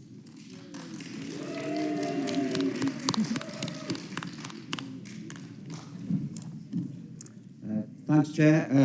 Conference, comrades. It's been said a few times today, but it genuinely is really good to finally meet face to face here in Llandudno after such a difficult time for so many of us. I took up the position of Chair of TULO at the end of last year following the retirement of Mike Payne of the GMB. So before I go on to my report, I would like to thank Mike for the many years he has given to the trade union movement, to the labour movement, and particularly to TULO. Mike, perhaps more than anyone. There you are, Mike. Don't read it, no, it says some nice things about you there. Mike, perhaps more than anyone, always understood the importance of the trade union Labour Party link and also the history behind that vital link. I've sat in the same room as Mike on countless occasions when we were negotiating with employers on behalf of our members, sometimes working to strict deadlines that frequently went down to the wire. And through many good times and tough times, Mike always showed me the comradeship and support that the trade union movement valued perhaps more than anything else. So from everyone in TULO, Mike, good luck on what we hope will be a long and happy retirement. And thanks again for everything you've done. Yeah. So, conference, the 3 years since we last met here in Llandudno have been an absolutely extraordinary period for everyone, not least those of us in the trade unions. One thing that I do believe the public have learnt from the last couple of years is there can be no doubt who the essential workers are now. Lorry drivers, train drivers, school staff, NHS workers, those in retail, and of course those in council employees who kept the country running during those dark days. The vulnerable in our communities were kept safe because hard-working trade union members put themselves at risk to ensure services continue to be delivered. Some of them made the ultimate sacrifice, and we should never forget them. So when the lockdown happened, conference, the trade unions, like everyone else, had to adapt, and we had to adapt quickly. Our members needed our support, perhaps more than ever. And despite our regional offices being closed, and most workplaces closing down, our activists still have to be contactable to our members, and that's what we did. We continued to campaign, we continued to negotiate, and to support members experiencing the most difficult of times.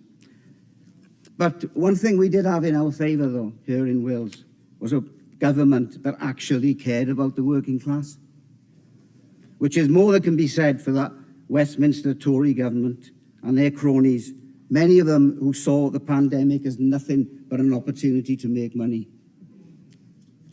It was demonstrated by the Prime Minister, who couldn't even be bothered to attend the first 5 COBRA meetings. Who knows what he was up to, but he certainly wasn't trying to get the country up and running in the face of the most devastating pandemic we've seen for over 100 years. Our links in the trade union movement to Welsh Labour and to Welsh Government were absolutely essential during this period, conference. We had members working on the front line throughout this public health crisis, so they were able to let us know what was working, what needed improving, whether the correct PPE was reaching the right people. And I think we should be in no doubt, comrades, no doubt at all that lives were saved because the trade unions and Welsh Labour know the value of partnership working and what it can achieve when we work together. So whilst we knew and understood that our Welsh Labour government was keeping us safe, we also knew that the Senedd elections last year would be a chance for the electorate to tell us whether they thought they were being kept safe.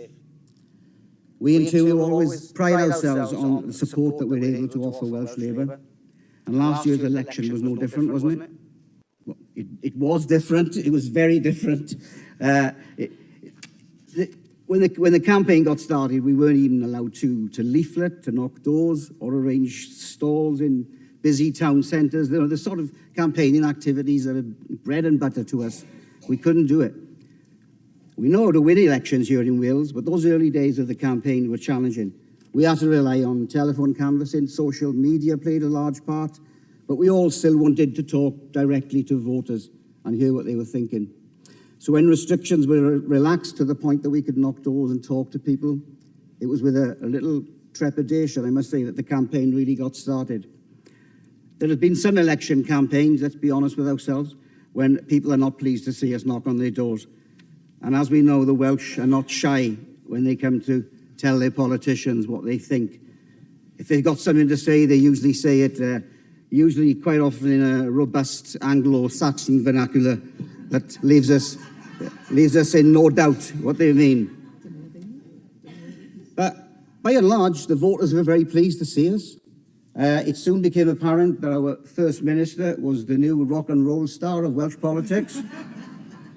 I actually lost count, comrades, on the amount of people who told me how grateful they were that we had a serious politician leading us through the pandemic, and not that clown in number 10, who, as it turned out, was too busy attending bring-your-own booze parties in his back garden.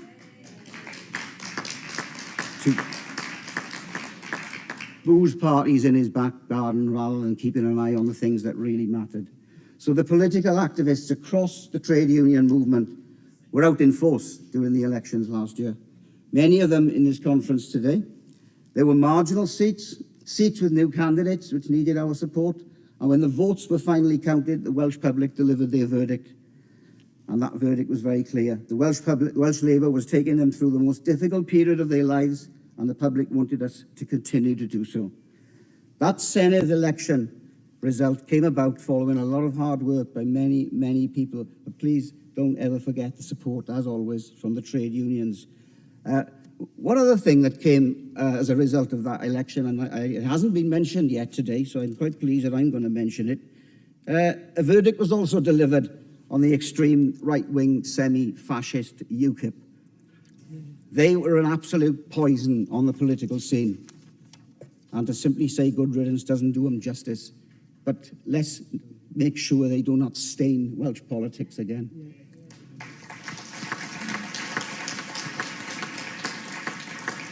So, I'll finish my report, conference. A good trade unionist and a good socialist is also a good internationalist.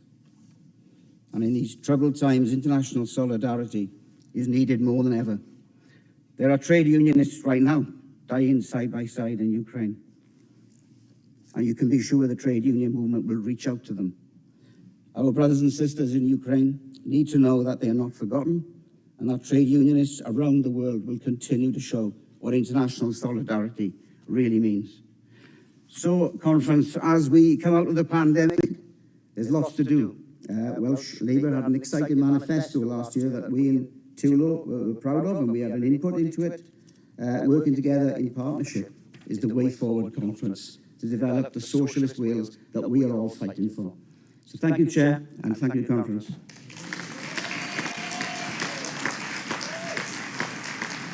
Thank you, Steve. And but I'd like to take the opportunity to thank you for all the work you do as Chair of TULO, so thank you. Okay, so we're on to our next policy debate, which is on the economy and social justice. I would like to remind delegates that they do not need to stick to the topic within the motions, but can speak on the broad debate. I will now ask Vaughan Gethin, Minister for Economy, to open our debate.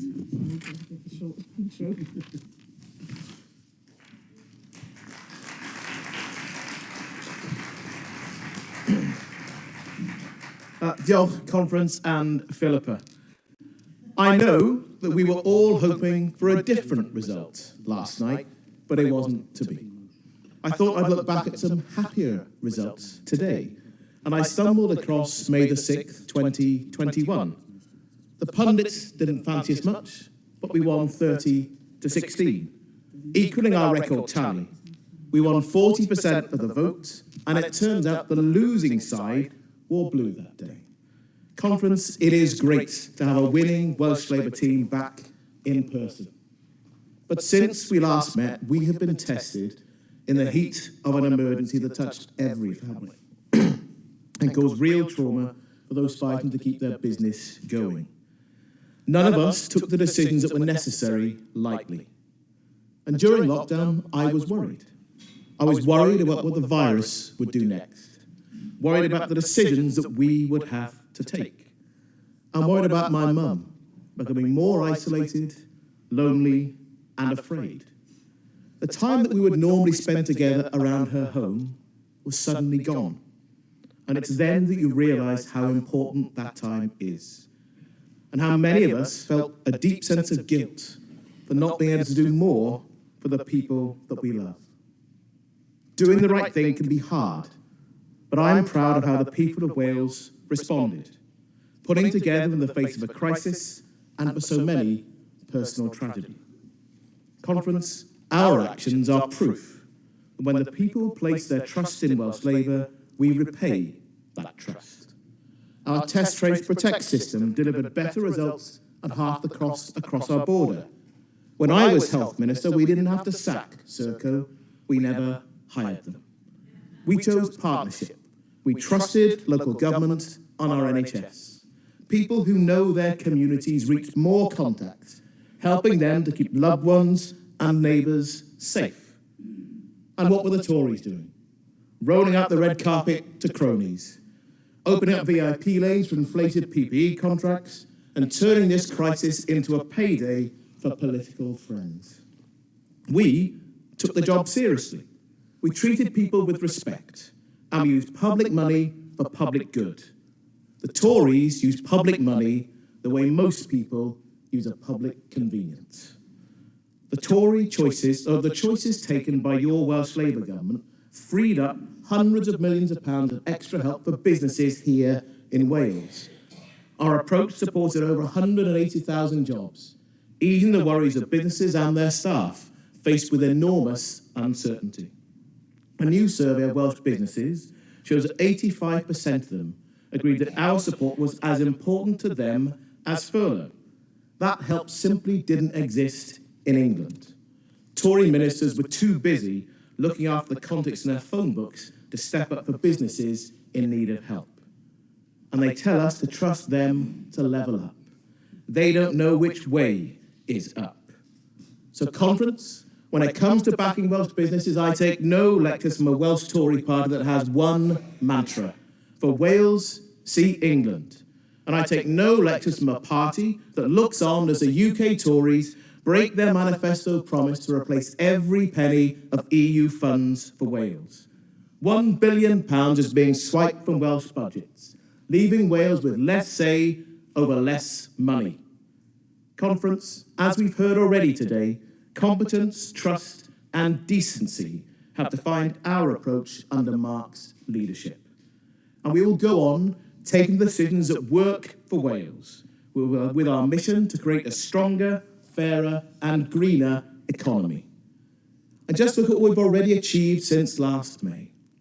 We've committed £1.7 billion to the Young Persons Guarantee, launched the Backing Local Firms Fund, bringing better jobs closer to home, invested over £360 million in apprenticeships, and just this week, I opened the £200 million Jobs Growth Wales Plus programme, targeted help for 16 to 18-year-olds who deserve a better start. Conference, this is how we make a difference. This is how we change lives. This is Welsh Labour. We know that when we make the ability to learn at work more equal, we're building an economy that is both stronger and fairer. And we know the unique role that trade unions play in making that possible. A chance to learn and progress at work, and a voice for all ages and all backgrounds.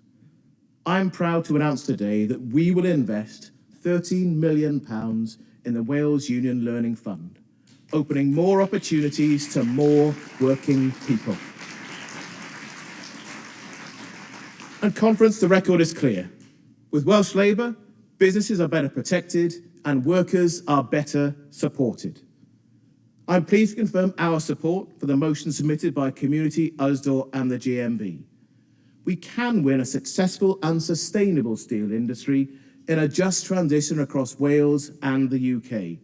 This Welsh Labour government will always stand up for steel.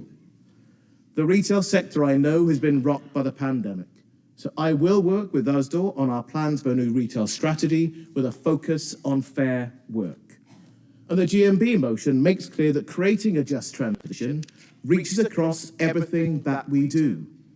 We will support the green skills, industries and jobs that are needed to get us there. Julie James and I already work closely together, maximising our efforts to make that just transition a reality. Conference, from test and trace to business support, and now humanitarian aid. The progress we make rests on the strength of our partnership with local government.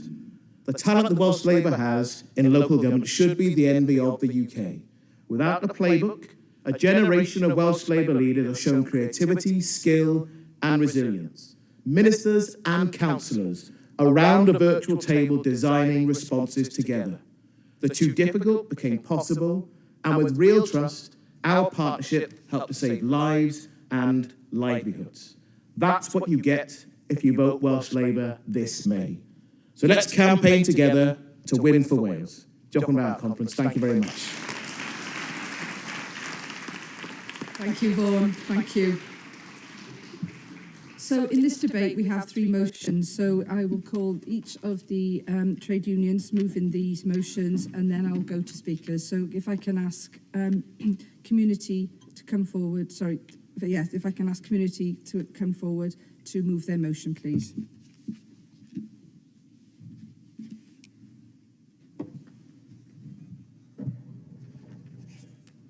Conference, Abby Guttridge, Community Union, first time delegate, first time speaker. Conference, we've all felt the pain in our wallets as record high electricity prices push up household bills. But have you thought about what that means for the heavy industry? Take Salford in Cardiff, it uses half the electricity in the city, with energy prices quadrupling over 2021. I'm really worried about what this means for the steel industry. At times, it's only profitable to make steel for 5 hours a day. These record prices are threatening the success of the industry.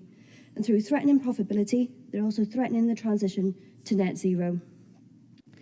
Any solution for making lower carbon steel will require more electricity, so action on energy prices is absolutely critical to the survival for the steel industry and energy forms. Achieving this net zero transition for the steel industry couldn't be more critical. Everything from wind turbines to electric cars to food packaging and hospital beds needs high quality steel. Recent evidence from the consultancy McKinsey showed that every major green technology will rely on steel. If we don't make steel here in Wales, then we must import it. Importing steel means huge emissions for transport, and depending on where the steel is made, merely outsourcing the emissions. Carbon creative accounting might look good on paper, but it doesn't help protect the planet, and it doesn't help protect our communities. Comrades, I'm really proud to be part of the Steel Union, to be a family from the steelworkers going back generations. I see in my community that people are really worried about the future for their children and their grandchildren. What will be there for them in the future? We know that the communities we have here in Wales around our steelworks are strong. People support each other. But those strong communities are threatened by the looming threats to jobs and livelihood. That's why I'm here today, asking for your support to help protect our communities and to work together to support the steel industry. Conference, while we know that some of the steps needed to help the steel industry decarbonise must come from the UK government, there is much more that we can do here in Wales. We must ensure that public projects in Wales of all sizes use steel made here in Wales. And what the Welsh Government must invest in research and development to support the future of low-carbon steelmaking. Finally, supporting communities and livelihoods is critical. Conference, the work done so far by the Union Learning Fund, the Welsh Government and trade unions here in Wales has been instrumental in supporting people as their jobs change. We must continue this good work and make sure that every steel worker can access the training that they need to continue to work in the steel industry as it evolves. If we get this right, families like mine will be proud to continue to work in the steel industry for generations to come. But if we get this wrong, make no mistake, it will be devastating.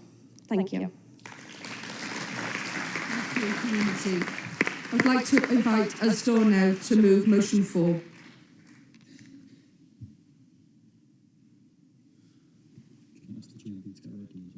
And if the GMB can get ready as well, thank you.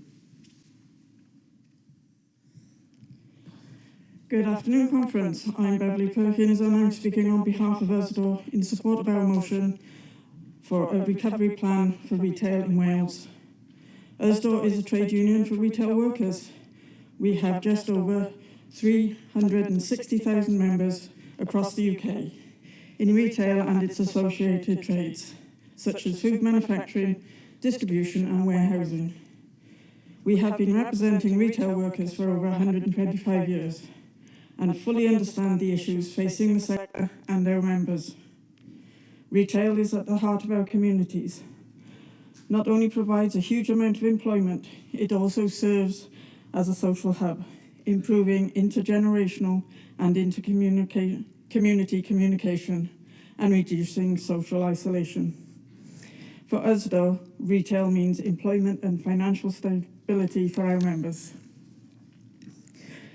The last 2 years have been a tough time for people right across society, and retail has been one of the industries hardest hit by the coronavirus crisis. For an industry that was already facing significant challenges, we know the long-term impact will be severe. Following 2 years of intermittent lockdowns, necessary as they were to keep us all safe, footfall in our high streets has been significantly impacted, and the crisis facing the retail sector in Wales has only increased. Footfall in our high streets is down by 17% in January compared with last year. Almost 1 in 5 shops now stands empty, and many of the 120,000 retail jobs across Wales are under imminent threat. Despite retail being such a crucial industry, providing so many thousands of jobs and support for the sector from the Tories in Westminster has been minimal. The current system of tax and business rates across the UK significantly favours the online retailers over traditional bricks and mortar stores. And as a result, many retailers are competing on an uneven playing field with thousands of jobs at risk. If a similar crisis was affecting any other industry, the country would be up in arms. We would like to see urgent action from the government to save jobs, but instead the Tories are happy to sit back and let the store closures pile up, jeopardising not only our vibrant town and city centres, but also putting the livelihoods of countless retail workers on the line. Conference, it cannot be right that Westminster Government would turn its back on retail workers in this way. Usdaw has produced a high street recovery plan calling for a fundamental reform of business rates, a new model for leases and rents, and tax reform to support bricks and mortar stores in our high street. But we now know that the Tories in Westminster are not willing to step up. Here in Wales, there has been some welcome relief in the form of the Economic Resilience Fund. The fund provided much needed support for businesses affected by restrictions over Christmas and New Year. Although unfortunately this will not be enough to save our high street businesses in the long term. This is why Usdaw is calling on the Welsh Government to work with the unions and the businesses to develop an urgent recovery plan for retail in Wales. We need to look at the wider pressures facing the sector, such as business rates, rents and lease agreements. We urgently need to level up the playing field between online retailers and those on our high streets. And of course, workers in retail, remember they were considered key workers, need our support too, through guarantees of high quality, secure and well-paid employment. After the chaos of the pandemic, we now have an opportunity to rebuild stronger for workers across Wales. Conference, I ask you to support this motion. I move, thank you. Thank you. Usdaw, if I can invite the GMB to move motion 5, please.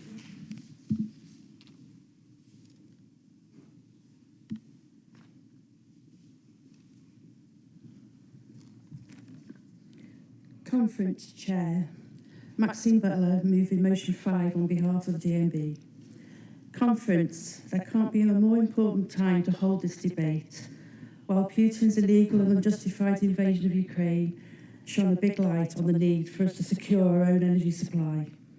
The effects of man-made global warming can be seen all around us.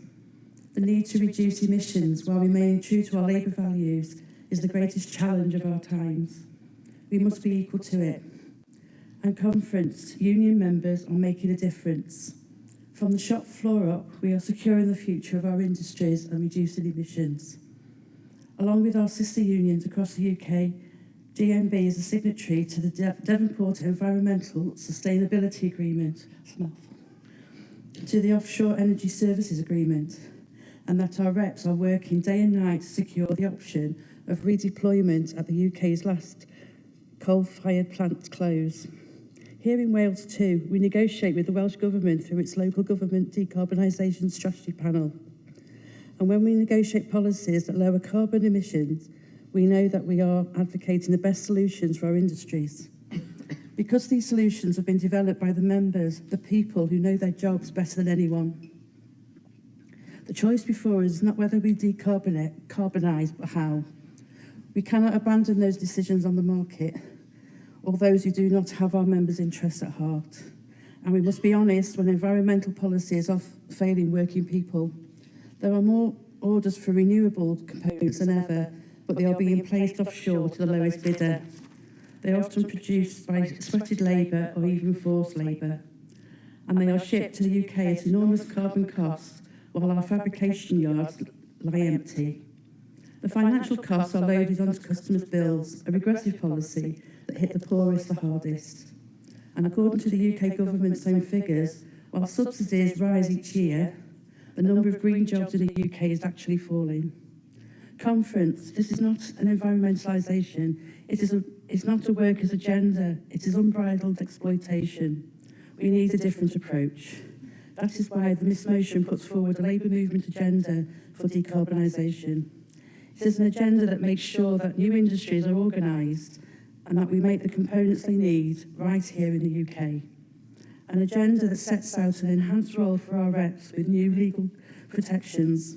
It will help us move with the times by making sure that the international debates on environmental trade policy are not neglected in the Senedd, Westminster and beyond. And conference, crucially, it sets out the need for consultation with workers for transitions to be agreed, not imposed. This is particularly important to us as an energy union. We know that when industries close down, workers are always left behind, and our members' livelihoods are at stake. We were forged in the heat of Beckton gas workers more than 130 years ago, and we are fighting for our members' future, for a decarbonised gas network based on low zero carbon gases with hydrogen-ready boilers made right here in the UK. But that future needs a clear commitment from those with the powers to act, and while the uncertainty grows, jobs are under threat, and pay and terms and conditions are under attack. And conference, the future of our nuclear industry, our unionised nuclear industry, is in peril as most stations move to decommissioning in the next decade. An industry that employs 17,000 skilled workers across the UK and 60,000 more in the supply chain. Every day, union members work to deliver clean, affordable and safe power. We will need the steady supply that nuclear provides to reach our decarbonisation targets. There can be no net zero without new nuclear, and either we build the plants here, including here in North Wales, with decently paid, organised labour, invested in skills and the next generation, or we import that energy from abroad. Energy workers have kept the production lines moving and our homes warm. Let us send a message out beyond this hall that they cannot be left in the cold now. Conference, support our members' future. Please support the motion. I move.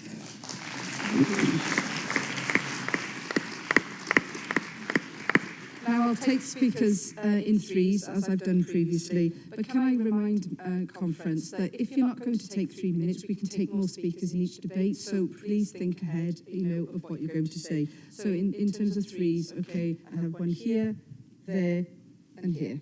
Okay.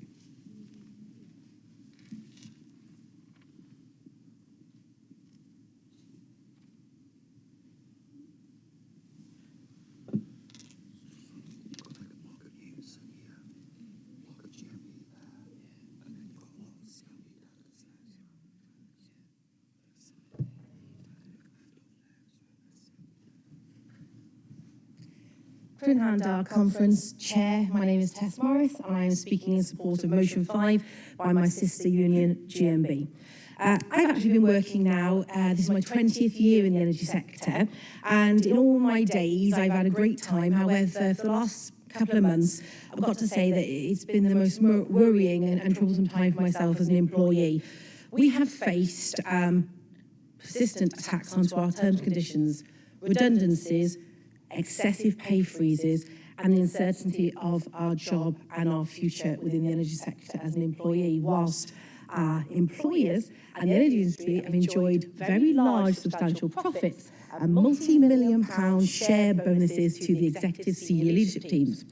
This motion calls for green reps to be rolled out into all workplaces, and I ask that when this is being looked into, that you check where in the already outstanding workforce there are green reps, use and share those best practices to roll them out, as I know there are examples where we have it already in place. The motion also calls for the exploration or the looking to a UK carbon border tariff. And whilst I support this, I do, however, just wish to air a caution. Any costs incurred to achieve this must come from the profits of the energy industry and not be passed down to the end user. We already know that to date, the end user is excessively paying for all of these elements, and therefore, we know that to date in Welsh households, it is the working families and households that are having to make a choice between eating and heating. And come April, when we know the additional prices will happen to the standard variable tariff, there will be more families, more workers here in Wales that will have to make that choice.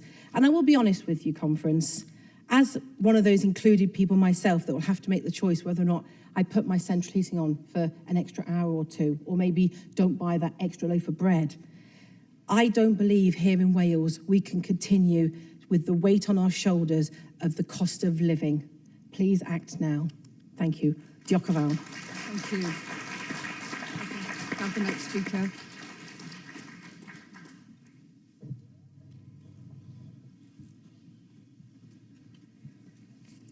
Conference Chair Dan Beard, Unison Cymru Wales, speaking in support of the Astor motion, a recovery plan for retail. Conference, you may be wondering why Unison, a public service trade union, is speaking on the motion on the recovery plan for retail.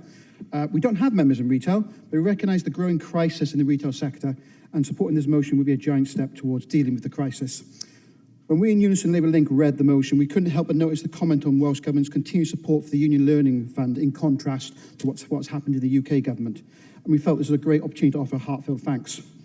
This fund has helped transform the lives of so many of our members who for various reasons have been able to access a good education during other periods of their lives. We've seen so many of our members grow in confidence, earn new skills and enhance their earning capacity as a result of the Wales Union Learning Fund.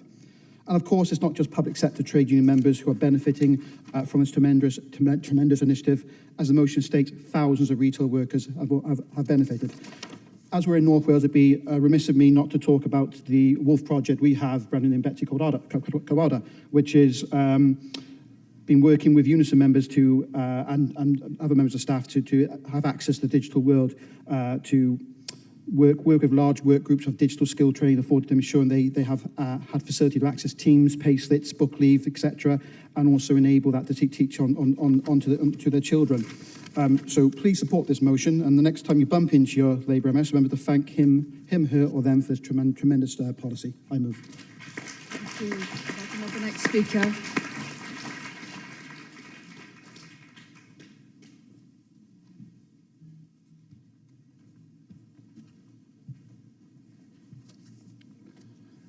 Comrade Chairman and comrades, Jeff Cuthbert, Police and Crime Commissioner for Gwent, and Chair, taking full advantage of your request that we could speak broadly on the subject area as opposed to the motions, and particularly I want to speak on the issue of social justice and two key things that are associated with that, both in terms of community safety and criminal justice, and perhaps with some anticipation of what Jane Hutt may say in her winding up.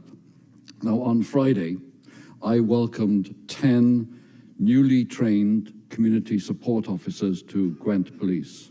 Most of them were funded by the Welsh Government. In Gwent, our share of the 600 across Wales is 120.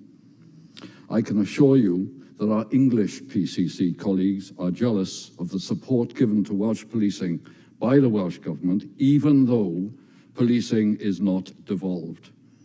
It is, of course, devolved to the Scottish Government and the Northern Ireland Government, and under the so-called Levelling Up programme, the mayoral systems will be expanded beyond London and Manchester and other areas of England and will have policing devolved to them, but no plans to devolve policing as part of the criminal justice system to Wales. The decision of the Welsh Government to fund voluntarily first 500 and then 600 PCSOs shows the commitment that the Welsh Government has to community safety, regardless of whether the public services involved are devolved or reserved. The Wellbeing of Future Generations Act stipulates that public service boards are on a statutory basis for planning public services in their parts of Wales. The provisions of that Act do not apply to policing directly because it is not devolved. But we are classed as statutory invitees, and of course, we participate willingly and fully, I beg your pardon. This means, as Alan Michael said earlier today, that policing works in effect as if we were devolved and in strong collaboration with the Welsh Government and devolved public service partners. However, the benefits of this kind of collaboration by policing is fragile. It rests very much on personalities.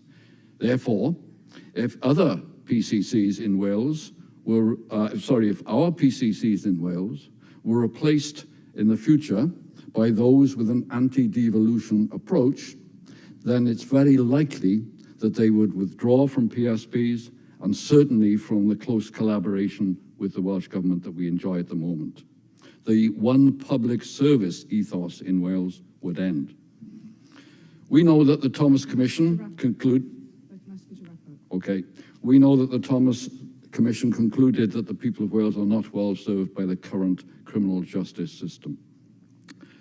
Policing in Wales enjoys strong collaboration with the Welsh Government on things like the violence against women, domestic abuse and sexual violence, and the removal of the defence of reasonable punishment, as well as discharging our UK responsibilities on organised crime and security. And my plea to conference and to the UK Government is to enter into serious discussion with the Welsh Government on the devolution of policing and the criminal justice system. Thank you. Thank you. We're going to take further 3 speakers. I'm just conscious that we haven't had many people from the CLP section. So, are you both CLP section? Yeah, I'll take you two and the person over there with the red book, please, as well. Thank you.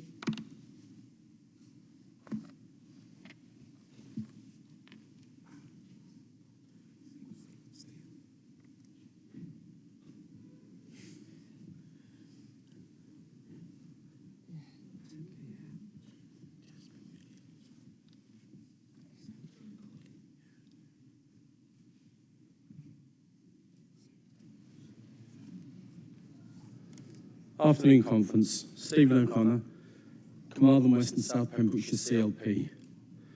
I'm here to support motion 4 from the Retail Union Asda. Asda gave me a great start when I was a member of Asda. It brought me back into learning. I left school with undiagnosed dyslexia and 1 O-level. Asda put me on training courses. I realised I could learn. It then supported me through my Open University, which I got a degree. I am now a maths teacher.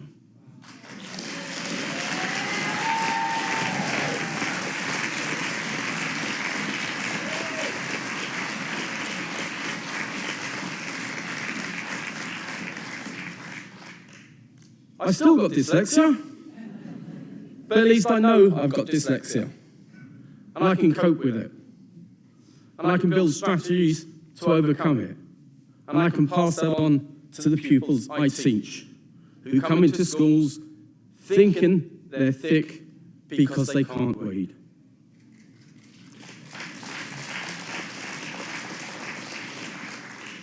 and they will tell me, oh, I can't do that, sir, I'm thick. What sort of home life they got, I wouldn't like to know.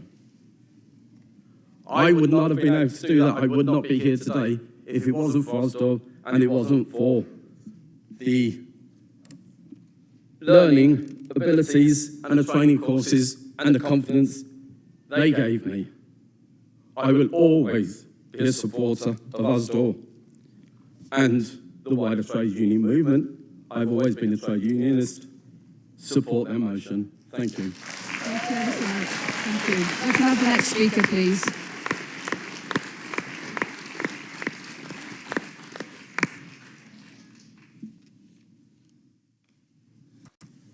Chair, Conference, I'm Tony Brady, United Union, and I want to speak on support of the steel motion. Maintaining a viable Welsh steel sector is essential to the future success of Welsh economy. Steel supports almost 7,000 direct jobs and 10,000 indirect jobs in Wales. It also provides hundreds of millions of pounds in wages into the Welsh economy.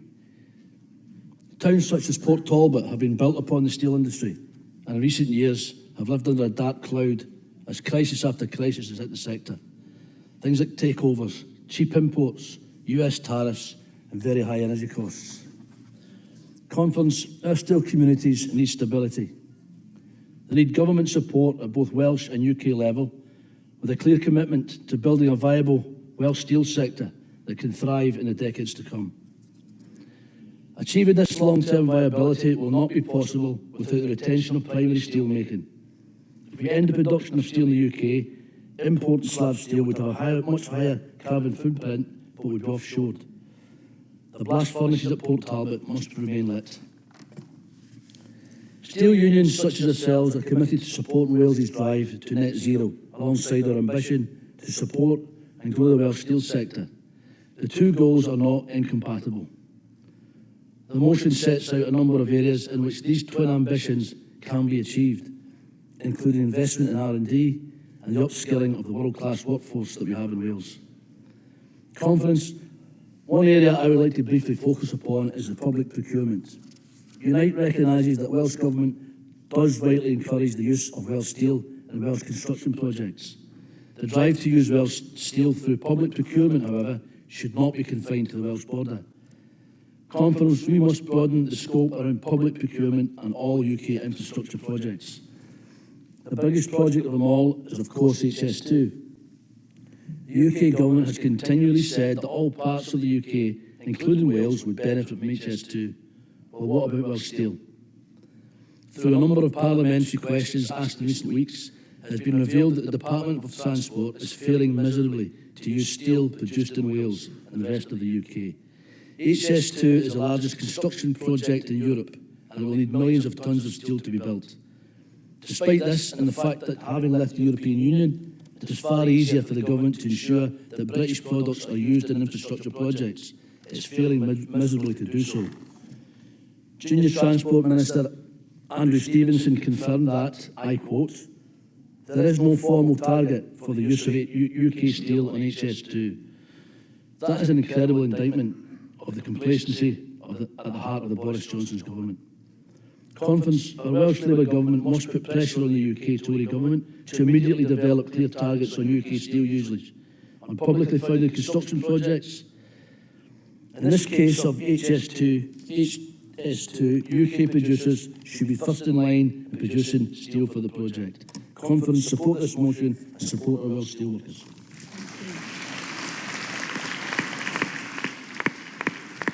Thank you. And if I can please ask, thank you everyone for your contributions. I will now ask Jane Hutton for social justice to close our debate.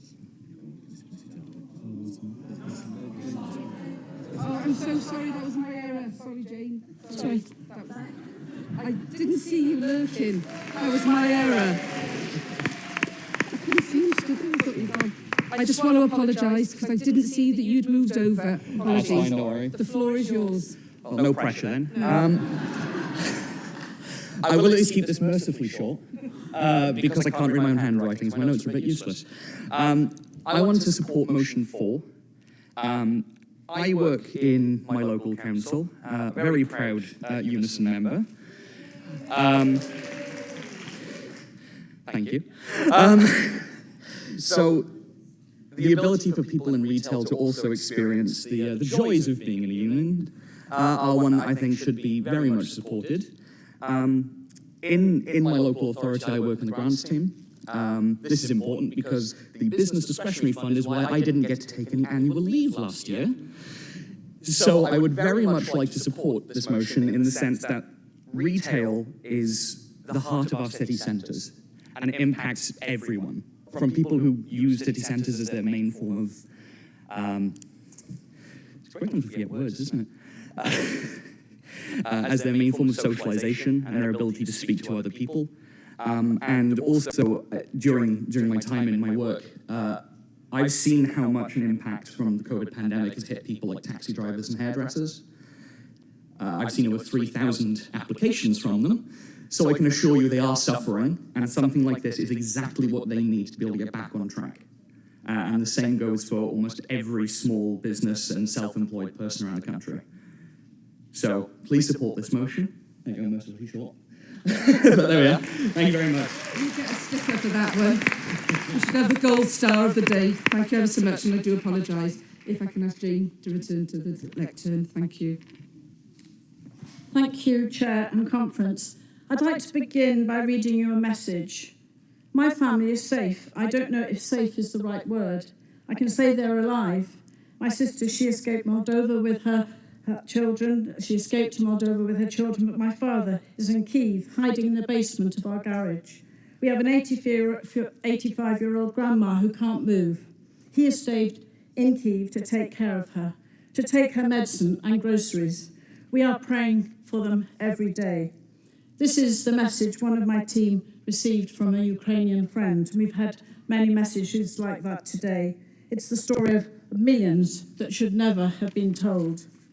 Our emergency debate on Ukraine today demonstrated the strength of feeling of every person in this hall, across the labour and trade union movement in this country, and we stand with the people of Ukraine, stand against Putin's aggression, and stand with our friend and Council General, Mick Antoniv.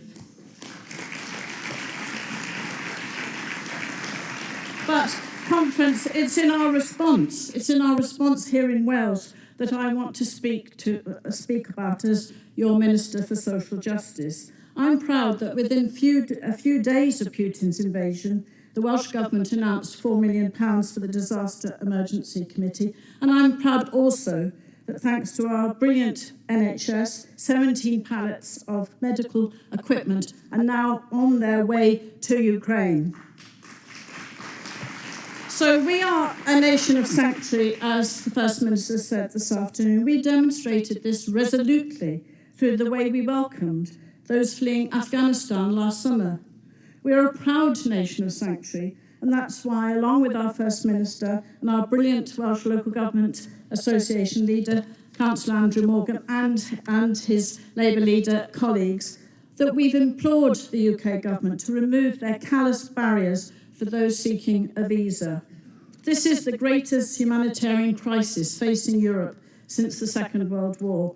Yet, despite recent announcements, people will still face near insurmountable bureaucracy, and we'll have to wait to see what safety they will find or security that they can provide for their children.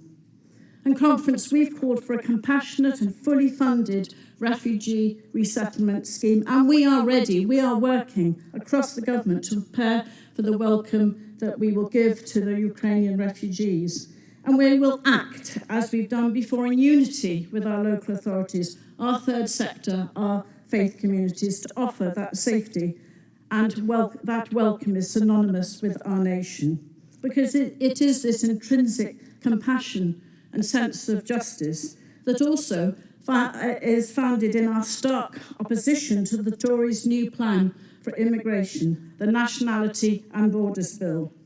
Now, this bill, which we believe will breach international conventions and violate basic principles of justice, will increase risks of exploitations faced by all migrants and asylum seekers, and that will lead to serious human rights violence. In recent weeks, the Senedd rejected this bill, withholding its consent, as we did also on the appalling police court sentencing bill, which seeks to criminalise our Gypsy, Roma and traveller communities. Now, this is not just the Tories are hell-bent on the erosion of human rights, including dropping the Human Rights Act. We have a vigorous opposition to that with our partners in civic society in Wales. And, you know, this is what the Tories are concentrating on. They're failing to act on what matters to people's lives, as we've heard in this debate this afternoon, the cost of living crisis. They've ignored the calls for a windfall tax on oil and gas companies. They've ignored our calls to cut VAT, calls to reverse their draconian cuts to universal credit and to halt their taxation hikes. The Tory Chancellor is overseeing the worst drop in living standards for 50 years, hitting the poorest hardest.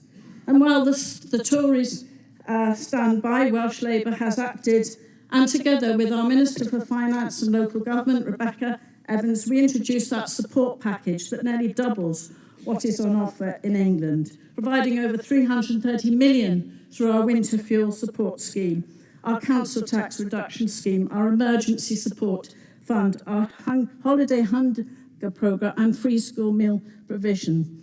And making sure that we address that all-important issue raised this afternoon about heating or eating. This should not be the way in a civilised society in 2022, and the Welsh Government will provide that shield and interact.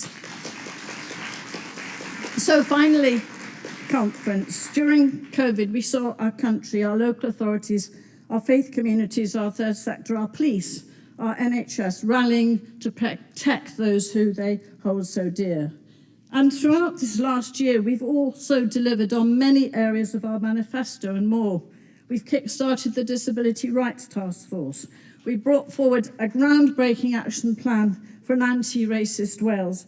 We've boosted funding for our Wales and Africa programme during the pandemic. We've consulted on our LGBTQ+ action plan. We've extended our childcare offer to people in education and training. And we've pushed ahead with our new strategy on violence against women, domestic abuse and sexual violence. And this is going to reach out now to tackle violence against women in the street and the workplace, addressing those vital calls to tackle sexual harassment and violence against women in motions to this conference. And I do thank our Labour Police and Crime Commissioners for working with us on that issue of tackling violence against women, and your support for recruiting those 100 extra new PCSOs, that key manifesto commitment. But it doesn't stop there. Conference. Together we've announced a world-first basic income pilot for care leavers. And importantly, that pilot will provide over 500 care leavers with £1,600 a month with no conditionality, and in the hope we can prove that a better welfare system is possible. So in finishing conference, none of our achievements could have been secured if it wasn't for our local authorities, our Labour councillors and our Labour leaders in local government. We are a Labour family. We've shown time and again what can be achieved when it's a Labour family in power. And imagine what we could achieve with even more authorities turning Labour. Together we can achieve this. Together we can build that stronger, greener, fairer Wales. We know this is possible. Diolch yn fawr.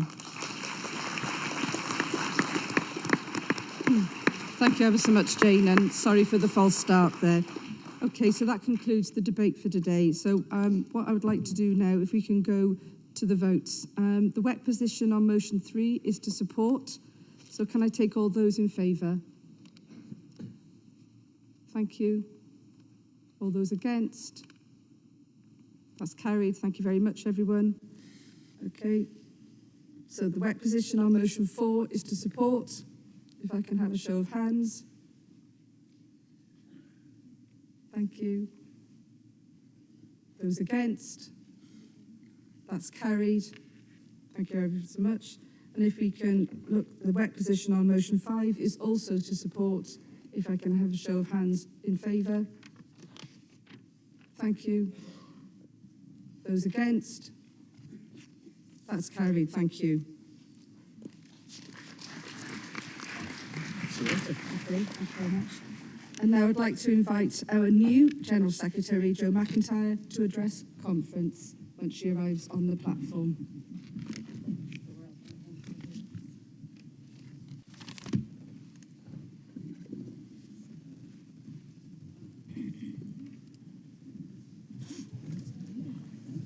Good afternoon. Oh, it's very odd up here hearing yourself speak.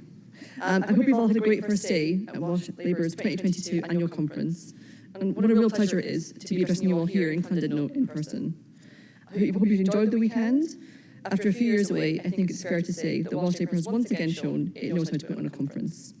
We've heard from Mark, Carolyn, Keir and Joe, each of whom underscored the difference that Welsh Labour is making in government and the huge importance of delivering a Labour government in Westminster to make the same change in people's lives across the UK. And in Andrew's local government report, we were reminded not only of the brilliant work that our Welsh Labour councillors are doing day in, day out in our communities, but just how important it is that we do everything we can to deliver more Welsh Labour councillors at May's elections. For those of you who have not had a chance to meet yet, I am Jo McIntyre, and I'm extremely proud to be Welsh Labour's relatively new General Secretary. Now, the sharp-eared among you may have picked up that Wales is not my home nation. There was one delegate from the north that joked to me earlier today, it could be worse, you could have been from Cardiff. But conference, taking up this position hasn't just been a huge honour, it's really felt like a homecoming. I cut my teeth as an organiser here in Wales many years ago, and I've returned many times since to help to run campaigns, or as in last year's elections, just to get on the doorstep and help deliver a Welsh Labour win. And so much of what shapes me and my politics I've really found here in Wales. The pride in community and shared endeavour, the belief in the ability of progressive politics to transform the lives and life chances, the unshakable belief that public services are best delivered by public servants, the scuttling of nationalism by way of Welsh Labour's proud and unapologetic patriotism, and most importantly of all, winning. Welsh Labour likes to win, and Welsh Labour knows how to win. Not for nothing did the BBC recently describe our party as one of the most successful electoral machines in history. And why do we like winning? Because you can only succeed in changing lives for better after you first succeed at the ballot box. And the result that Welsh Labour delivered in last May's Senedd election was one for the history books. The polls said we wouldn't do it, the pundits said we couldn't do it, the opposition said we didn't deserve it, but the people of Wales thought differently. They saw the decent, dedicated and dignified leadership that Mark Drakeford had brought during the most testing of times. They saw a policy platform that spoke to those Welsh Labour values and ideals that have served our community well for so long. We began that campaign promising to move Wales forward, and we told the people of Wales how we plan to do just that. Recovery after COVID, with the huge capped-up programme in our NHS and our schools, a young person's guarantee of work, education or training for all under 25s, a fair deal for care workers with a real living wage for our care workers, a greener country abolishing more single-use plastics and creating a national forest for Wales, and safer communities with more PCSOs on our streets, and new jobs for Wales, creating thousands of jobs in a low-carbon house building revolution. But we stood proudly on our record, and in the final weeks of the campaign, reminded people what just what was at stake. If you value it, vote for it. And Wales did value it, and across our country, people voted for it. And the result, while led from the front by Mark and Carolyn, was delivered by you, our Welsh Labour family. Our Welsh Labour members, our army of councillors, our friends in the trade union movement, our Senedd members, our members of Parliament, and our colleagues in a growing number of affiliates and social societies. You're what makes our Welsh Labour family such a force to be reckoned with, and you're what makes our party in Wales just so special. There are, of course, another part of the Welsh Labour family that don't often make the headlines or in truth get the plaudits that they deserve. That is the dedicated team of Welsh Labour staff. Like the house elves in Harry Potter, they make sure the event runs smoothly, print gets delivered, data gets crunched and sessions get organised, and phones get staffed, and ultimately that our campaigns are delivered. And they do it day in, day out without complaints. I want to thank each and every one of them for the work they do and the sacrifices they make for our party.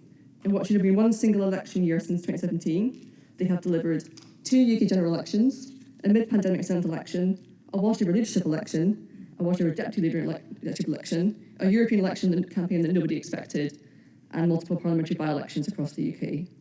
And they've done all of this alongside their usual duties and responsibility. We sometimes forget this work, and sometimes forget to put our hands together to say thanks. So to Victoria Solomon, Stuart O'Daly, Joe Locke, Michelle Perfect, Alice Hughes, Joe Cox, Dan Tucker, and Alvin Shum. Thank you very much.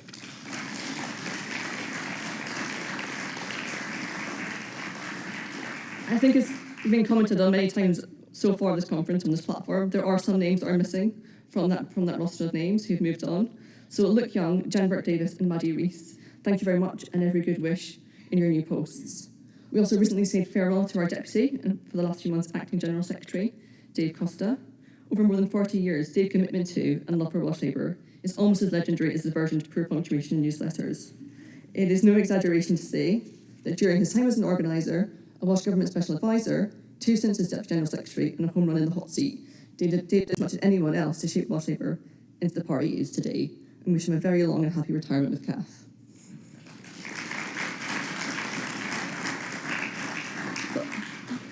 And last, but in no means least, there is Louise McGee, a towering figure in Welsh politics in every respect.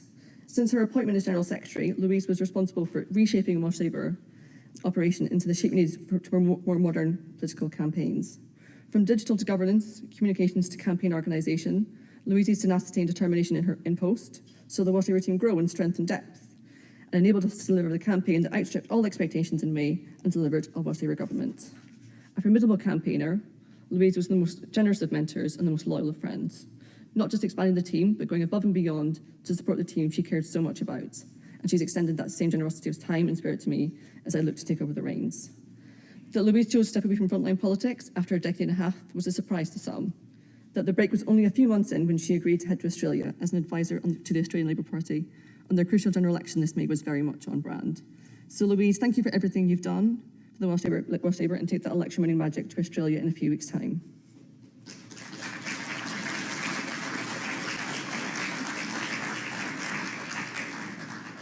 As I look down the road to the elections ahead, I'm under no illusions of the scale and the scope of the challenge that we face.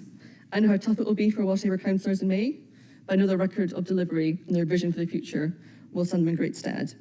I know the scale of the challenges our Welsh Labour members in Senedd face as they work through the ongoing challenges the pandemic brought, but I know they have the leadership and the policy platform to navigate a path forward. I know the mountain we have to climb to get Keir into number 10 and a UK government back into power, but I know that he's winning voters back to Labour week in and week out. And we all know that looming over all of this is a figure of Boris Johnson, something our Welsh Labour MPs must endure firsthand. A Prime Minister punch-drunk in his own status and self-importance, who truly believes the rest of us followed, and the sacrifices the rest of us make in the darkest of times just don't apply to him. He's a Prime Minister happy to squeeze money from the poorest families with Tory tax hikes, while spending thousands of pounds for his mega-rich mates redecorating his Downing Street flat. A Prime Minister who's not only taken money that should have been in Welsh Government coffers, but is running a coach and horses through our devolved settlement, doing the scant regard he has for our country and our Senedd in the process. A Prime Minister happy to host boozy parties throughout lockdown, but has gone to extraordinary lengths to avoid extending a hand of friendship to desperate Ukrainian refugees. A man without moral compass leading a government bereft of moral purpose. And we should remember this when we hit the doorsteps ahead of the local elections in May, and the general election whenever it comes, to make sure we win. Win to put Keir into number 10, win to put Welsh Labour councillors into office, and win to Welsh Labour and win for Wales. Thank you very much. Thank you, Jo. And it's great to be able to welcome you back to Wales. And I know you've hit the ground running. And I know Conference will support you and your staff team as we all work together to get our great councillors elected in May. Okay. I would like to now invite Jackie Jones from the Cooperative Party to address Conference. Hello. They've lowered the podium because I'm so short. Thank you very much, Chair. And hello, Conference. Thank you for staying for this very important 5 minutes. I'm absolutely delighted to talk to you about the Cooperative Party today at the biggest Welsh Labour event of the year, Conference.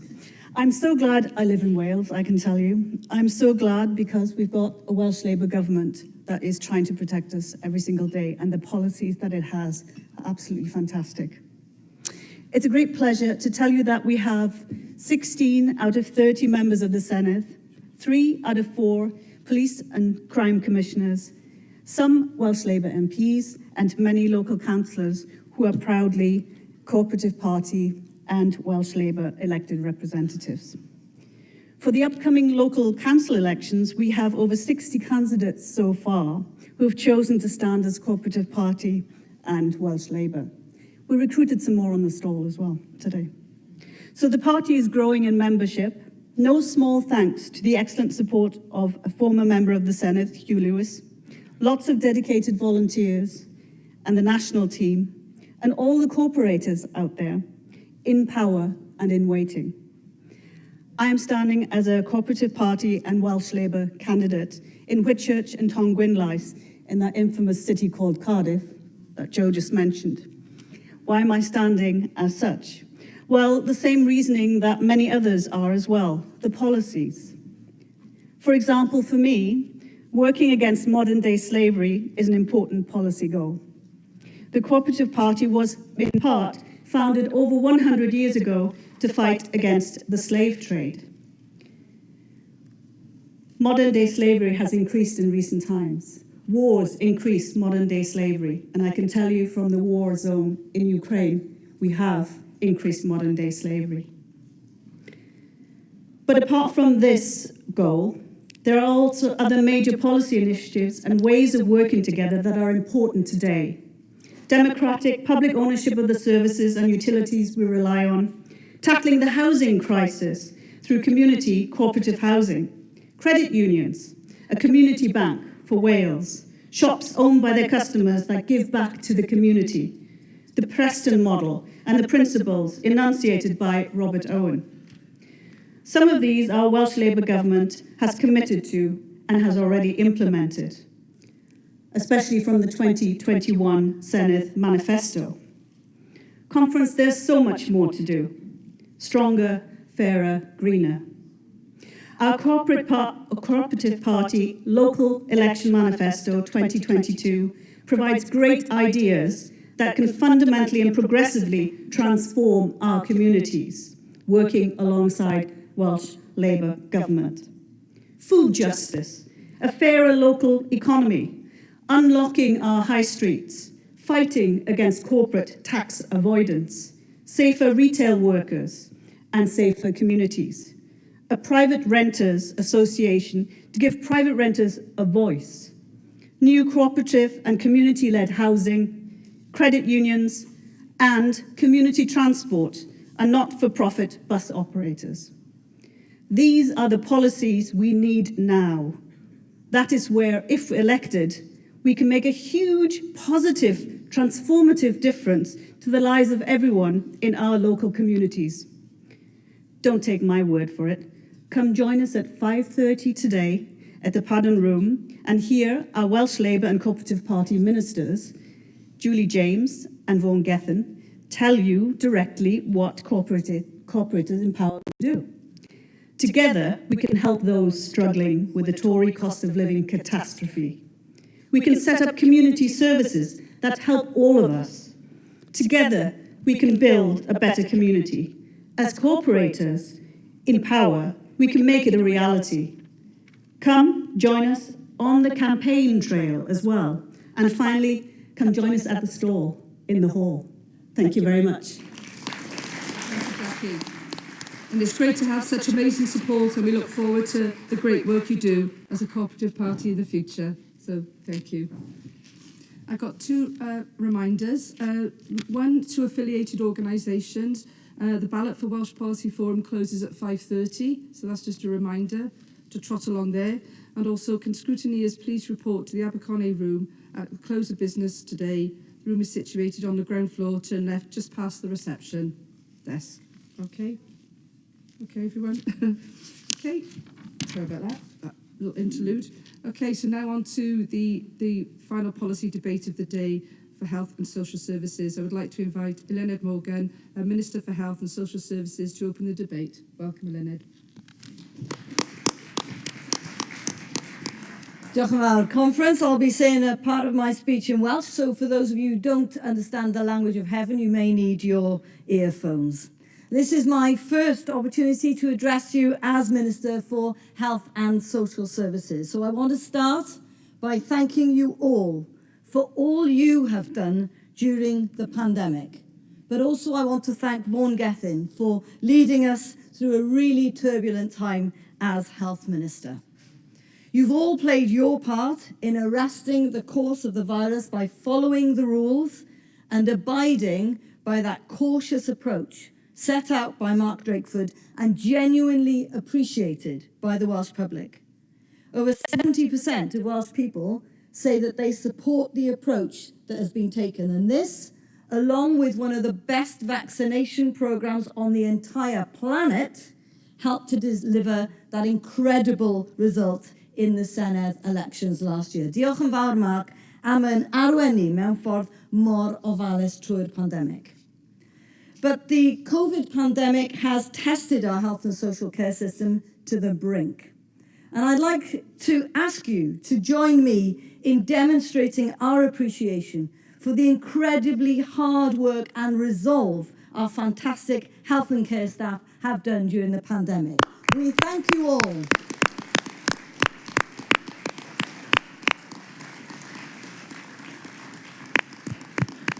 And Aaron Bevan was incredibly perceptive when he suggested back in the 1940s we could manage to survive without money changers and stockbrokers, but we should find it hard to do without miners, steelworkers, and those who cultivate the land. Well, we know today we don't need the bankers in a pandemic. And whilst we may not be quite as dependent on the miners today, we do know that the professions that kept us going during the crisis were the shop workers, the logistic workers, the utility workers, and of course, our magnificent health and social care workers. Whilst in England, under the Tories, they spent £300 million on Duff ventilators, and £17 billion was paid out to defunct or non-existent companies. Here in Wales, the pandemic shone a light on all that is good about our system. Our strong public sector family came together to deliver a test, trace, and protect system that completely outperformed its scandalously expensive counterpart in England, where £38 billion went straight into the pockets of the private sector, on top of the £700 million that they spent on Duff PPE, mostly delivered by their already moneyed mates. When we experienced problems, and we did, we came together to solve them. Our Welsh Labour government, health boards, local government and trade union partners working with and behalf of the people of Wales. But I'm afraid the pandemic also highlighted many of the challenges facing our system and exacerbated many more. And Aaron Bevan said the NHS will last for as long as there are folk left with the faith to fight for it. Well, I can assure you that we in the Welsh Labour government will always fight for the NHS. But we have to face the fact that today, the pressure on the NHS has never been greater. We have an aging population, developments in technology and treatments. We have unprecedented numbers of people waiting for diagnostics and treatment. We have a workforce that is truly exhausted. We have high levels of demand for urgent care, and we have hundreds of people staying in hospital for longer than they need to. And the reason for this is because the social care support they require in the community simply isn't there. And one of the most important lessons from the pandemic must be the importance of a healthy, robust, and sustainable social care service. And conference, out of the ashes of the Second World War, we were left by Aneurin Bevan the gift of the NHS. Well, I, along with Julie Morgan, Minister for Social Care, am determined that our legacy in this pandemic must be the establishment of a national care service for Wales. And that will be a service that in time will become as loved and respected as the NHS, with care being delivered through our local authorities, providing the best quality service and high-value jobs in all of our communities. And from this April, our Welsh Labour government will ensure that all social care workers will start to be paid the real living wage. And conference, as we enter the local elections, we must trumpet the fact that many of our Labour local authorities are already there. Ond yn ni'n benderfynol o fynd ymhellach, i weithio mewn partneriaeth gymdeithasol a chyflawni dyheiriadau'r fforwm gwaith teg, gan roi parch gwirioneddol o ran cyflog ac amodau i'r rhai sy'n gofalu am ein anwyliad ni.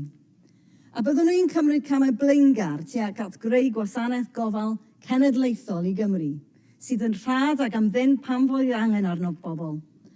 Eisoes yng Nghymru diolch i Lywodraeth Llafur Cymru. Mae gyda ni uchafswm i chi'n ei dalu am ofal yn eich cartre o £100 yr wythnos.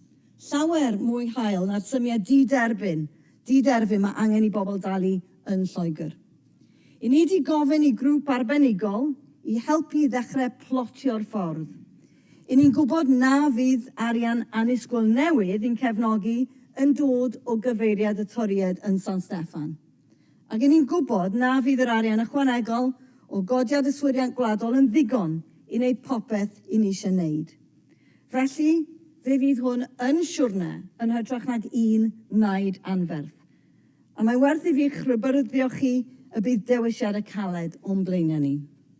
Dim ond dechrau yw'r adroddiad o'r grŵp arbenigol.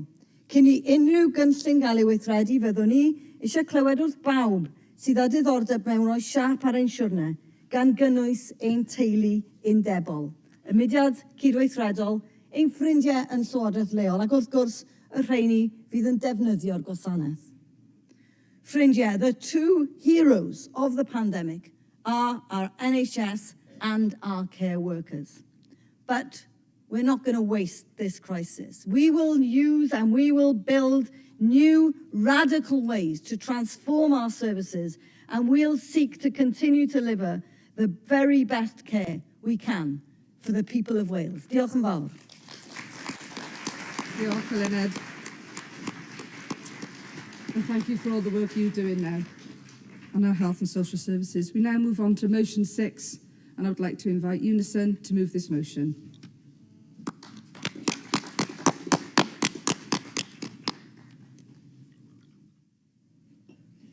Good afternoon, delegates, chair, conference.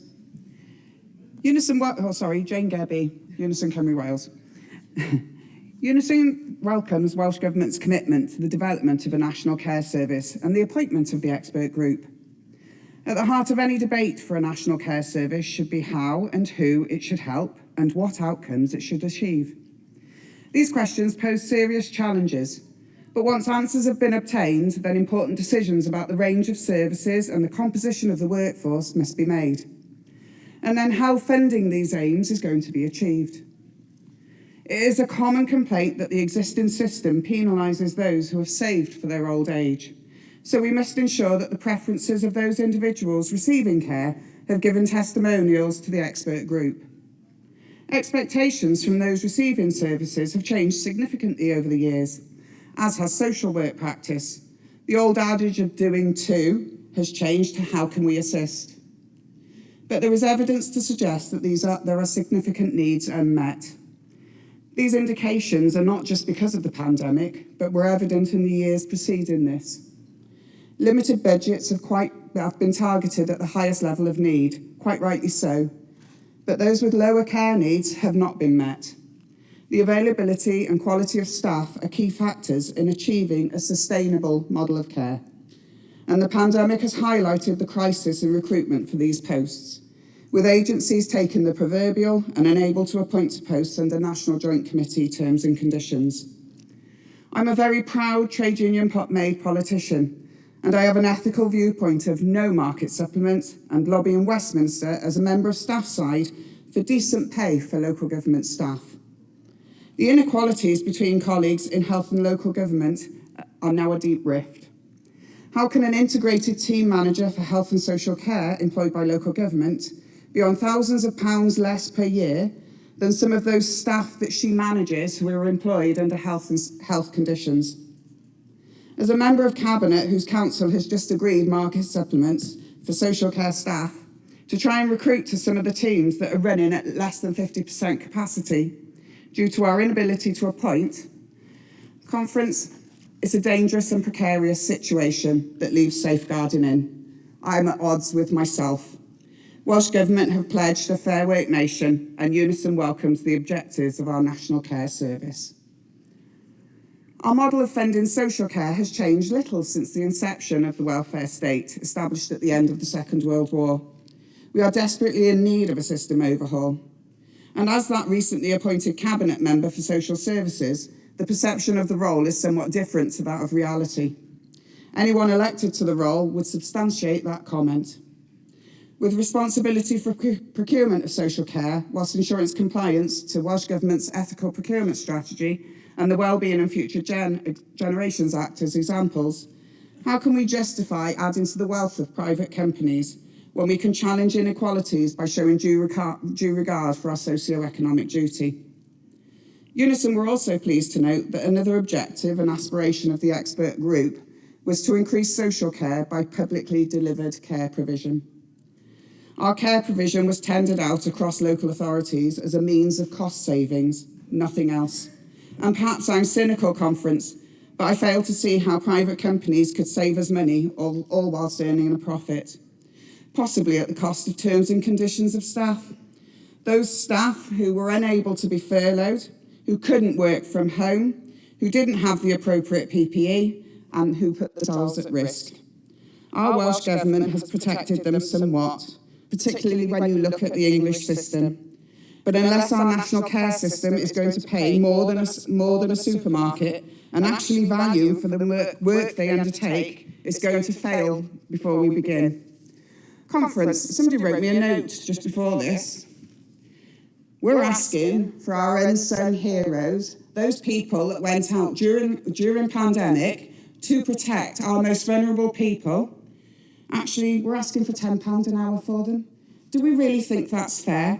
Particularly when you think about football players who are on £13,500 an hour.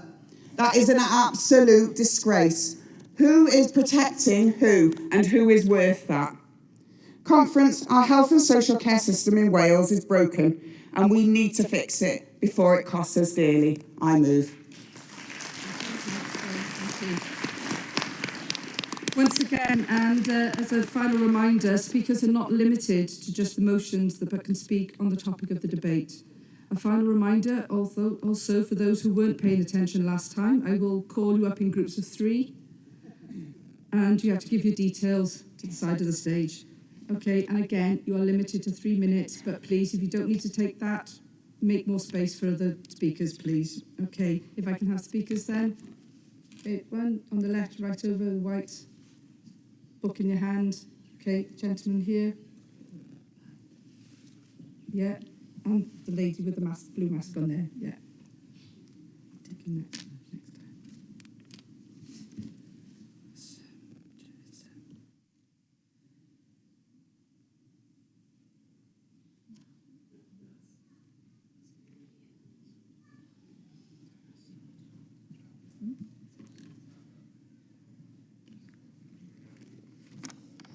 Now, Van Haley, Plaid Laffer, got a graveyard shift here, haven't we, really? So pleased to see so many of us here, though. Diane Green, Chair of Clwyd West CLP, also Chair of the Women's Committee, and also extremely proud to be the only Labour Town Councillor in Abergele. I'm speaking to you today on behalf of Unite. As a teacher of health and social care in a school in Abergele, I teach in Ysgol Emrys ap Iwan. I'm proud to encourage learners to work in the care industry, preferably within their local communities in North Wales. I tell my lovely learners that I can teach them the technical aspects, but I cannot teach them how to be caring. It's an attitude, it's a personality trait. It's an understanding how important it is to give people in need of care dignity, respect, and recognition. And we should always ensure that those working in the care sector are afforded dignity, respect, and recognition. People employed to provide care are supporting our loved ones through difficult life events. COVID-19 effects have exhausted many care workers, many of whom are women. Working long shifts day and night, trying to give comfort to clients and their families has taken its toll on the care workforce. Some report feelings of burnout or are looking for other types of employment as an escape route to a better work-life balance. We are at risk of being unable to recruit sufficient workers to replace those who, for various reasons, are leaving the profession. And it falls to schools and colleges to provide health, social care and early years preparatory courses to give an insight into the roles available for naturally caring young learners. Caring should not be a career route for those who are happy to be underpaid and undervalued.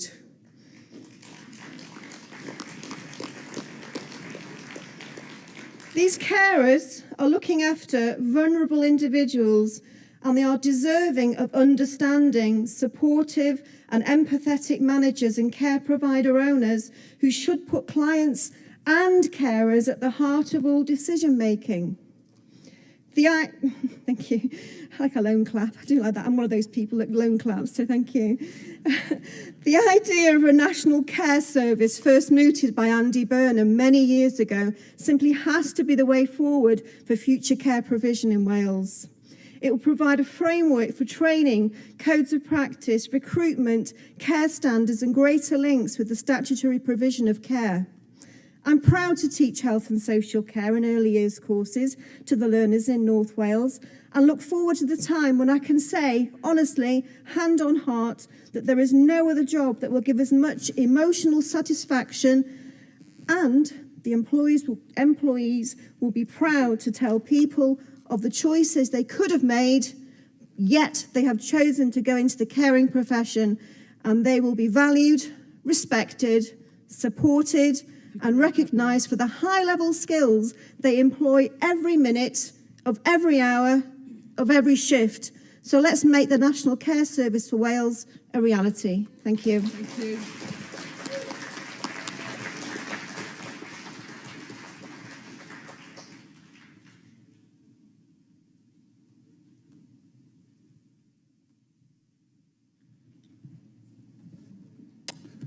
Thank you, Chair. I wanted to speak in favour of the motion for the National Care Service. And I wanted to make a point clear that when we think about the National Care Service, it isn't just older people this benefits. There are disabled people across Wales who struggle with the access to the care they need to remove the barriers to their life. I want to give you quite a sad statistic, conference, that of the people we sadly lost to COVID, 68% of those people were disabled people. And they are people who still have to worry today, for all the reasons that other delegates have mentioned and the union proposing this motion has mentioned, about will they be able to get the care they need to play their full part in society. Conference, when we do get people the cradle-to-grave healthcare the NHS and the public services we deliver in Wales promises, they're able to contribute more to the economy and live much fuller lives than they do if they have to worry about is there care that they need available. There are a range of things at the moment, conference, that you may want to get care for, including things such as neurodiversity. The diagnostics for is nearly impossible and the waiting times are years long. We need to get that part right alongside the National Care Service to ensure that people are taken care of from cradle to grave. And as always, when you talk about these things at the Welsh Labour Conference, you have to quote Bevan, so I'm not going to change that here. But that notion about you can't call yourself civilised if you deny people this aid due to their lack of means, and that's what a care service does, is provide with that. But we also have to remember, as people have said, with the care service, the staff at the centre of that need to be respected, well paid, and given real career opportunities to progress. I research health and social care in my day-to-day life, and that's one of the major barriers to keeping people in the profession is how do they progress away from what is seen as an easy option on that par with retail. There's nothing wrong with a retail job, but caring is a very hard job to do. I think it's really important, conference, that we do pass this motion and support the Welsh Government's aim to introduce a care system such as this. And being up here as a GMB delegate, I also want to highlight the GMB's campaign, that care staff are worth a £15 an hour minimum wage and should be paid what they are worth. Thank you. Thank you ever so much. If I can have the next speaker.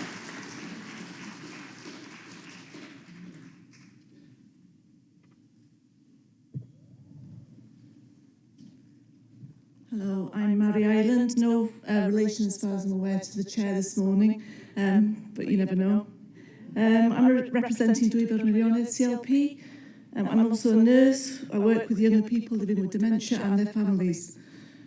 My colleagues and I are frustrated on a daily basis. We have patients waiting in limbo on hospital wards. They can't go home because there are no carers or adequate services for them. Delays in discharge disables people living with dementia and elder people with mobility problems. Delivering person-centred and relationship-centred care that underpins our work, but it can only be delivered through a flexible, innovative and robust social care system, which is adequately staffed with the right people with the right skills, and this includes a language and cultural understanding. I welcome Welsh Labour's commitment to ensure social care workers are paid real living wages, but more needs to be done to support current carers and encouraging more people to become carers, to take this role up. Social care social care service cannot be developed without its most valuable resource, people. We have to recognise that care work is a highly skilled vocation. Not everyone can deliver personal care in a sensitive and compassionate way. Care workers also need to be supported to work in a flexible way to deliver that care, and especially now with rising fuel costs, reimbursed properly for the travel they have to do. This isn't happening at the moment. And especially in rural areas, this is a massive problem when they're travelling long distances between seeing the people that they're supporting. They often have to subsidise the costs themselves. I also want to just note that the difficult decisions for families when a loved one has to move into a care home. We have to address extortionate top-up fees, also described as enrichment payments that families are asked to pay by some private care homes. This on top of the hundreds of pounds that's per week, the cost for the care. Surely enrichment is a right, not an extra. Other families struggle to care for the family members at home. They reject the offer of carers because even with the means-tested cap that we have here in Wales, they still feel that this cost is far too high for them. They can't afford it. Therefore, I urge conference basically to support this motion. Thank you. Okay, I'm going to take a further 3 speakers then, please. Okay, the lady on the right there, the pink with the mask on, one with the white piece of paper in hand, and the chap here. Thank you.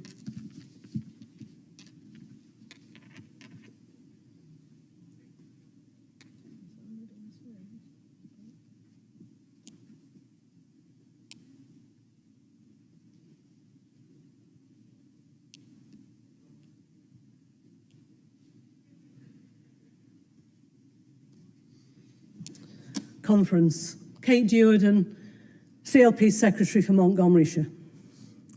So I want to thank Unison, first of all, for putting this motion on the agenda. I think it's an incredibly important topic in so many people's lives. I also want to thank Eluned Morgan. I want to thank her particularly for listening. We had a meeting recently in Montgomeryshire on social care, and I have to say that she wasn't the star speaker. The 4 star speakers were people who were giving us their testaments. They were social workers, they were domiciliary care workers, they were people who needed care when they came out of hospital, and they were unpaid carers. And Eluned listened to their testimony and also talked to them about Welsh Government and its actions and the support for the National Care Service.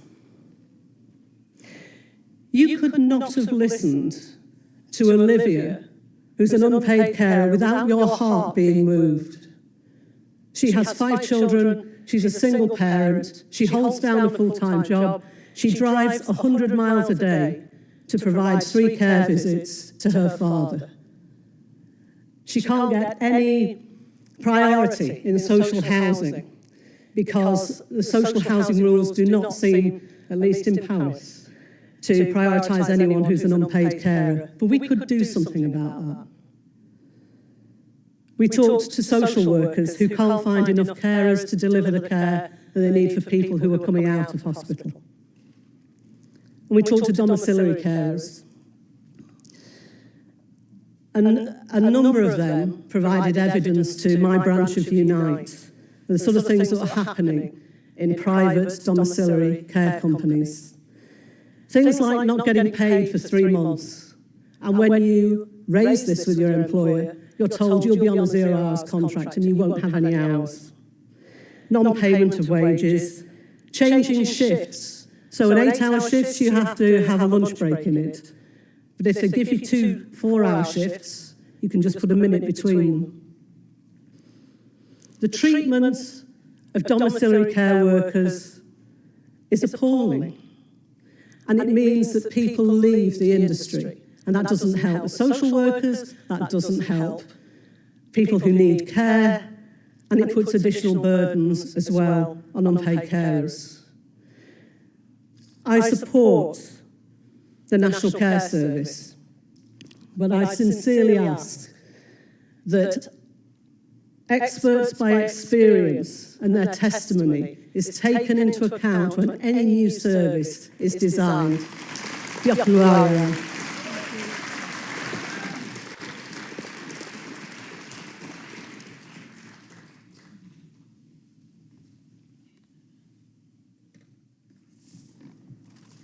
Good afternoon, Conference. Kelly Andrews, GMB, speaking on behalf of Motion 6, the National Care Service.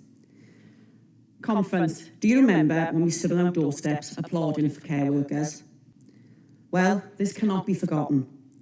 It's a time now to ensure that there is a moment of change. The care system has for far too long relied on the gross injustice to generate bloated profits. This, in a nutshell, has been the business model of the care system. There should be no profit in social care, made off the back of low wages and poor terms and conditions. For far too long, care workers have been paid minimum wage, while residents shell out savings so that they can have some dignity in their old age. But in Wales, we now have the real living wage. We are now discussing the possibility of a national care service, free at the point of need. This can bring green shoots of hope that, at least in Wales, our care workers will not be forgotten. GMB and our sister unions are working with Welsh Government in the Social Care Fair Work Forum so that we can build a framework for what fair work actually means. GMB's Fight for 15 campaign has been led by GMB members working in care. Thousands of workers have taken the pledge to fight for £15 an hour, with £15 being the average UK hourly wage. Conference, we need to get to a place where we all agree that care work is worth at least that. Care workers are not asking for the earth. This is about fair treatment and dignity for them. So, Conference, please support Motion 6, and we can build on these commitments to truly turn our social care service into Wales, into what Wales truly deserves. Thank you.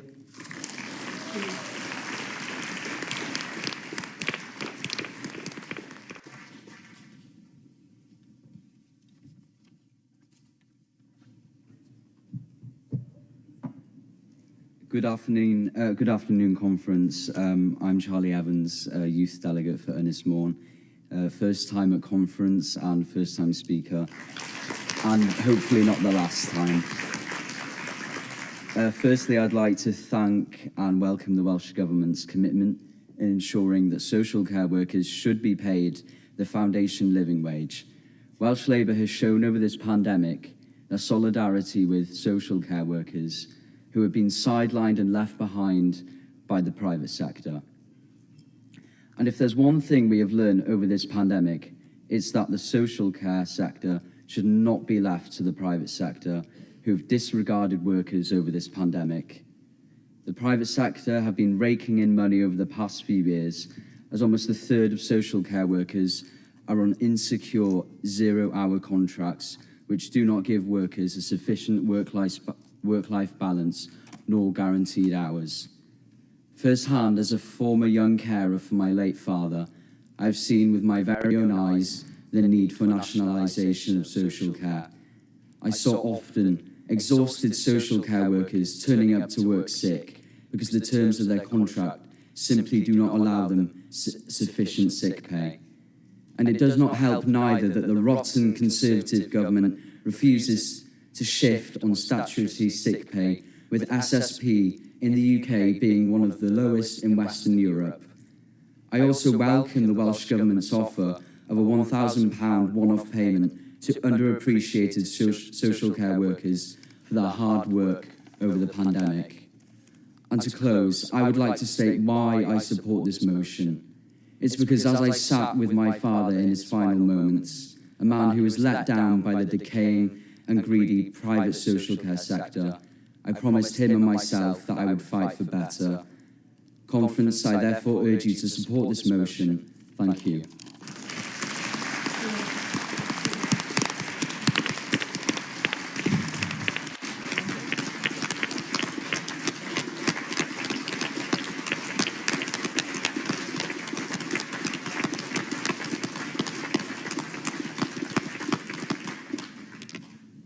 That's going to be difficult to follow. Thank you very much. Okay, thank you again, delegates, for your contributions, and the last one. So I'll now invite Julie Morgan, our Deputy Minister for Social Services, to close the debate.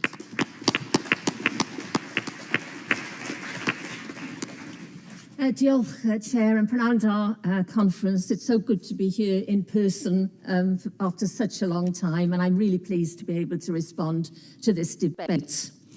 Our care system has been battered and bruised by the pandemic.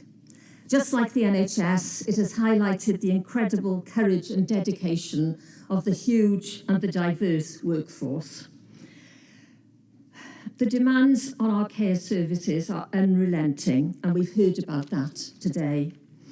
And there is so much work to be done to protect, rebuild, and develop our care services so that they deliver for all who need them and all who work in them.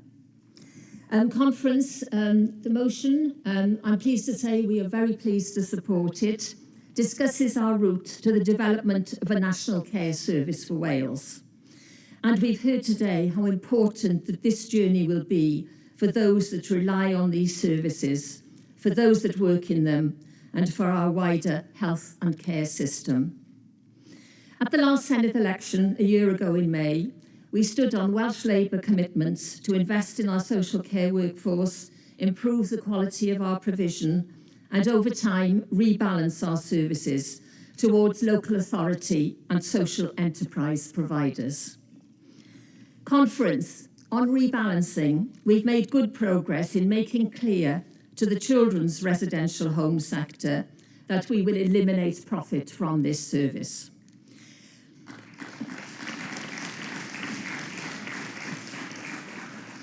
We aim to legislate, if necessary, to ensure that care is motivated by children's needs and not by the balance sheet. We will work with the residential sector to help move it back to the local authorities or to a more social enterprise cooperative ethos and ownership.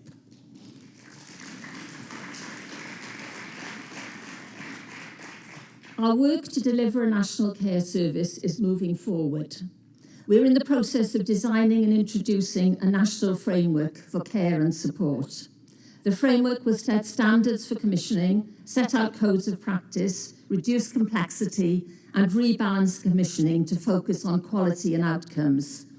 Conference, it will ensure that what matters most to people sits at its very core. We will also establish a national office to oversee the implementation of the national framework across Wales that will create a fairer and more consistent service structure across Wales. But as ever, it is local partnerships working together with their communities that will deliver the service needed to meet the needs of their population, because we want the services to be absolutely embedded in local communities. And Conference, we must cherish and nurture the local partnerships forged during the crisis of the pandemic that has been forged between communities, service providers and local authorities that came together to ensure that people were looked after as best we could. And despite the real risks to health, despite hardships, our care workforce did its best to support those most vulnerable across our communities, giving them dignity and respect, as was referred to in the debate. Sadly, we lost many people to COVID, and many of them disabled people, as we also heard in the debate. But across the social care and health service, we also saved many too, and kept hope going in these most challenging of times.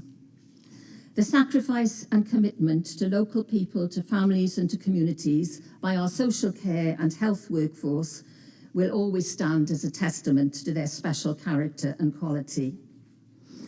And I am proud that our Welsh Labour government will in a few short weeks have delivered on our manifesto commitment to pay the real living wage to social care workers at a cost of £43 million. And I'd like to say that we do see this just as a start to a move to better pay, better terms and conditions, because we know it is not acceptable what those terms and conditions and pay is at the moment. We've also set up an additional payment scheme for registered social care staff, aligned to the real living wage, and those eligible will receive around £1,000 in their pockets from April. This is recognising the important profession that this is, and you have to register in domiciliary care, and you have to register in adult care services and children's services, and we're recognising that professionalisation by this £1,000 and by moving to the real living wage. And I hope this will demonstrate our commitment to make further improvement to the terms and conditions of social care jobs and develop an improved career structure. And conference, we're delivering on our manifesto commitment to strengthen our regional partnerships between local government, health and the independent sectors so that they can together rebuild our battered services and ensure good integrated services in our local communities. We're helping them plan better together, engage better with their communities and commission better quality services. Because as Lynette said when she spoke, health and social care are absolutely bound up together. And if we haven't got social care right, we won't get health right. And so we have got to work together to ensure that this happens. But conference, we do recognise that this is at the start of our long journey to a national care service free at the point of need. And this is why we've asked an expert group to provide recommendations by May on practical steps which can be taken towards a national care service for Wales. And I will consult widely on those recommendations, and that will include our partners in local government, unions, the workforce, providers, and of course service users and their families. And we want to hear the voice of service users in this consultation. And on this journey to a national care service, we'll continue to seek the views of the Social Care Fair Work Forum, which has helped us enormously already in delivering the real living wage. They recommended how and when we should do it. And we will move towards parity of recognition and reward for social care and health workers. And in all this activity and ambition, of course, our core purpose is to serve the children, families and adults in Wales who are vulnerable in some way, as we all can be at some points in our lives. I think we will all need the services of our national social care at some point in our lives. And we know we've suffered unfair cuts to our public expenditure, as well as the trauma of COVID, and there's a huge job of rebuilding ahead. But the people, that we serve, they don't want slogans, they want solutions. And that is what Labour is providing. We may not have all the funding that we desperately need, but we do have our values, we have our commitment, our partnership with local government unions and providers, and we have our energy and belief in Wales. In short, we have solid foundations to create that national care service our people want and deserve. We will make it happen. And I think the person who's, you know, the young man who spoke before me spoke so movingly about the commitment he gave to his father. And I want to say to him, we will make it happen.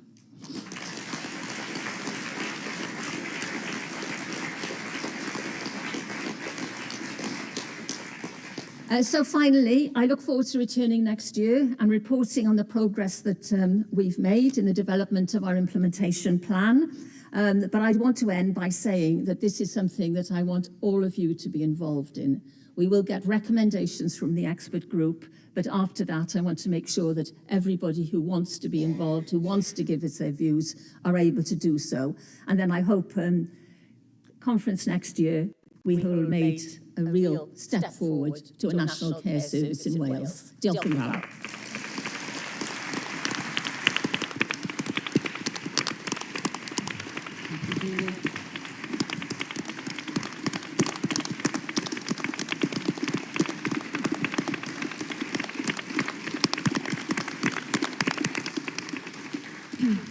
Okay, thank you everyone. Thank you, Julie, for that. We will now move to the vote, and obviously the next vote is the WEC recommend to support motion 6. So can I have a show of hands in favour? Thank you, and those against? Dare I ask? That's carried. Thanks ever so much, everyone. And before we adjourn, and thank you, conference, for bearing with me, the first time I've ever chaired a conference of such as this, so thank you. Yeah, whatever. And I just want to say, just to remind you really, that obviously conference we open at 10:40, okay, tomorrow morning, but there's training for those who want it at 9:30. So bear that in mind when you're out tonight. Thank you very much. Thank you for your patience. Thank you. That adjourns.